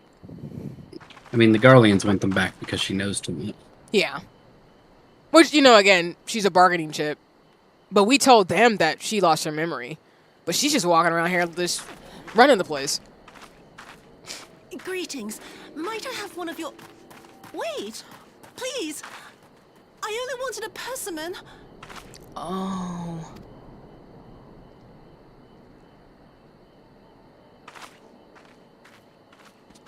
Kami, save us! Her spirit has returned!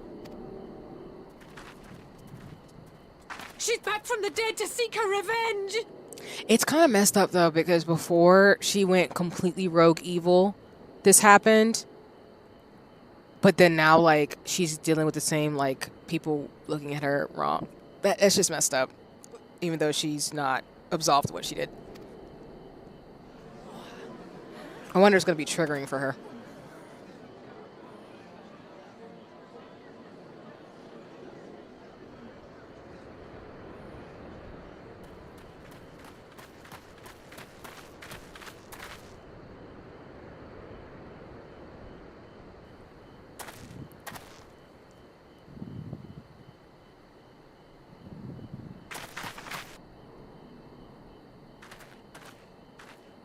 It can't be.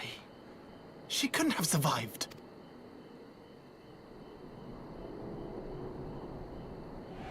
That's what I'm saying. I knew something was going to trigger her. I knew something had to eventually. What did I do? As if you don't know. Oh, shit. Oh, God. Good people of Namai, be at ease, I pray you. You have naught to fear.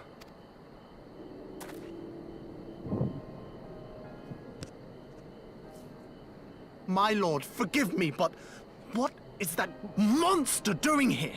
They told us she was dead. I too was surprised to learn of her survival. More even than you, I would hazard. 'Twas I who cut her down, I who left her to her fate. But it would seem the Kami had other plans. By some miracle, both she and Gosetsu were spared when the keep collapsed, though Yotsugu's preservation came at the cost of her memory. You're saying she's forgotten? Forgotten everything she's done? Lies! Lies! My lord, she would say anything to escape punishment! What does it matter? We have not forgotten her crimes, and we demand justice! I beg of you, Lord Hien, draw your blade and rid us of this canker! What I saw then, it's all true. That's what I'm saying. Like, okay, listen. I'm not absolving her what she did. She was an awful person to these people. But someone is having... They've lost their memories and they're having existential crisis. So this is really interesting they decided to go down this route. Because it's like, wow, she is having a crisis of morality, ethics. I'm sorry. I'm so sorry.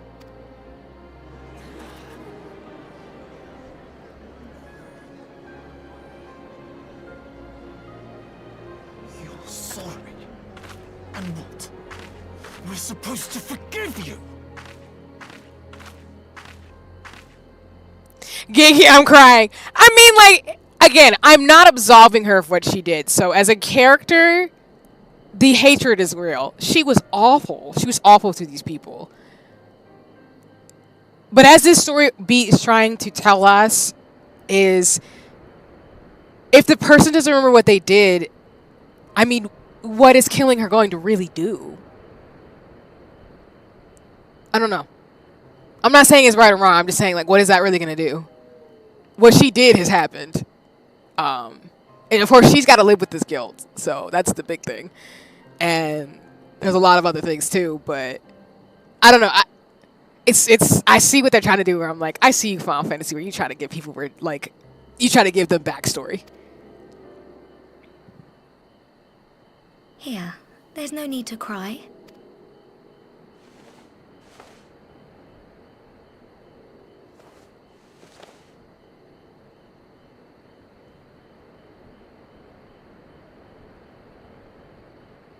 Can't you see how scared she is? How can you be scared of her? She's not the same.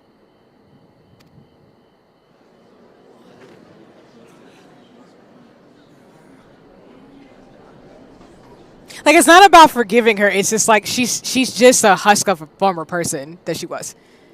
Until such time as her memories return, this woman shall be known as Tsuyu and treated as a citizen of Doma.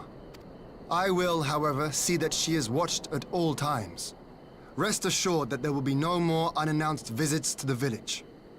As your lord, I ask that you leave her fate in my hands and suffer her to live, for now.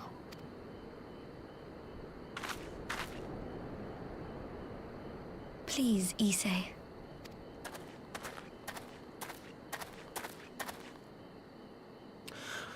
All right. I'll keep my peace. And again, Issei, for example, is justified. She's the reason why their parents are dead. So this does not absolve anything. But like she's saying, like, she's not that person anymore. So, I mean, shit. She's been through so much and she lost all her memories. So it's just like, wow. As long as you're happy, that's all that matters. Like, y'all need to worry about yourselves. Y'all ain't got to forget that lady. She was messed up. Ain't nobody asking y'all to do that either.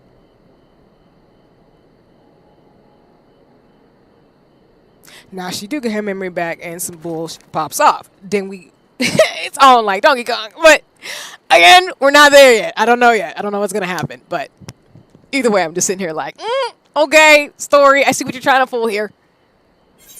Pulling out my like morality, ethics, conversation pieces. All right. This is a good stopping point because if I go further with my messed up inventory, as the game wants to very poignantly say, we will not be able to do, I will get sucked in. I won't be able to do what I need to do before tomorrow. But we are at Fruits of Her Labor, so we're pretty much halfway through this story. Patch 4.3, as Zeno mentioned, I'm in 4.3. We just have 4.4. We have the rest of 4.3 to do. So there's 4 more quests in this quest line, and we got 4.4 and 4.5 and 5.6. So we've got 7, 14, we've got 18 quests left, which is not a lot. So basically what's going to happen is that by Saturday, I'm probably going to be through Stormblood, knowing me. So I'm assuming Saturday during that stream, we will probably go ahead and move towards doing the MSQ for Shadowbringers, and what that means is that if we get to post Stormblood stuff, I will backtrack to get the Ether Currents either on or off stream. I'm not sure. I'll figure it out. But if I do some stuff off stream, it'll be getting the Ether Currents. I'll probably go back and get some stuff and unlock some of the dungeons. I'll actually finally track down like the items I want to buy, and then just keep it moving. Because like I said, y'all, for the anniversary stream, I do want to do the Alliance raids and stuff like that on the 31st. I get to see Fran and Avalanche, so I'm excited about that, obviously. But I don't want to stall the Final Fantasy XIV streams too much, so I think that's what we'll do, is we'll get through post-Stormblood stuff this upcoming week, and then probably the following week, it'll be probably some little bit of MSQ for Shadowbringers, some Astro stuff, and then the Alliance raids. And that way, by the time we get to the 31st, it'll be the raids. But then I will prepare for September to be really like where we keep going through the main Shadowbringer storyline. So I already know I'm going to start crying and I'm going to be in my feelings, but it is what it is. But yeah, we're going to stop it here, because if I go any further, I'm going to get sucked in. Because I'm really wondering how they're going to wrap up this part of Stormblood. They've got a couple of threads that they brought into the story, and I'm kind of like, I knew what you're doing. I know what you're doing, Square Enix. It's good, but stop it. Stop it. that doesn't help me have a good stopping point. But it's good. Like I said, I don't have any hate for any of the expansions. Again, I know Endwalker wraps up the 10 years of the story, and Stormblood came out years ago. But I think they've done a great job with Stormblood. They've done a really good job wrapping up some of the threads from around Reborn, as well as some of the story beats from even Heavensward, and introducing some more. Because I'm perturbed by a lot of things that are happening in this story. But I'm also, like, amped to see what's to come. So, I will dissolve the party. Shout out to Zeno for joining me today. Next time we will be, I think you said there's going to be a dungeon/raid coming up, right? Trial. Oh, a trial. Got it. All right, let me switch streams. Hold on. Yep, that's not a good position. Let me move you a little bit so you're not. There we go. That looks a lot better. But yeah, Thursday, like I said, we'll be doing more Stormblood post-story. Saturday is also Final Fantasy XIV. Sunday is going to be Unicorn Overlords. Those will be the games I play.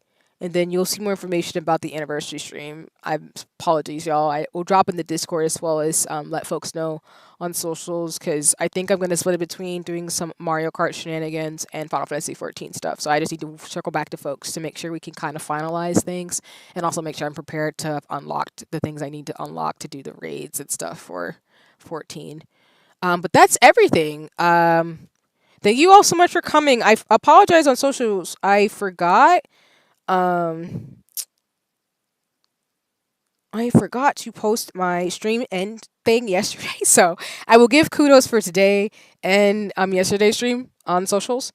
But yeah, I'll be back on Thursday in terms of things. But let me see who I can send y'all off to in terms of who's streaming right now this lovely Sunday evening, or at least a Sunday evening my time. It might not be the same time for everybody.